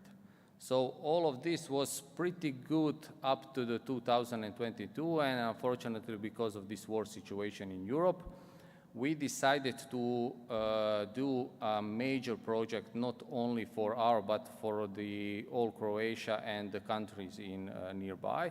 And that project was the capacity increase of the LNG terminal. Basically, what we will do, we will install another module for the regasification, and we expected to finish that project up to the starting of the gas year 2025-2026. With this capacity increase, we will definitely increase the security of supply for all countries in Southeast Europe. And for now, the interest for that capacity is very large. It is much larger than we can do, but yeah, we will do our best. Thank you. Yeah.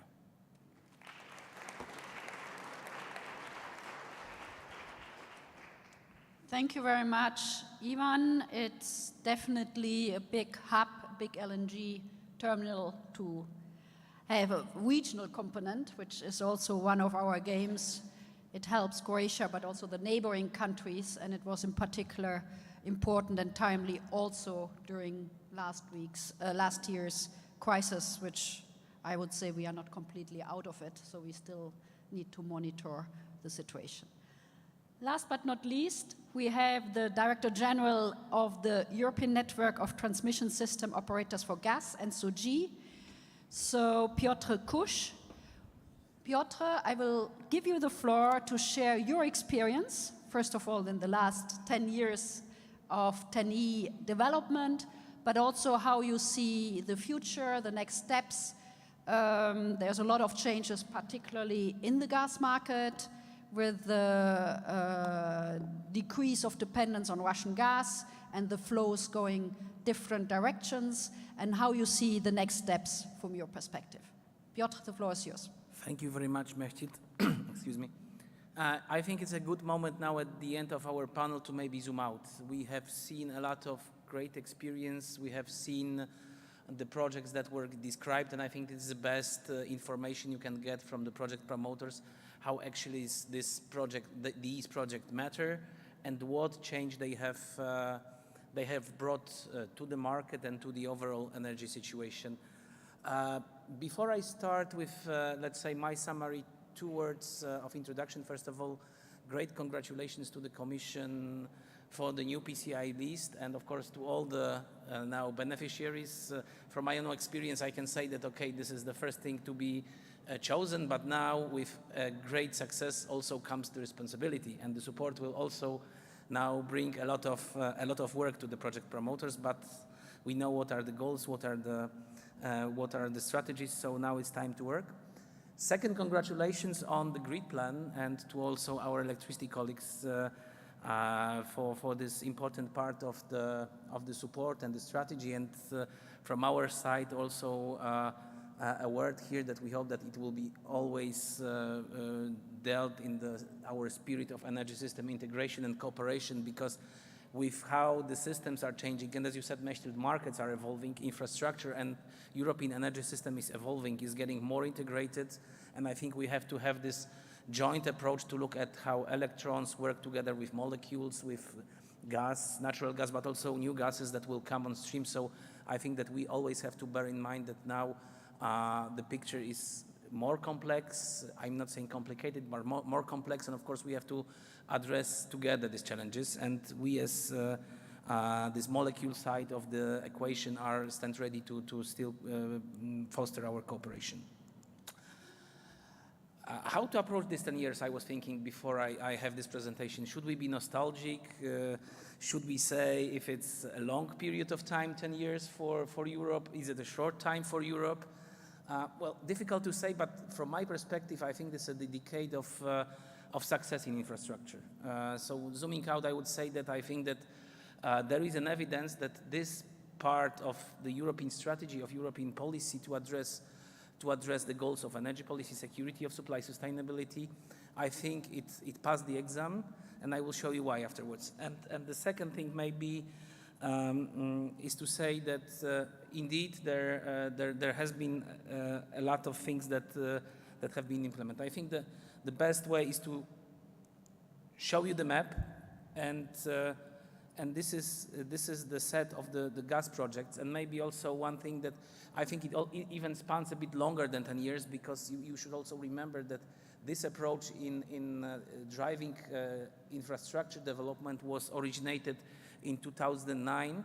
I don't know if you remember EPR, so the European Energy Recovery Plan, where there was a first approach from the Commission to really concentrate on a certain chosen projects that will matter and make change. So this is how we arrived to support some of the projects that are important after the steel supply crisis of 2009, the important projects to diversify, but also to bring reverse flows. And then it was also voiced in the SOS regulation that we should have reverse flows everywhere, which wasn't the case. So it was slow, gradual development, but it brought us to the situation that yes, we have a set of projects that made change. And I think what is also evidence of the success, that if you look at the numbers, these are the numbers that say the projects were completed, the projects were kick-started, and they were kick-started sometimes because of the fact that someone has to close the risk, someone has to put up front some of the commitment, and it was the great role of the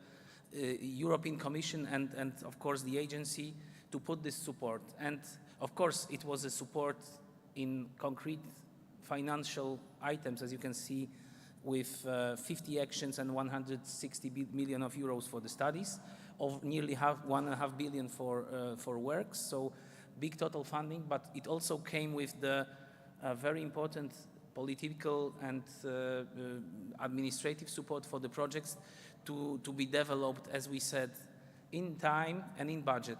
And these were the projects that then could serve all the externalities we've seen for the energy policy. And some concrete examples.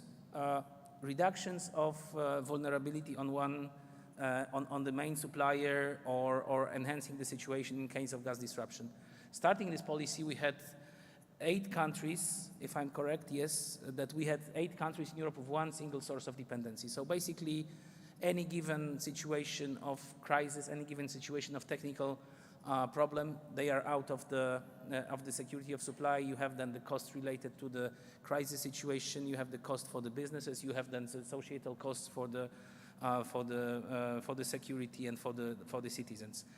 The policy changed the situation, started to interconnect the market, started to bring very important alternative sources of gas to the certain areas of the Europe. Of course, you saw the map. The bulk of the projects were completed in Central and Eastern Europe, in the BEMIP region, as you have seen with the important connections and with also receiving terminals. But there were also, apart from the security of supply, 2 other aspects we have to now say. First of all, competition. We tend to forget, and we sometimes treat the market and liquidity as something that is given. It was for many years not the case. If we analyze the situation of Baltic states, which were the closest to the supplier, but they paid the highest prices, and they were paying the premium for not having the diversification. Secondly, there was a case also for introducing the projects also on the market when you had strong, let's say, national incumbents that weren't willing to open up the markets. When you address this security of supply challenges, you also opened the level playing field on the competition. And you can look at all the SEER indexes on HHIs, on dependence, how they were changing over these years, and how they basically fixed some of the situation on the local markets. And finally, it was, of course, fossil gas, but for many systems, it also provided to decarbonize many areas of industry, of heating, that really the countries of the distant years could really also decrease their carbon footprint while choosing less emitting fuel. Just to quickly also say a few words on the TENI regulation, so how important was also framing the different approaches for the project. So, of course, we are no longer with the new TENI and with the new list, we are no longer with fossil fuels. So let's say, hopefully, of course, we can more discuss also the last year situation, but these projects, I think, prepared us for better handling the crisis of 22-23. Without these projects, the situation would be more difficult, but it allowed also all the companies and all the operators to switch and smoothly redirect the flows where necessary to coordinate and, of course, install some of the, let's say, how we say, tweaks in the system to minimize the disruption. Of course, we have to say that now we are looking at a totally new situation when already our TYNDP 2022, which was the basis for the new PCI list, was treating only hydrogen and new gases projects, and based on the integrated scenarios also with the electricity side. And this is something that we will now follow for the future. And just to say, we are now working on the TYNDP 2024, and for the ones who want to maintain or put the new projects to the new PCI list 2024, we just opened the new project collection last week. So as you know, it's the constant process. A few words about the process, and I have to shortly highlight, I won't dwell into the details of this graph, but just to say that the process for TYNDP and the processes related to the PCIs are, I think, one of the most transparent and publicly consulted processes in the EU. We do the work which is feeded in then for the decision-making process, analytical process for the Commission, for the regional groups, and finally for the member states with the scrutiny of the Parliament. So we serve as NSOC in our technical capacity, together also basing on the scenarios with NSOE to provide you with this analytical material that then is a basis for any given decision for the PCIs. And finally, what can we draw for from this past and from our experience to the future? Well, first of all, we already have better cross-border infrastructure and strong, flexible, secure infrastructure that has joined our market into one robust system, also with receiving terminals.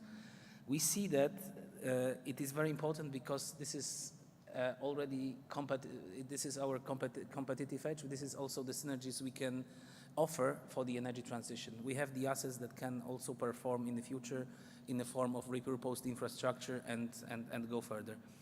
And finally, I think it's also very important when we look at all the planning, when we look at all the integration, when we look how to draw the synergies, how to repurpose. I think that the lesson learned is that we always have to, at the back of our heads, two items. This is the security of supply. So whatever we plan for the future, I think this is to draw the conclusions from the past. We cannot fall into the trap of the dependencies. We will have to plan well ahead, maybe not oversizing, but right sizing and right placing the infrastructure. And we also have to keep at the back of our head how TENI also influenced the affordability of all the processes. So security of supply and managing the costs of the future for the transition. And thank you very much for your attention.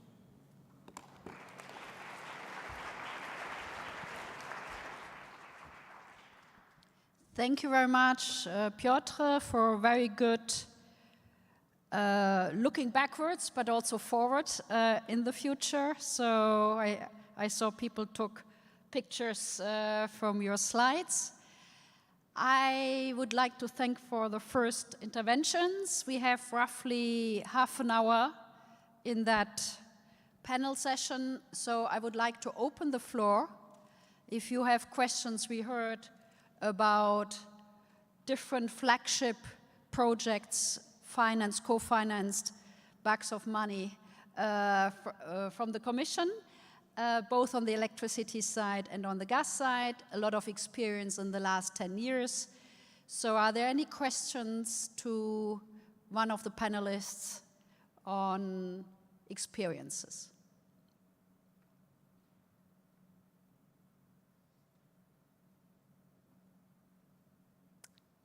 I don't see. Yes, I see one hand in the back. Yes. So the mic is coming, and please introduce yourself. And I can't see you. And then ask the question. Thank you. Hello, everyone. Good afternoon. My name is Colline Perrin. I'm representing Chotec P&O. We are specializing in supporting entities and consortia secure EU funding, including Connecting Europe facility, of course. My question actually is to all the panelists that have presented a project and that have mentioned the importance and emphasized the criticity of community engagement, but also national authority engagements, especially when we speak of cross-border projects. Would you mind sharing some of the best practices or key learnings that you've acquired by implementing your projects to promoters here that are looking into also implementing such projects and helping them with how to best engage with various stakeholders? Thank you. Thank you very much. A very good question. Mark, would you like to start?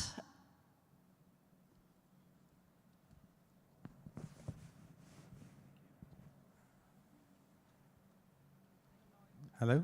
Oh, yes, good.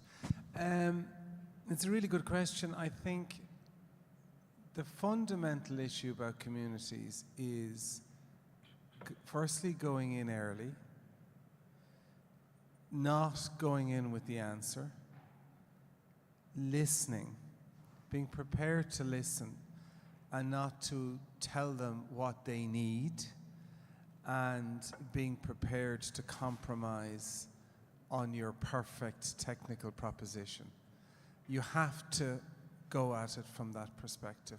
In the past, and I've been a developer of wind farms and other infrastructure in the last 20 years, if you go in with a baked proposal and tell the community this is it, no matter how big the checkbook is, you have to understand the psychology of the person in the community. So you must be brave enough to go in early. A lot of developers go in too late with the proposition already worked out, and they're selling something and they're not listening. So early in. At a national level, you talked about two dimensions. One is community, one is national. Very often at a national level, and particularly political, if you've got the community sorted, they're okay. But the biggest challenge, the other dimension at a national level, is regulators, who can be, if I might be so brave as to say, when it comes to the energy transition, I'm wondering, are the regulators in this century or the last century, in terms of realizing speed, community, technology, innovation, etc. They're proving to be a huge challenge, in my view, and I'd be interested to see what other members of the panel say about that. Well, actually, I can say a lot about community, because if you look at that the LNG terminal is mostly rejected from community wherever you will put it. Basically, we had a lot of, I don't want to say problems with the community, but we had a lot of rejection of local community for the construction of the terminal. And like everything else, we were okay with that. We tried to explain every position from environmental issues of the terminal, but nothing helped. Nothing helped until we started with the operation, and basically 1 year after the start of the commercial operation, we proved not only to local community, but to everybody else that the terminal has no issue on environmental impact, on nothing, on the sea, on the land, of air, pretty much nothing. And now, 3 years after the start of the operation, basically we have very good relationship, not only with local community, but pretty much with whole country. And if you are looking nationally with the LNG terminal, basically everything changed from 2019 to 2023.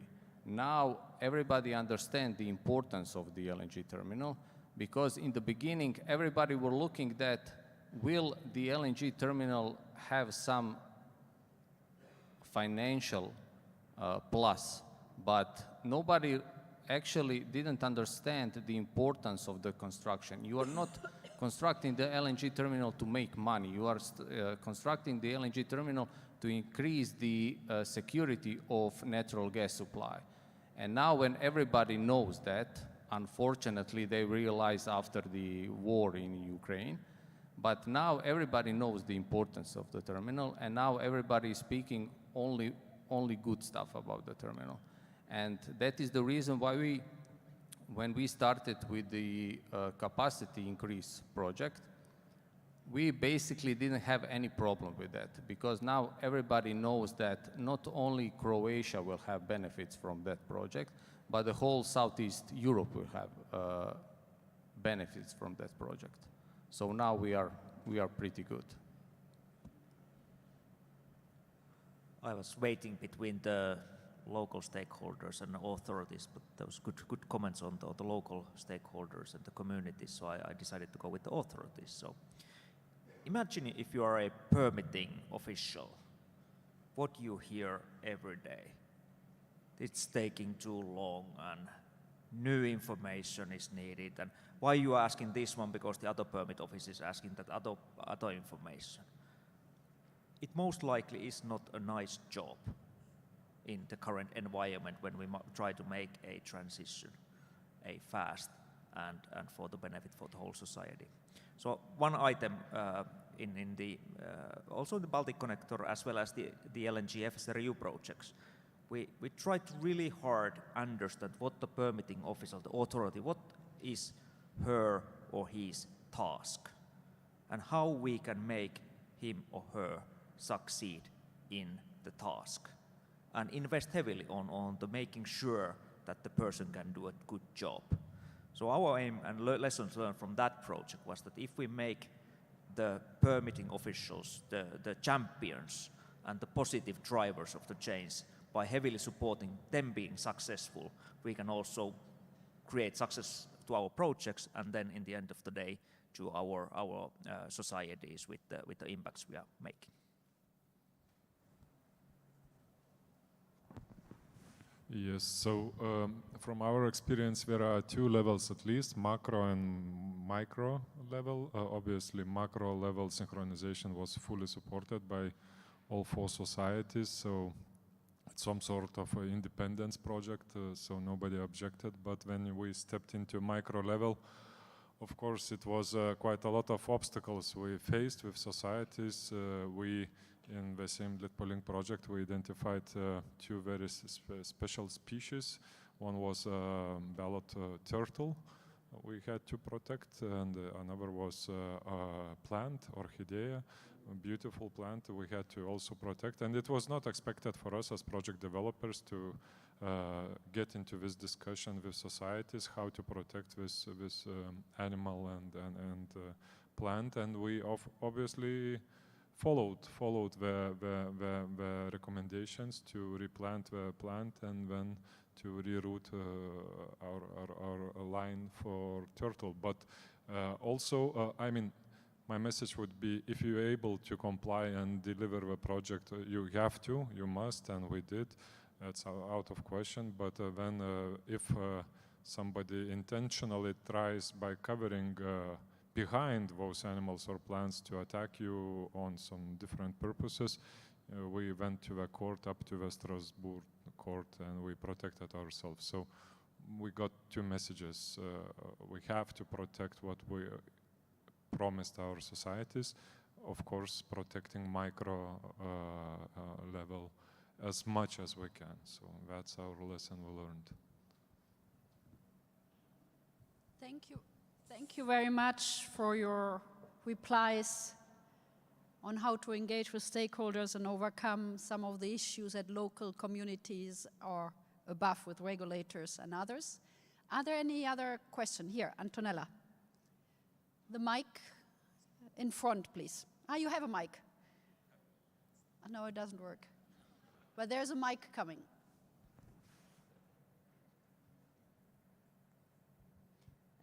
Thank you. I'm Antonella Battaglini. I'm the CEO of the Renewables Grid Initiative, and stay in this room because there will be an award coming soon. My question is a bit controversial, as usual. So clearly, the role of gas and LNG has been very important, especially because of the war in Ukraine. But we know that we need to decarbonize. So I would like to ask, what are your plans for decarbonize? Are you afraid of stranded assets, or you have a solution for that?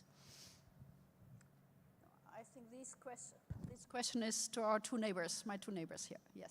Yeah, well, okay, so yes, we like to highlight that the major project is capacity increase, but also from the start of this year, we started with two additional projects.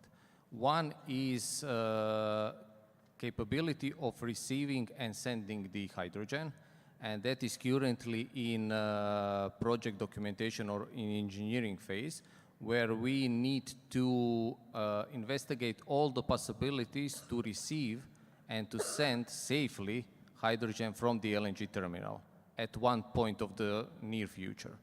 And the other project that we are also doing is the CO2 capture, because as you probably know, we are working with the FSRU vessel. The FSRU vessel is also emitting the CO2 into air. It is not so big quantities, but still we do it. And one of the projects that we are currently doing is to try to have all the possible solution for CO2 capture on the vessel, because unfortunately we do not have space on the shore part of the terminal. And finally, to organize how can we deliver that CO2 any other place where the CO2 is needed. So basically, those two projects are still in the development phase, but we started working on it, and we will have some better conclusion next year. And for now, this is it, because when you look, especially our terminal, it is really not so big terminal as the other one on the Europe. The FSRU terminals are pretty small, and the capability of influence on environment is very small. But we will definitely try to even have it smaller than that. Okay, good question. One of the reasons for the FSRU, we decided to be FSRU was that it's a 10-year lease. So we see, as in Finland aims to be carbon neutral as a country by 2035, which is one of the leading countries in the world. So around 30s we see how it goes, and by that time we have other solutions or continuing of that solution. We believe that by 2050 Europe will have a clean electricity system, clean hydrogen system, supported as clean as possible methane system. And we will reach the carbon neutrality and sometimes even carbon negativity goals with that infrastructure and playing field. And I think, for example, actually yesterday Finland, as an example, there was a record production of electricity in Finland. 14 gigawatts electricity was produced in Finland. Almost all was renewable or clean. We have identified, our transmission system operator has identified 340 gigawatts of renewable projects just in Finland. And if we calculate the whole Baltic Sea region, I now convert to the gas and hydrogen, the region could provide 2/3 of the whole hydrogen needed in Europe, green and clean.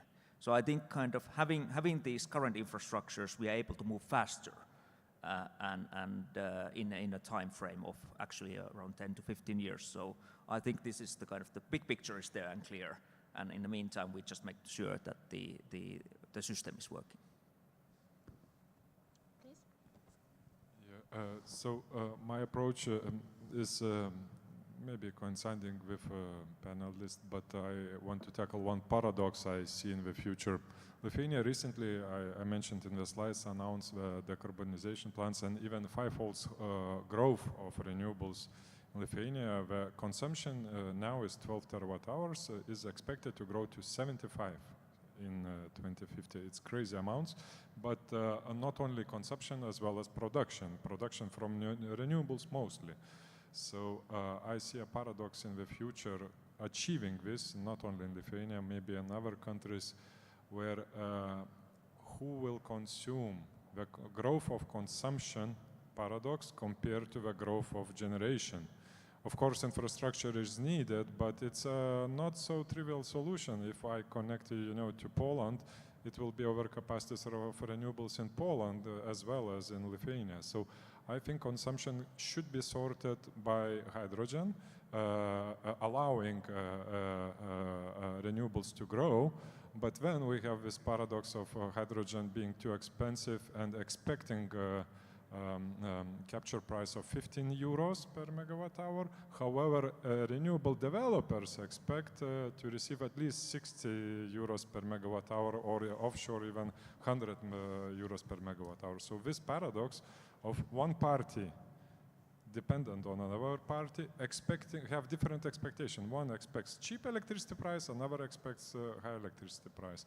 So I think the future solution for this, unfortunately for now, would be intervention. Intervention either by states and governments into securing the growth of generation by whatever would it be the mechanism, double-sided CFDs, or somehow support the growth of consumption for a certain time period, for this interdependency to grow together.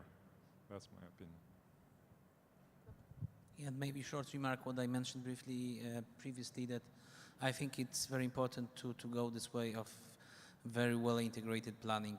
Together with electricity, we have to look at how these two systems interplay, what are the needs for the assets, and which assets can serve for some time still securing gas in needs, which one can be already prepared for hydrogen, or also now looking increasingly with experience also from CCS, CCUS, how we should look at this interplays.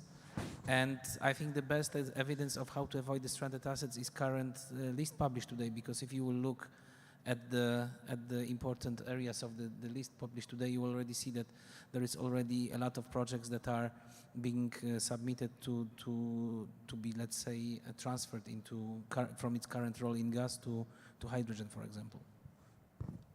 Thank you very much. I see Antonella, you want to raise a comment?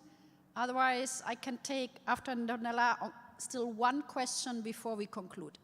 So the mic here. Well, thanks for your replies, but I'm quite shocked that you do not mention at all that we need to intensify electrification, which is very much needed. And of course, hydrogen will play a role, but we should actually abandon this idea that all the gas that is used today will be replaced by hydrogen, because this would be suicidal for prices, for nature, and for the electricity and energy bills of European citizens. Thank you. Thank you. I think Mark can react. So the electricity man's going to come in now amongst all the gas. Look, I think to your question, your original question, the reality is, and I'll use this metaphor and I don't want to offend my colleagues here, gas is a necessary evil for the next decade. Let's just call it for what it is. I have a Green Minister for Energy, and I've had to explain to him, even with the most aggressive and ambitious electrification targets of any country in Europe, and you could say in the world, our ambition is to get to 80% RESI by 2030. We're going to need gas. The trick here is to have the most efficient and the cleanest gas until we understand the merits or otherwise of hydrogen, because too many people are calling it, in my view, too early. I would agree with you on that, Antonella. We can make gas increasingly irrelevant by driving out more and more renewables. And that's where the emphasis should be, where the demand for gas becomes more in those Duncan Flaute periods, or where you just have not quite enough long duration storage, etc. But in our modeling, it just becomes a decreasing factor in the security, but it's a critical insurance policy. You can't say no to gas. But my view is concentrate on accelerating renewables, and let's watch what happens in terms of innovation around zero carbon fuels, hydrogen, etc. But those who offer or present the thesis that hydrogen is this panacea, the case is not proven, absolutely not proven. But let's concentrate on driving out renewables and make gas less and less relevant, where at the moment it's very relevant, unfortunately. Thank you, Mark. I see two Just a short comment, maybe. It's the electrification maybe wasn't mentioned, but it's implicitly with us there. And if we look at all the scenarios we performed together with ENTSO-E, this is something that is there, and we of course assume that the electrification will grow. all the scenarios, the most, I think, audacious ones are going up to 70, 60, 80% of electricity. IEA recently is talking about 50+% of electrification, but then you have to deal with the remaining 40, 30+, and there you need molecules to industry. You need to manage carbon with CCUS, transportation of CO2, and finally to support renewables. You can shave the peaks, you can avoid curtailments. This is a large discussion. We have also how to manage and balance the system. So I think we are working in this logic to develop this, let's say, energy system of the future. Thanks. Olli, you want to come in? Yeah, I just want to add there. So a good point. I think in the Nordics, it's such self-evident that you first electrify whatever you can in a possible way, and have a system flexibility and storage there.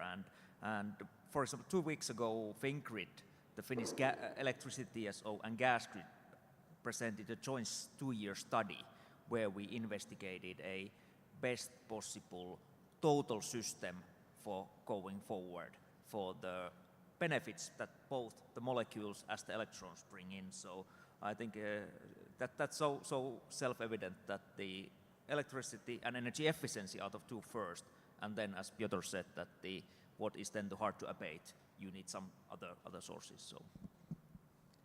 Thank you. You want to come in as well, please? Yeah, just to say one thing. Actually, I agree with you, but just for your understanding, what we are planning to do, since if you look in the past time, you did have very huge number of crises.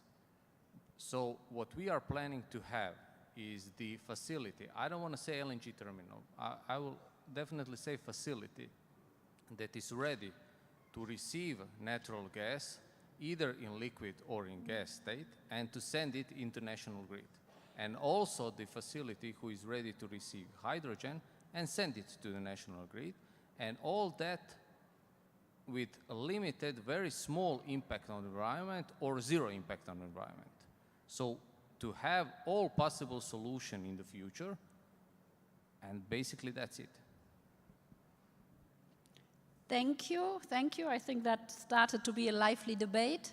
Is there one more question? We have roughly 10 minutes maximum.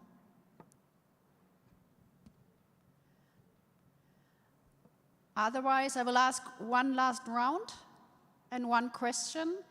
We spoke about the last 10 years of experience with TEN-E. We have excellent flagship projects here represented at the panel. What is your outlook for the next 10 years? What can we improve?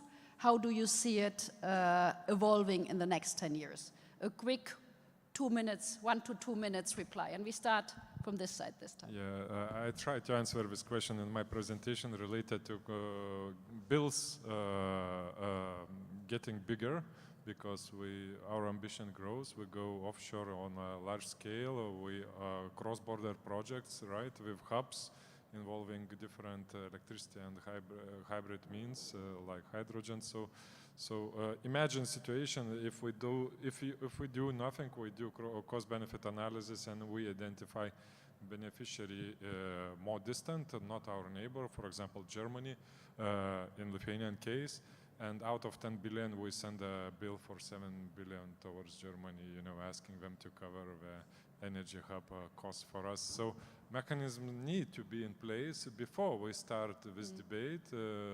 If not, we will delay the projects where good ambitions and good ideas will be discussed for too long. So that's my takeaway for upcoming 10 years. Thank you very much. I do agree. It's a very important point. We have it, in your case, in the Baltic, synchronization for offshore wind as well. It's not only the coastal countries who benefit, in your case as well. So we will look into that. Piotr. Well, I have, let's say, ambition to keep up the pace as ENTSOC to deliver together with ENTSOI the scenarios, but also to build them and to develop them with the necessary now implementation, so going more into interlinked modeling, into looking at more interdependencies and to, let's say, give more analysis and insight to the processes that then you will use for the PCI projects for all the energy carriers, electricity, new gases, hydrogen, and then CCS increasingly. Thank you, Piotr. Exactly, more joint scenarios looking further than the system integration. Please, Oli. Three points. One is that the demand side sectors, let's keep sure that those are going forward the transition to the clean future, because the demand side sectors like EU ETS sector, maritime, aviation industries, when the market pull comes there, I think solutions will follow the fastest. The second point is that when we have analyzed these kind of ecosystems or society energy systems, out of total cost or capex, roughly 10% is the infrastructure, 90% is the ecosystem it enables. So if we are able to fast to scale this 10%, we are able to start having this snowball of 90% working in an efficient market-based way. And the third one is that in the beginning and now, it's not necessarily easy transition. There sometimes are price spikes and other hindrances. So all of us need to tell to the neighbors and children and everybody that this actually is something is quite often cheaper than the current one. It's more resilient, it's more cleaner than the current one.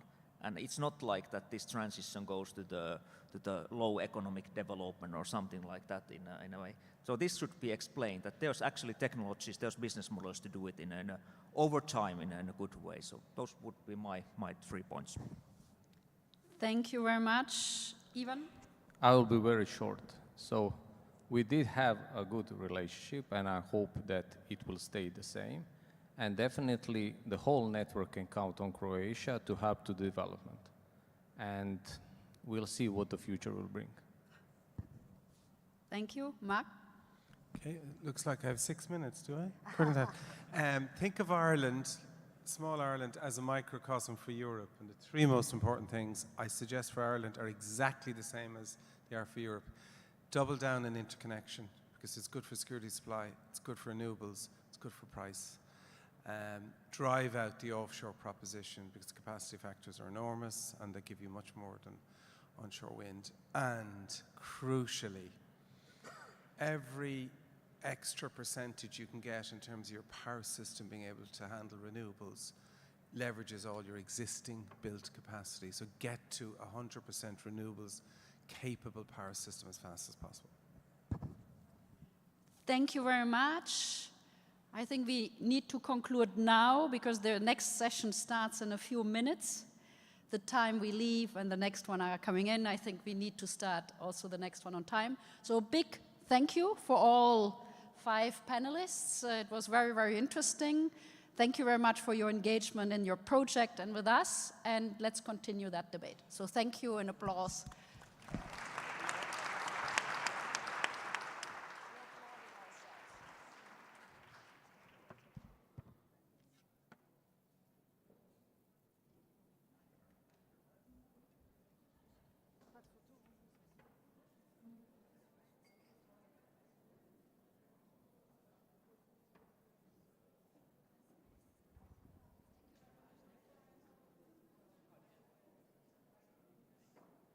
Okay, I should get up there now.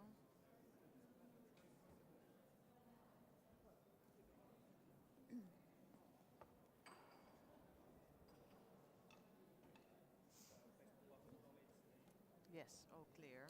Because now I only need these 2, so it's fine. So I leave the rest here. It's fine. As long as I have the long one first and then the short one. I have my phone just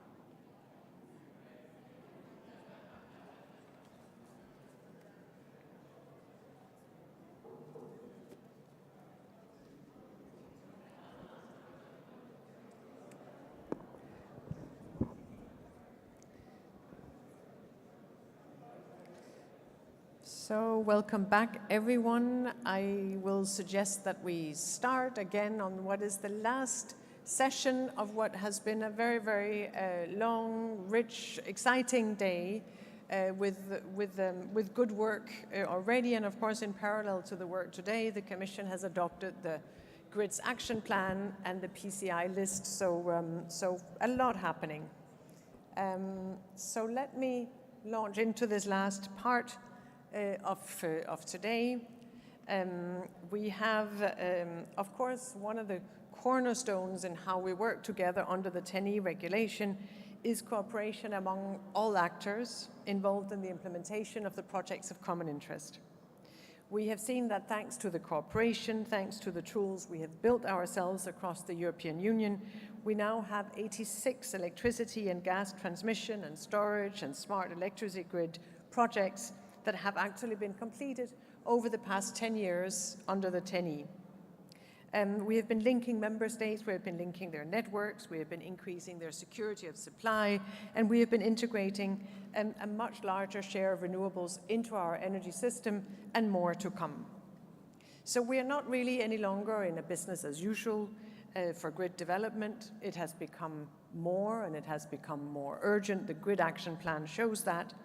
And what we see is that although, of course, in the existing regulation, we have clear rules for how to cooperate, how to consult, how to engage with all stakeholders in grid development, but those rules set only a framework.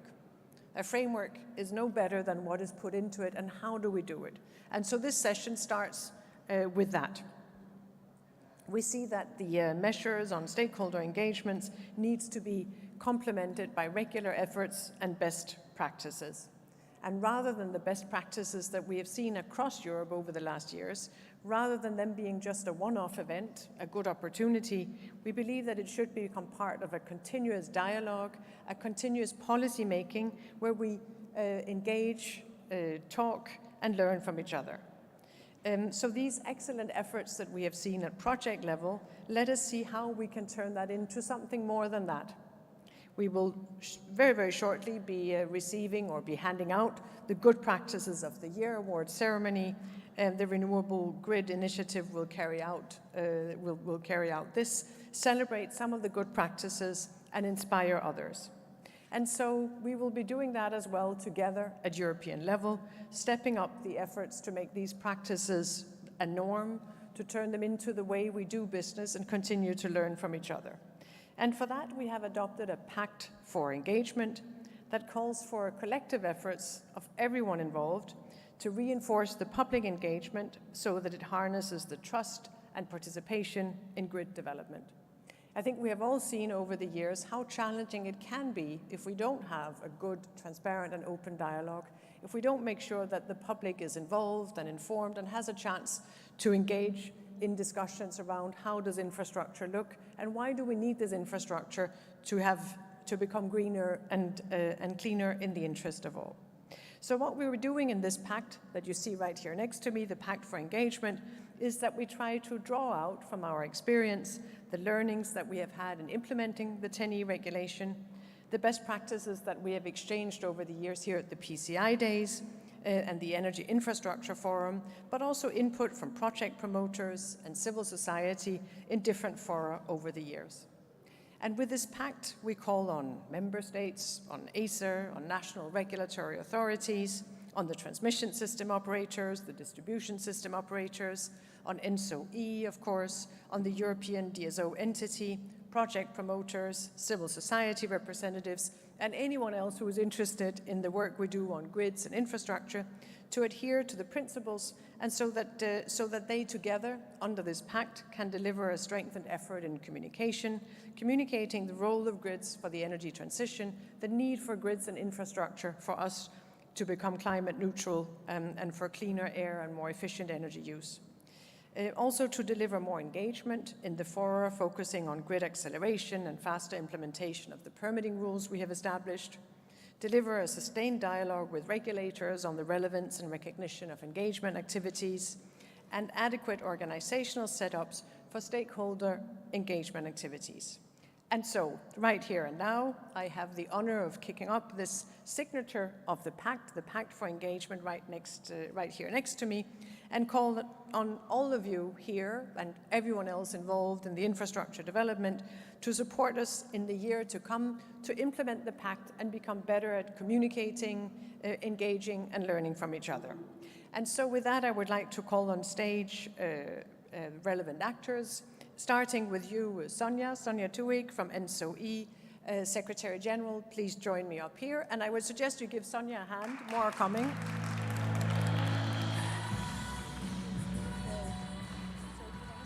Yes. Wherever you want. It's all yours.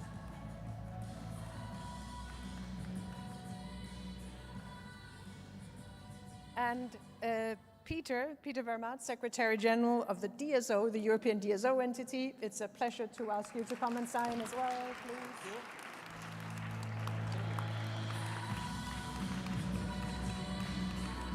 Wherever you want.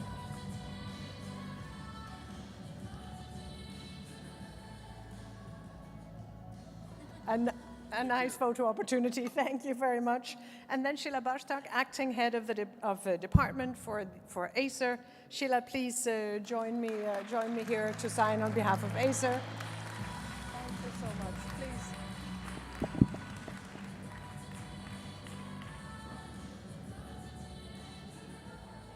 And then finally, for the Renewables Grid Initiative, Antonella.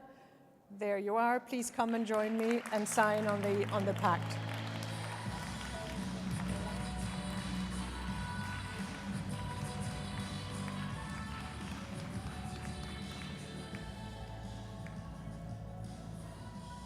Great. So I suggest we create ourselves a little common photo opportunity, if you don't mind. So if we hold this amongst ourselves, please. So, thank you.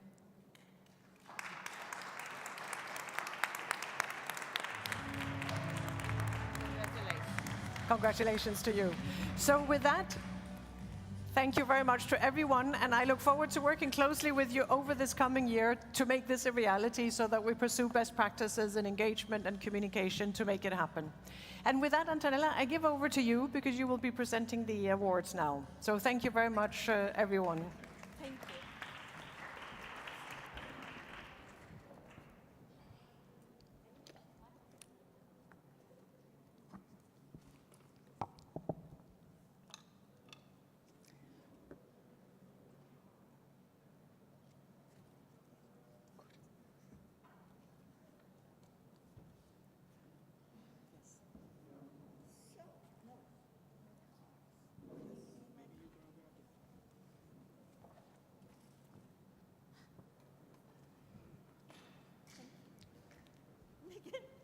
So we're just getting the logistics put together.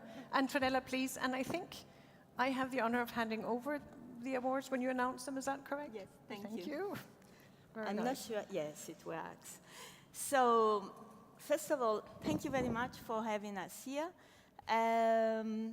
This is the 10th time that we do the award. We started at the Infrastructure Forum, and then when the PCI Days started, we moved to the PCI Days, so it's an incredible journey that we have done in collecting best practices, and I hope that these practices will inspire all the project developers, but also the public authorities and the Commission as well, to always build well, because building well is the only way that we can build all we need to build. So, as I mentioned, because this is the 10th anniversary of the award, we have decided to do something different. We have created a new logo, but we have also decided to celebrate all winners of the 10 years. So instead of having just the usual 3 prizes, we have the All Stars prize, which was not decided by our jurors, but actually it was decided by a public vote. We had never done this before. So let me start by, first of all, looking at my notes, because there has been so much happening now, back and forward. All the questions I asked for the previous panel, I'm not really ready.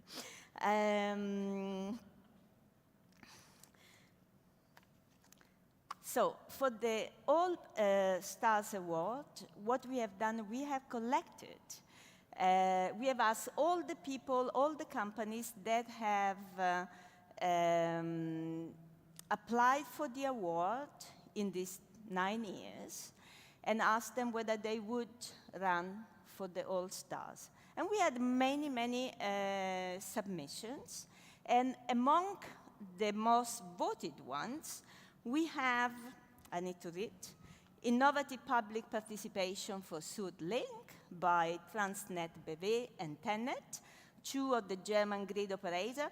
For those of you who do not know, SuedLink is this mega big project, PCI, from north to south. The recovery of Posidonia from Red Electrica. Posidonia is a very valuable seagrass. It is common in the Mediterranean, but also elsewhere around the world, and is one of the most valuable ecosystems that we have for the wealth of the seas. Another one is shaping our electricity future by IAGrid. You may remember IAGrid is winning every year a prize, so they also try to win this one. And the grid corridor restoration by ELIA and RTE. And for this, of course, it was a tough, very tough race, but the winner is Redeia with the recovery of Posidonia.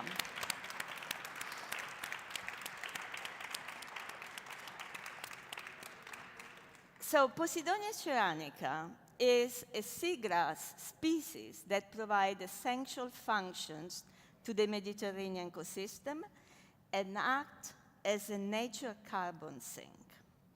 In 2016, Red Electrica, the Spanish transmission system operator, has undertaken a seagrass restoration and research project in the Balearic Island and the wider Mediterranean. Since winning the 2017 Good Practice of the Year Award in environmental protection, this restoration practice has provided extremely valuable insight into the carbon sequestration capacity of Posidonia. In addition, it is a great example of large-scale restoration that does not only focus on the immediate environment of Red Electrica grid projects, but goes far beyond. And I hope that this experience will also help us deliver the biodiversity targets that we have committed to. And for this, I invite Eva Pagan, the Corporate Director for Sustainability and Research, on stage.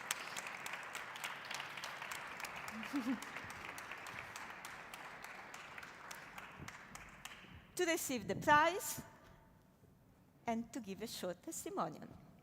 Please, congratulations, well deserved.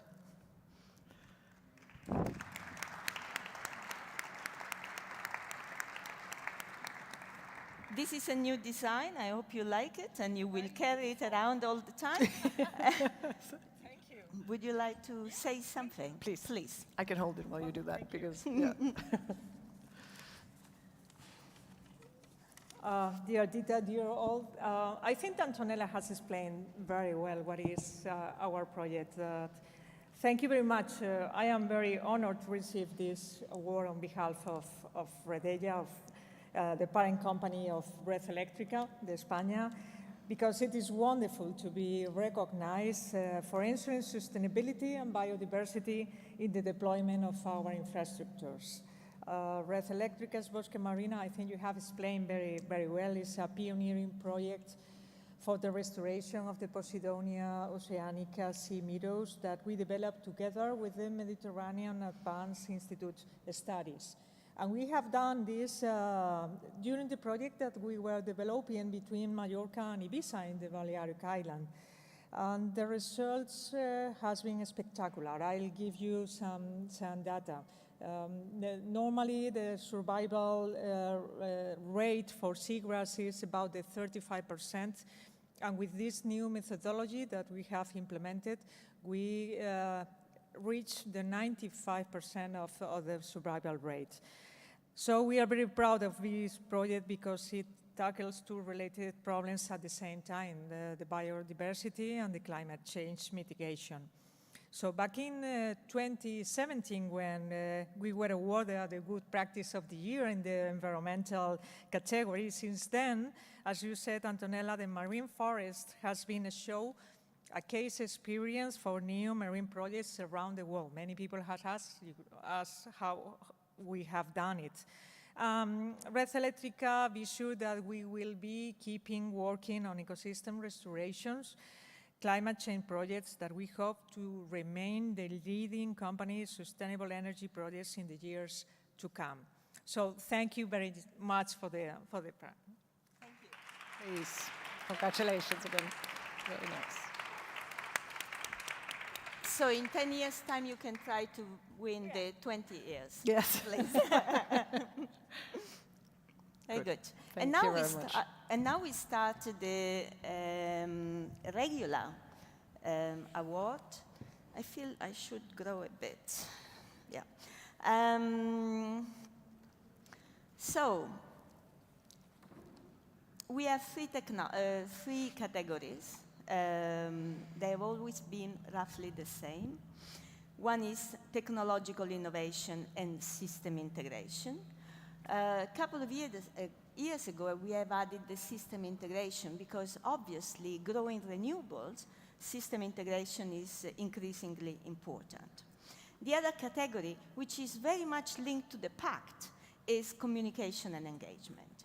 Because if we don't build with people and for people, well, it's going to be hard. And of course, the third one is environmental protection, because if we don't protect the environment, what do we do things for? And for these three categories, we have a beautiful jury, because we don't want to decide by ourselves. We have a jury that it is composed by a mixed expert, not only from Europe, we also have people from the US with very diverse background. And the jury are the ones that help us, well, actually, that they decide who wins or loses. So if you're not happy with the results, don't come to me, go to the jurors. Today with us, we have two of the jury's members. One is Joachim Balke and Umberto Delgado Rosa, and I will call them to actually inform you who the winners are. But before doing that, I need to introduce Mazar. Mazar, we have a representative from Mazar, Suhan Cooper. It's not a mistake. She is really without the Z, Suhan. And Mazar is an auditing company and an independent auditor, and we have an agreement that they accompany this process to make sure that everything is done in the most transparent and sound way. Suhan, you have 1.5 minutes. Okay, I'll be quick. Hello, my name's Suhan Kalpa. I'm from Mazars. I'm a senior manager. Mazars is an auditing and consulting firm. We're present in 90 countries, where we work as one team across borders and functions to deliver exceptional and tailored services to our clients. So, like I said, we do auditing. We have consulting, legal services, as well as financial advisory. Our biggest growing division is the ESG sector to deliver on the EU objectives. They need a lot of financing and mobilization of resources. So there's been a lot of regulatory developments such as the CSRD, the SFDR, and also the due diligence directive upcoming. And we help clients prepare themselves, get the data, assess their risks, and also with the assurance. The Renewable Grid Initiative and Mazars have had a long-standing partnership, and we're very grateful for this partnership.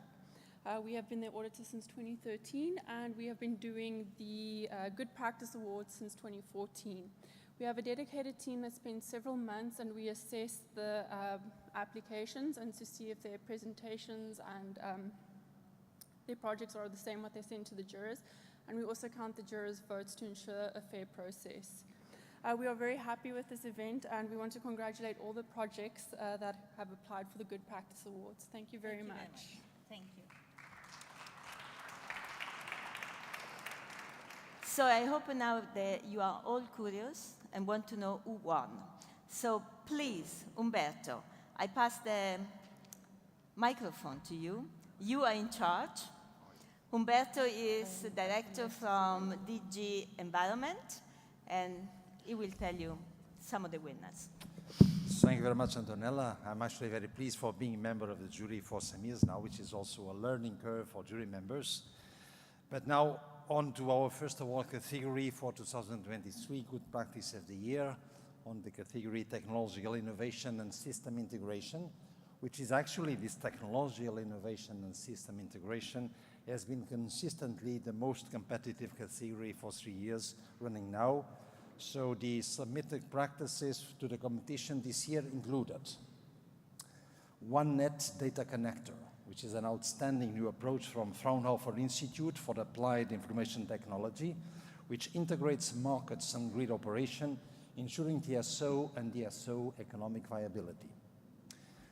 Then we have increasing the rate of change of frequency limit to plus or minus 1 Hertz per second, which is an innovation from EIR Grid and SONI, which greatly increases the renewables capacity of the grid. Third, we have coordinated reactive power exchange by German TSO Amprion. It's a quick and cost-effective improvement of voltage stability that expands the capacity of the power system to incorporate renewables. And finally, we have the Norflex marketplace by independent market operator nodes, which pays households and businesses to reduce consumption during peak demand times and sell surplus electricity back onto the grid. And the winner is increasing the rate of change of frequency limit to plus or minus Hertz per second from EIR Grid and SONI.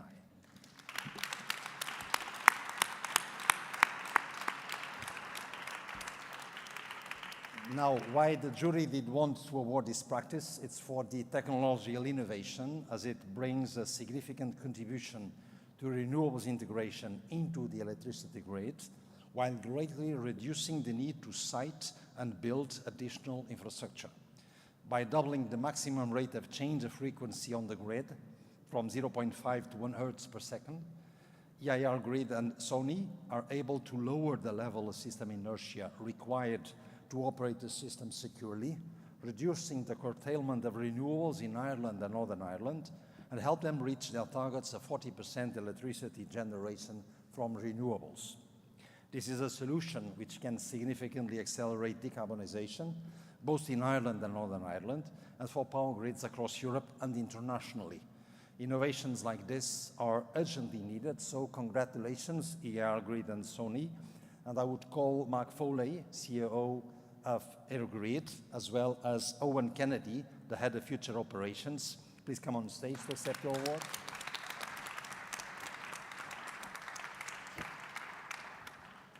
Congratulations. Well done. Congratulations. Good. I need to be yes, you have to be in the photo. Absolutely. Yes. You can't have this without Antonella. Yes.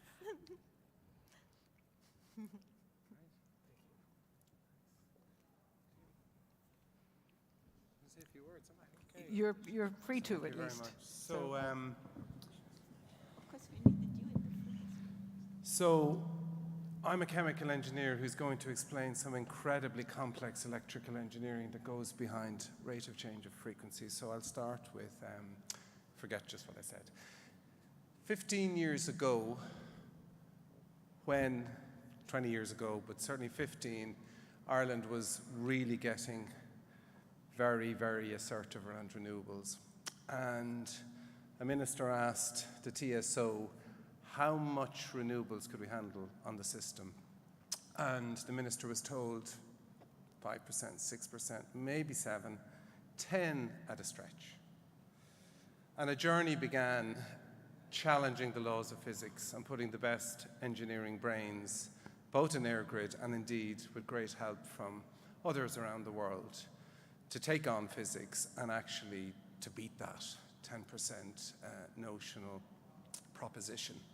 And a project was born 10 years ago to help with that journey, and that's the rate of change of frequency, which I won't attempt to explain. But it took 10 years. And there's two dimensions to the challenge. There was the technical dimension, the engineering, the power system electronics, taking on physics, which was very, very difficult, and I could never explain, although this gentleman on my left, Owen, could probably do so, definitely do so. But there was another dimension, and that is the mindset of the utility sector, which resistant to change, been doing things this way since electricity was invented, big fossil plant, etc., can't be done, etc. And it took as much human endeavor in changing mindsets of hundreds of generators, working collaboratively with them, with our partners in the DSO, to get them to embrace this technological change. And the prize I spoke about earlier, 2 weekends ago, Ireland was operating at 75% of all of its electricity coming from renewables. And in January, we start in real earnest the journey to try and get to 100% as quickly as possible. So the man on my left deserves all the credit. I'm the guy who couldn't explain this. But it's an incredible achievement. It's a world-leading achievement. We're very grateful for the award from RGI, recognizing what we've achieved. And the beauty of it is we don't own it. It's open source. Anybody can come and have a look, and we're very willing and very desiring to offer it to anybody on this journey. So sincere thanks, and hopefully, maybe in 2 years' time, we'll be standing here saying we have a 100% renewables capable power system, or we're very, very close. Thank you. Congratulations. Back to you. So, and for those who think that the environmental people don't understand energy, well, I think we should give Umberto a round of applause, because that was pretty complicated, yeah? Indeed. And now, please, Joachim, come and introduce the communication and engagement part.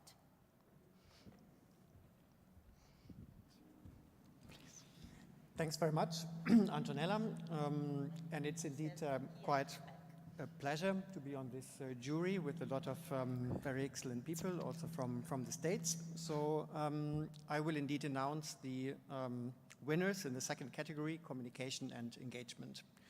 So in this year's communication and engagement submissions, again, we've seen just how wide-ranging public engagement around grids can be, not just in Europe, but actually around the world. And I will just introduce a few of the projects which were handed in. The Energy Compass project by the Polish TSO PSE, an app that assists users in responsibly planning their electricity consumption, and it comes with a supporting educational campaign. We also had a project from Germany, from Transnet BW, XR at Transnet, an immersive extended reality tool which shows viewers planned grid projects, making abstract infrastructure plans tangible, accessible, and clear. But indeed, we also had projects from outside of Europe, such as EcoSwell, which is about building resilient communities and healthcare through renewables, and which places community needs at the forefront when designing a resilient healthcare center with a solar PV-based uninterrupted power supply system. or indeed urban farming in power transmission networks by Cities Without Hunger, which uses areas beneath power transmission networks in Brazil for agriculture. And we will now announce the winner. And the winner is Building Resilient Communities and Healthcare Through Renewables from Ecoswell.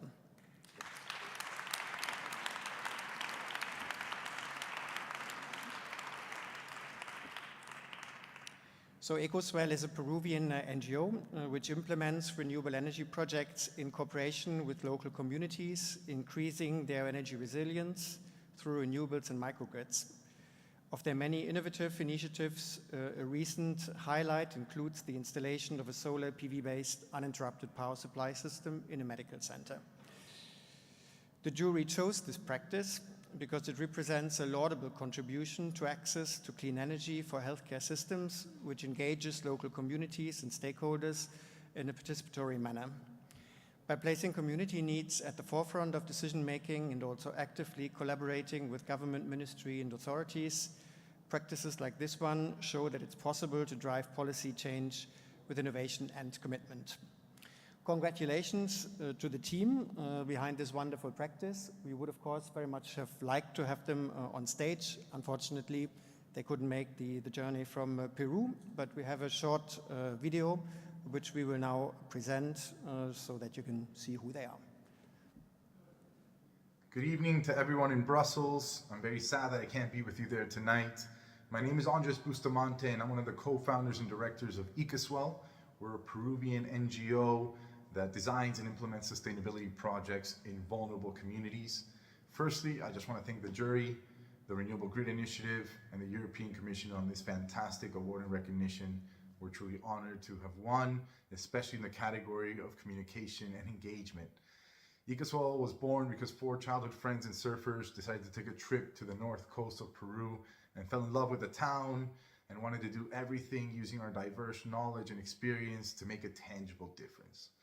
But we knew we did not want to come and impose our views, but instead listen and engage the community and propose projects from the bottom up. And we've maintained that approach through all our projects at Ecoswell. From our resilient medical centers, where we engage the medical center staff and interview them before even considering designing the solar PV system, to our microgrids, where we establish electricity committees with local leaders to have them take ownership and leadership over their energy, to household implementations where we take families across a journey to getting access to energy for the first time. This year, we celebrated 10 years. We've impacted over 65,000 people in 8 communities, implemented over 30 projects aligned with 10 of the UN's SDGs. And despite all the challenges, we could not be more optimistic that if you truly listen and engage communities from day one, a sustainable future and just energy transition where nobody's left behind is possible. Thank you again, and have an amazing night.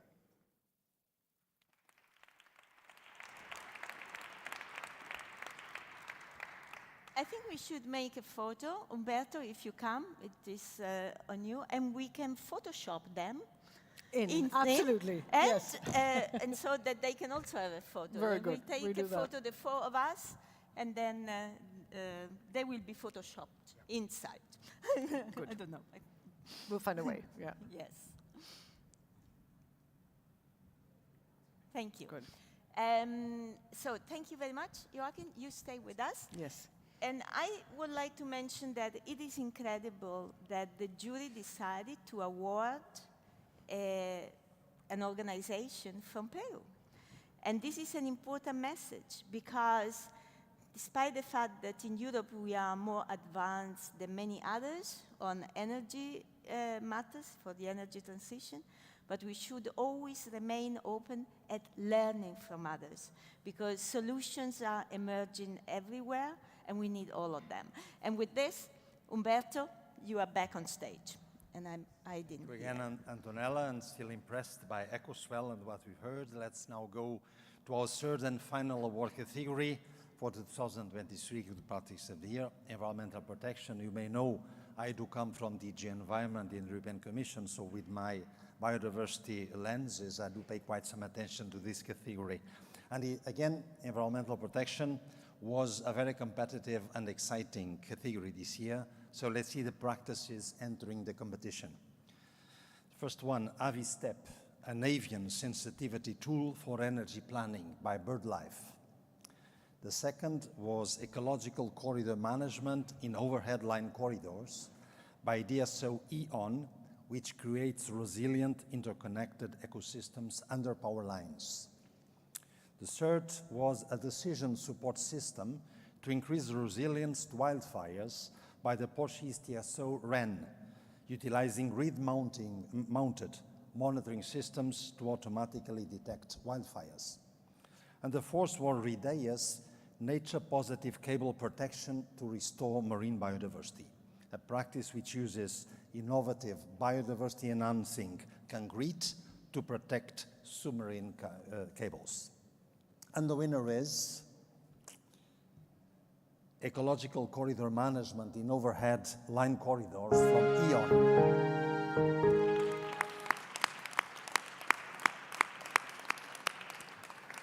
Well, E.ON won the environmental category because of their collaborative and successful commitment to implement ecological vegetation management in their high voltage corridors over the past decade. They have established ecological corridors on a great scale, fostering resilient interconnected ecosystems, improving supply reliability, and reducing maintenance costs. The jury found this practice worthy of the award due to its highly transferable nature, successful delivery of ecosystem conservation, outstanding evaluation process, demonstrated commitment to improvement, and strong collaborative approach with a wide variety of stakeholders across civil society, industry, and academia. We are extremely happy to award this proven demonstration that power lines can be used for nature restoration and connectivity at a low cost. So Denis Homan and Denisa Litvanova from E.ON, please come on stage to accept your award.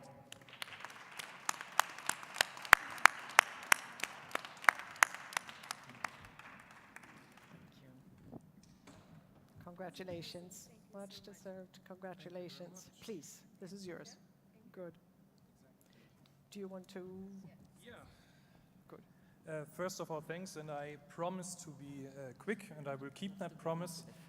We are, of course, also, as the others, grateful and thrilled that we are one of the winners of this year's GRID Award, so big thank you for that our practice got recognized and selected by the jury.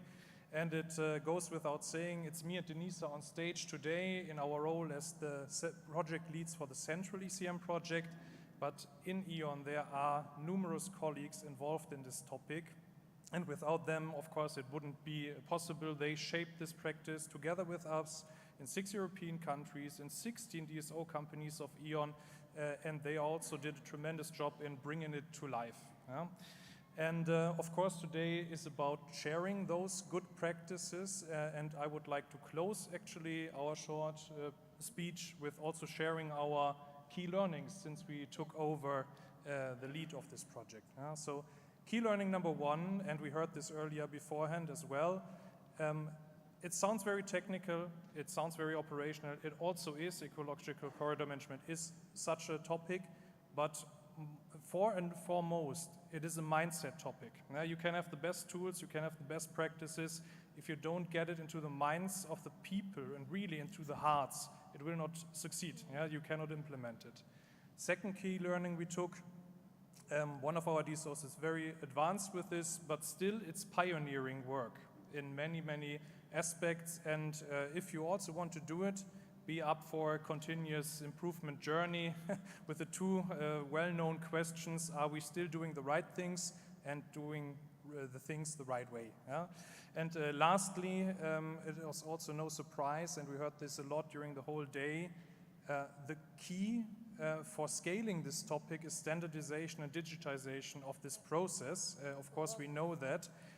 And at the same time, it's one of the hardest parts if it goes to the last details because of very specific conditions in the markets, in the geographies, and in the regulator. Thank you for that, and yeah, have a great evening and rest of the event. Thank you. Congratulations, yes. We need to... Let's have a picture. Exactly. A bit more in front, because Yes. otherwise we don't fit. And now, Thank you. congratulations. Very good.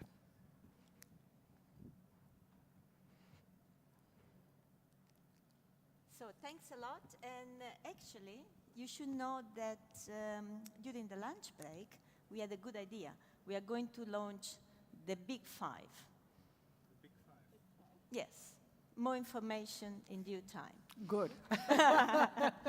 Well, that will keep us all on our toes and eagerly waiting. So I think we should give all the prize winners a hand. Yes. And And we suggest... should have a family photo. Should we have a family photo? Yes, Okay. with all the Good. winners. Good. And the jurors. And the jury as well. They keep running Indeed. away. Indeed. I don't know So what it if I is. could ask you to hold on to your prize and maybe stand up in front of the table so that Yes. so that we see you rather than the tables. And Antonella, you should be in the middle of all of this. Thank you. Together with the jury. Yes, please. Good. Good. Thank you. And apply next year is a new opportunity. Closer, yeah. Closer. Cozier.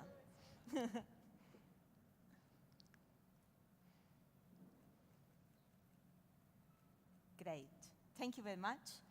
And now, before we really close, there is a panel coming up. Exactly. A very short panel, I yes, will a very promise short- everyone. It's the Mark! But clearly a sustainable grid that could, So- that could manage that. So Last word from me is that we have a brochure with not only the winners, but many of the applicants. We also have the commissioner inside. Don't lose it, because it's not attached. This brochure is available in the PCI garden and probably somewhere in the area. So read it, learn it, and apply. Thank you very much. Great. Thank you very much. So please, if you... Good. So if I may invite you to take your seats again. And we have a very, very short panel, and I promise it's short because it has been a full day. But Antonella, you will stay up here. stay up. Umberto, I would ask you to come back as well. And then I would ask Sheila Bartok from ASA to join as well. Because I think it is important, just before we close for the day, to take a moment, all of us, to reflect on the day, reflect on the pact that we have signed, on this new working methods that we are creating, to look at the award ceremony and look at what have we learned. And I think Ion, in explaining the environmental award, actually talked a lot about communication and engagement as well. So clearly these different categories are integrated and belong together. The more we engage, the more we work together, the better we are at reaching people's not just minds, but also the hearts, as I think Ion said. It is important. And so we really are celebrating outstanding practices. And I think before we close, I would like to hear, what do you want to say? So that what do you want people to take with them from the awards ceremony, from the pact signing, and from today? May I start with you, Antonella, please? Well, I want to say that what we are trying to do with this energy transition is definitely not easy, but it is possible. And we should never be daunted by the challenges. The reality is that if we really embrace the fact that we can do the energy transition, increase energy security, increase climate security, and protect biodiversity, in this big pot, we find all the solutions. We don't have to choose between this or that. There is no dilemma, but it's full of opportunities. I believe that opportunities come from complexity and not simplicity. And my final word is that we should never forget why we do all of this. We do it for our kids. We do it for a healthy planet. There is no planet B. And we need to do it well, because what we are going to lose is much more than any of us can imagine right now. Thank you very much, Antonella. And I don't know if you want to come in on how practices on the ground can can help how they're shaping how we work and how we do it best. Please. Thank you. Yeah, you can. Thank you very much for the invitation as TSO Red Electrica in Spain. I think we are implementing and going deeper in one strategy for many of the things that we have heard during the day, that there is no transition without transmission, and that, of course, the goal and the scope is to build infrastructure for the renewal, for the security of supply. But I think it's important to take into account, as in our strategic plan we say, that we need three other things. The first one is the environmental aspects, that I think that more or less all the companies, we are very familiar with this, with protecting the biodiversity, protecting the environmental. But there are other two pillars that are very important. Is the social one. We always say that we need the permitting administrative for that, but we also need the social permitting. And for this, it's necessary to work in projects like this, looking for living the things better that we found when we arrived there. And this is the second one. And the third one, I think also today we have heard about it, that we need to collaborate, administrations, regulators, and TSOs, and the society in general, to work together, because all these things have an economic impact. And we have not to forget that working together, there should be a solution for implementing. Thank you very much for that. Umberto, if I may turn to you, Umberto Delgado Rosa. Could you say more about the opportunities to protect and enhance biodiversity that you have identified in the process, and more that we can learn from that, please? Well, absolutely. And let me start by saying I do follow environmental politics and policies for time enough to remember the time when this element, oh, that's unrealistic, renewable energy, that came often from ministries of energy some decades ago. That has changed totally. So nowadays, one thing we of course understand is promoting renewable energy and grids is actually promoting the environment, after all, because there are elements to address sustainability, notably from the angle of climate change and beyond. Now, of course, if we would implant both renewable energy projects or the grids to serve them in a way that would destroy nature, then it would not be serving the purpose, because another element of sustainability is biodiversity. We are totally dependent on the biosphere and the services it provides to us. So in this sense, what I like the most in these recent times, and every time I'm a jury member, I see evidence of the same, is the win-wins. Actually, it's not only an issue of reducing impacts, mitigated impacts, which of course must be done, but often the projects, both of infrastructure for production of energy or grids particularly, can actually be restoration elements themselves. They do have an impact, yes, but sometimes the way they are conceived, like this good example we've seen from E.ON and we've seen others, they can actually deliver a better state of biodiversity after the project than before. And I think this is this element of synergies, very easy to grasp on offshore wind, easy to grasp on agro and photovoltaic, for instance, and also very easy to grasp on grids with sometimes economic advantages. So I'm very much not on the trade-offs, but on the win-win side. Thank you very much, very nice. And we've heard about both how we need to do better, how we need to turn individual good practices into standard and really deploy that. We don't have a choice, as you said. We have heard about the economic and social aspects of the planning and the grids. We've heard about the sustainability aspects, the biodiversity aspects, and how we can achieve all of these objectives in one if we do it right, if we get the process right.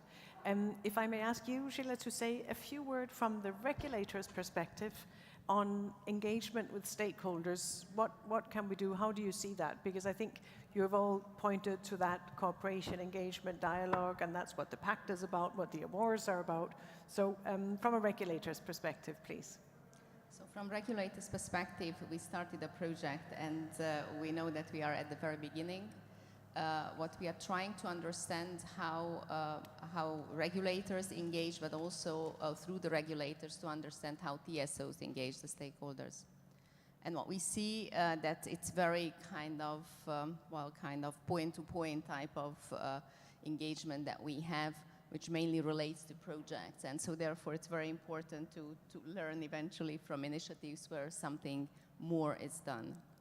What we would like to see on the long run, but we are not yet there, what we would like to see that there is an early engagement, there is an engagement which is structured and it stays there, so there is a kind of dialogue that takes place when we are transforming the grids or we are transforming the way we get the energy. I find very inspirational the Peruvian intervention, like how from the ground they built up their projects, and I think that is something that we could be looking for. But of course, it's a big challenge, and it requires dedication, patience, and also people who will implement this project. And thank you very much. Thank you very much. Antonella, do you want to come back in on this, please? So the pact that we sign, it's a first step. I would like to see the national regulators signing this pact. I would like the national regulators engage in this conversation, because national regulators count in ways that do not allow for people to be properly engaged and for nature to be properly accounted. So what I really would like to see is governments, and of course the Commission cannot do it, but you can give a signal, governments giving a larger, more robust mandate to energy regulators to provide value by these massive investments, rather than extracting value by choosing the cheapest possible option. And so it's great that we now have this pact. It is for the PCIs, but it is planting a seed, and hopefully we will have a beautiful forest out of it. Thank you very much, Antonella. And indeed, I agree, the pact, this is not the end. It is the beginning of a creation of something that we can all carry with us. And I agree with you. I think the role of national regulators also in this context is absolutely critical. Maybe ACER will help bring forward the discussion as well with regulators. As you said, something that has to be integrated into the process at national level from very, very early on. Is there anyone else who wants to come in on any of these issues? I think we have had a good... Umberto, you look as if you... I'm tempted to share just one thought. You know, I often say that sustainability does not have three pillars. It has three layers, because only the environment is the underlying layer. But the reality is, the others being society, economy, of course, but the reality is sustainability is for humans. The planet doesn't need that. It will sort it out alone. And for humans, this issue of engagement, of being involved, not being out of the party, is fundamental. So I just think that this consulting, involving bottom-up, and taking the time to involve the public, it does take a bit more time often to deliver grades or projects, but it then pays off on social acceptance, on better ideas, and overall on we all together going the same path. Thank you very much. I think it's very difficult to add anything to that. You have put it very nicely, succinctly together. The importance of engagement, the human aspect of what we're doing. You've talked about the economic, the social, the environmental, talked about winning the hearts of people, bringing them in early in the process, really from the very outset, to make sure that it is an inclusive and open process for the best possible results on all parameters. So with that, thank you very much to the panelists, and congratulations again to the winners, and an open invitation to everyone out there to sign up to the pact and to deliver on the pact. And hopefully we can take stock next year at the next PCI Days and see what has happened, what have we been able to deliver under the pact over the past year. So thank you very much, everyone.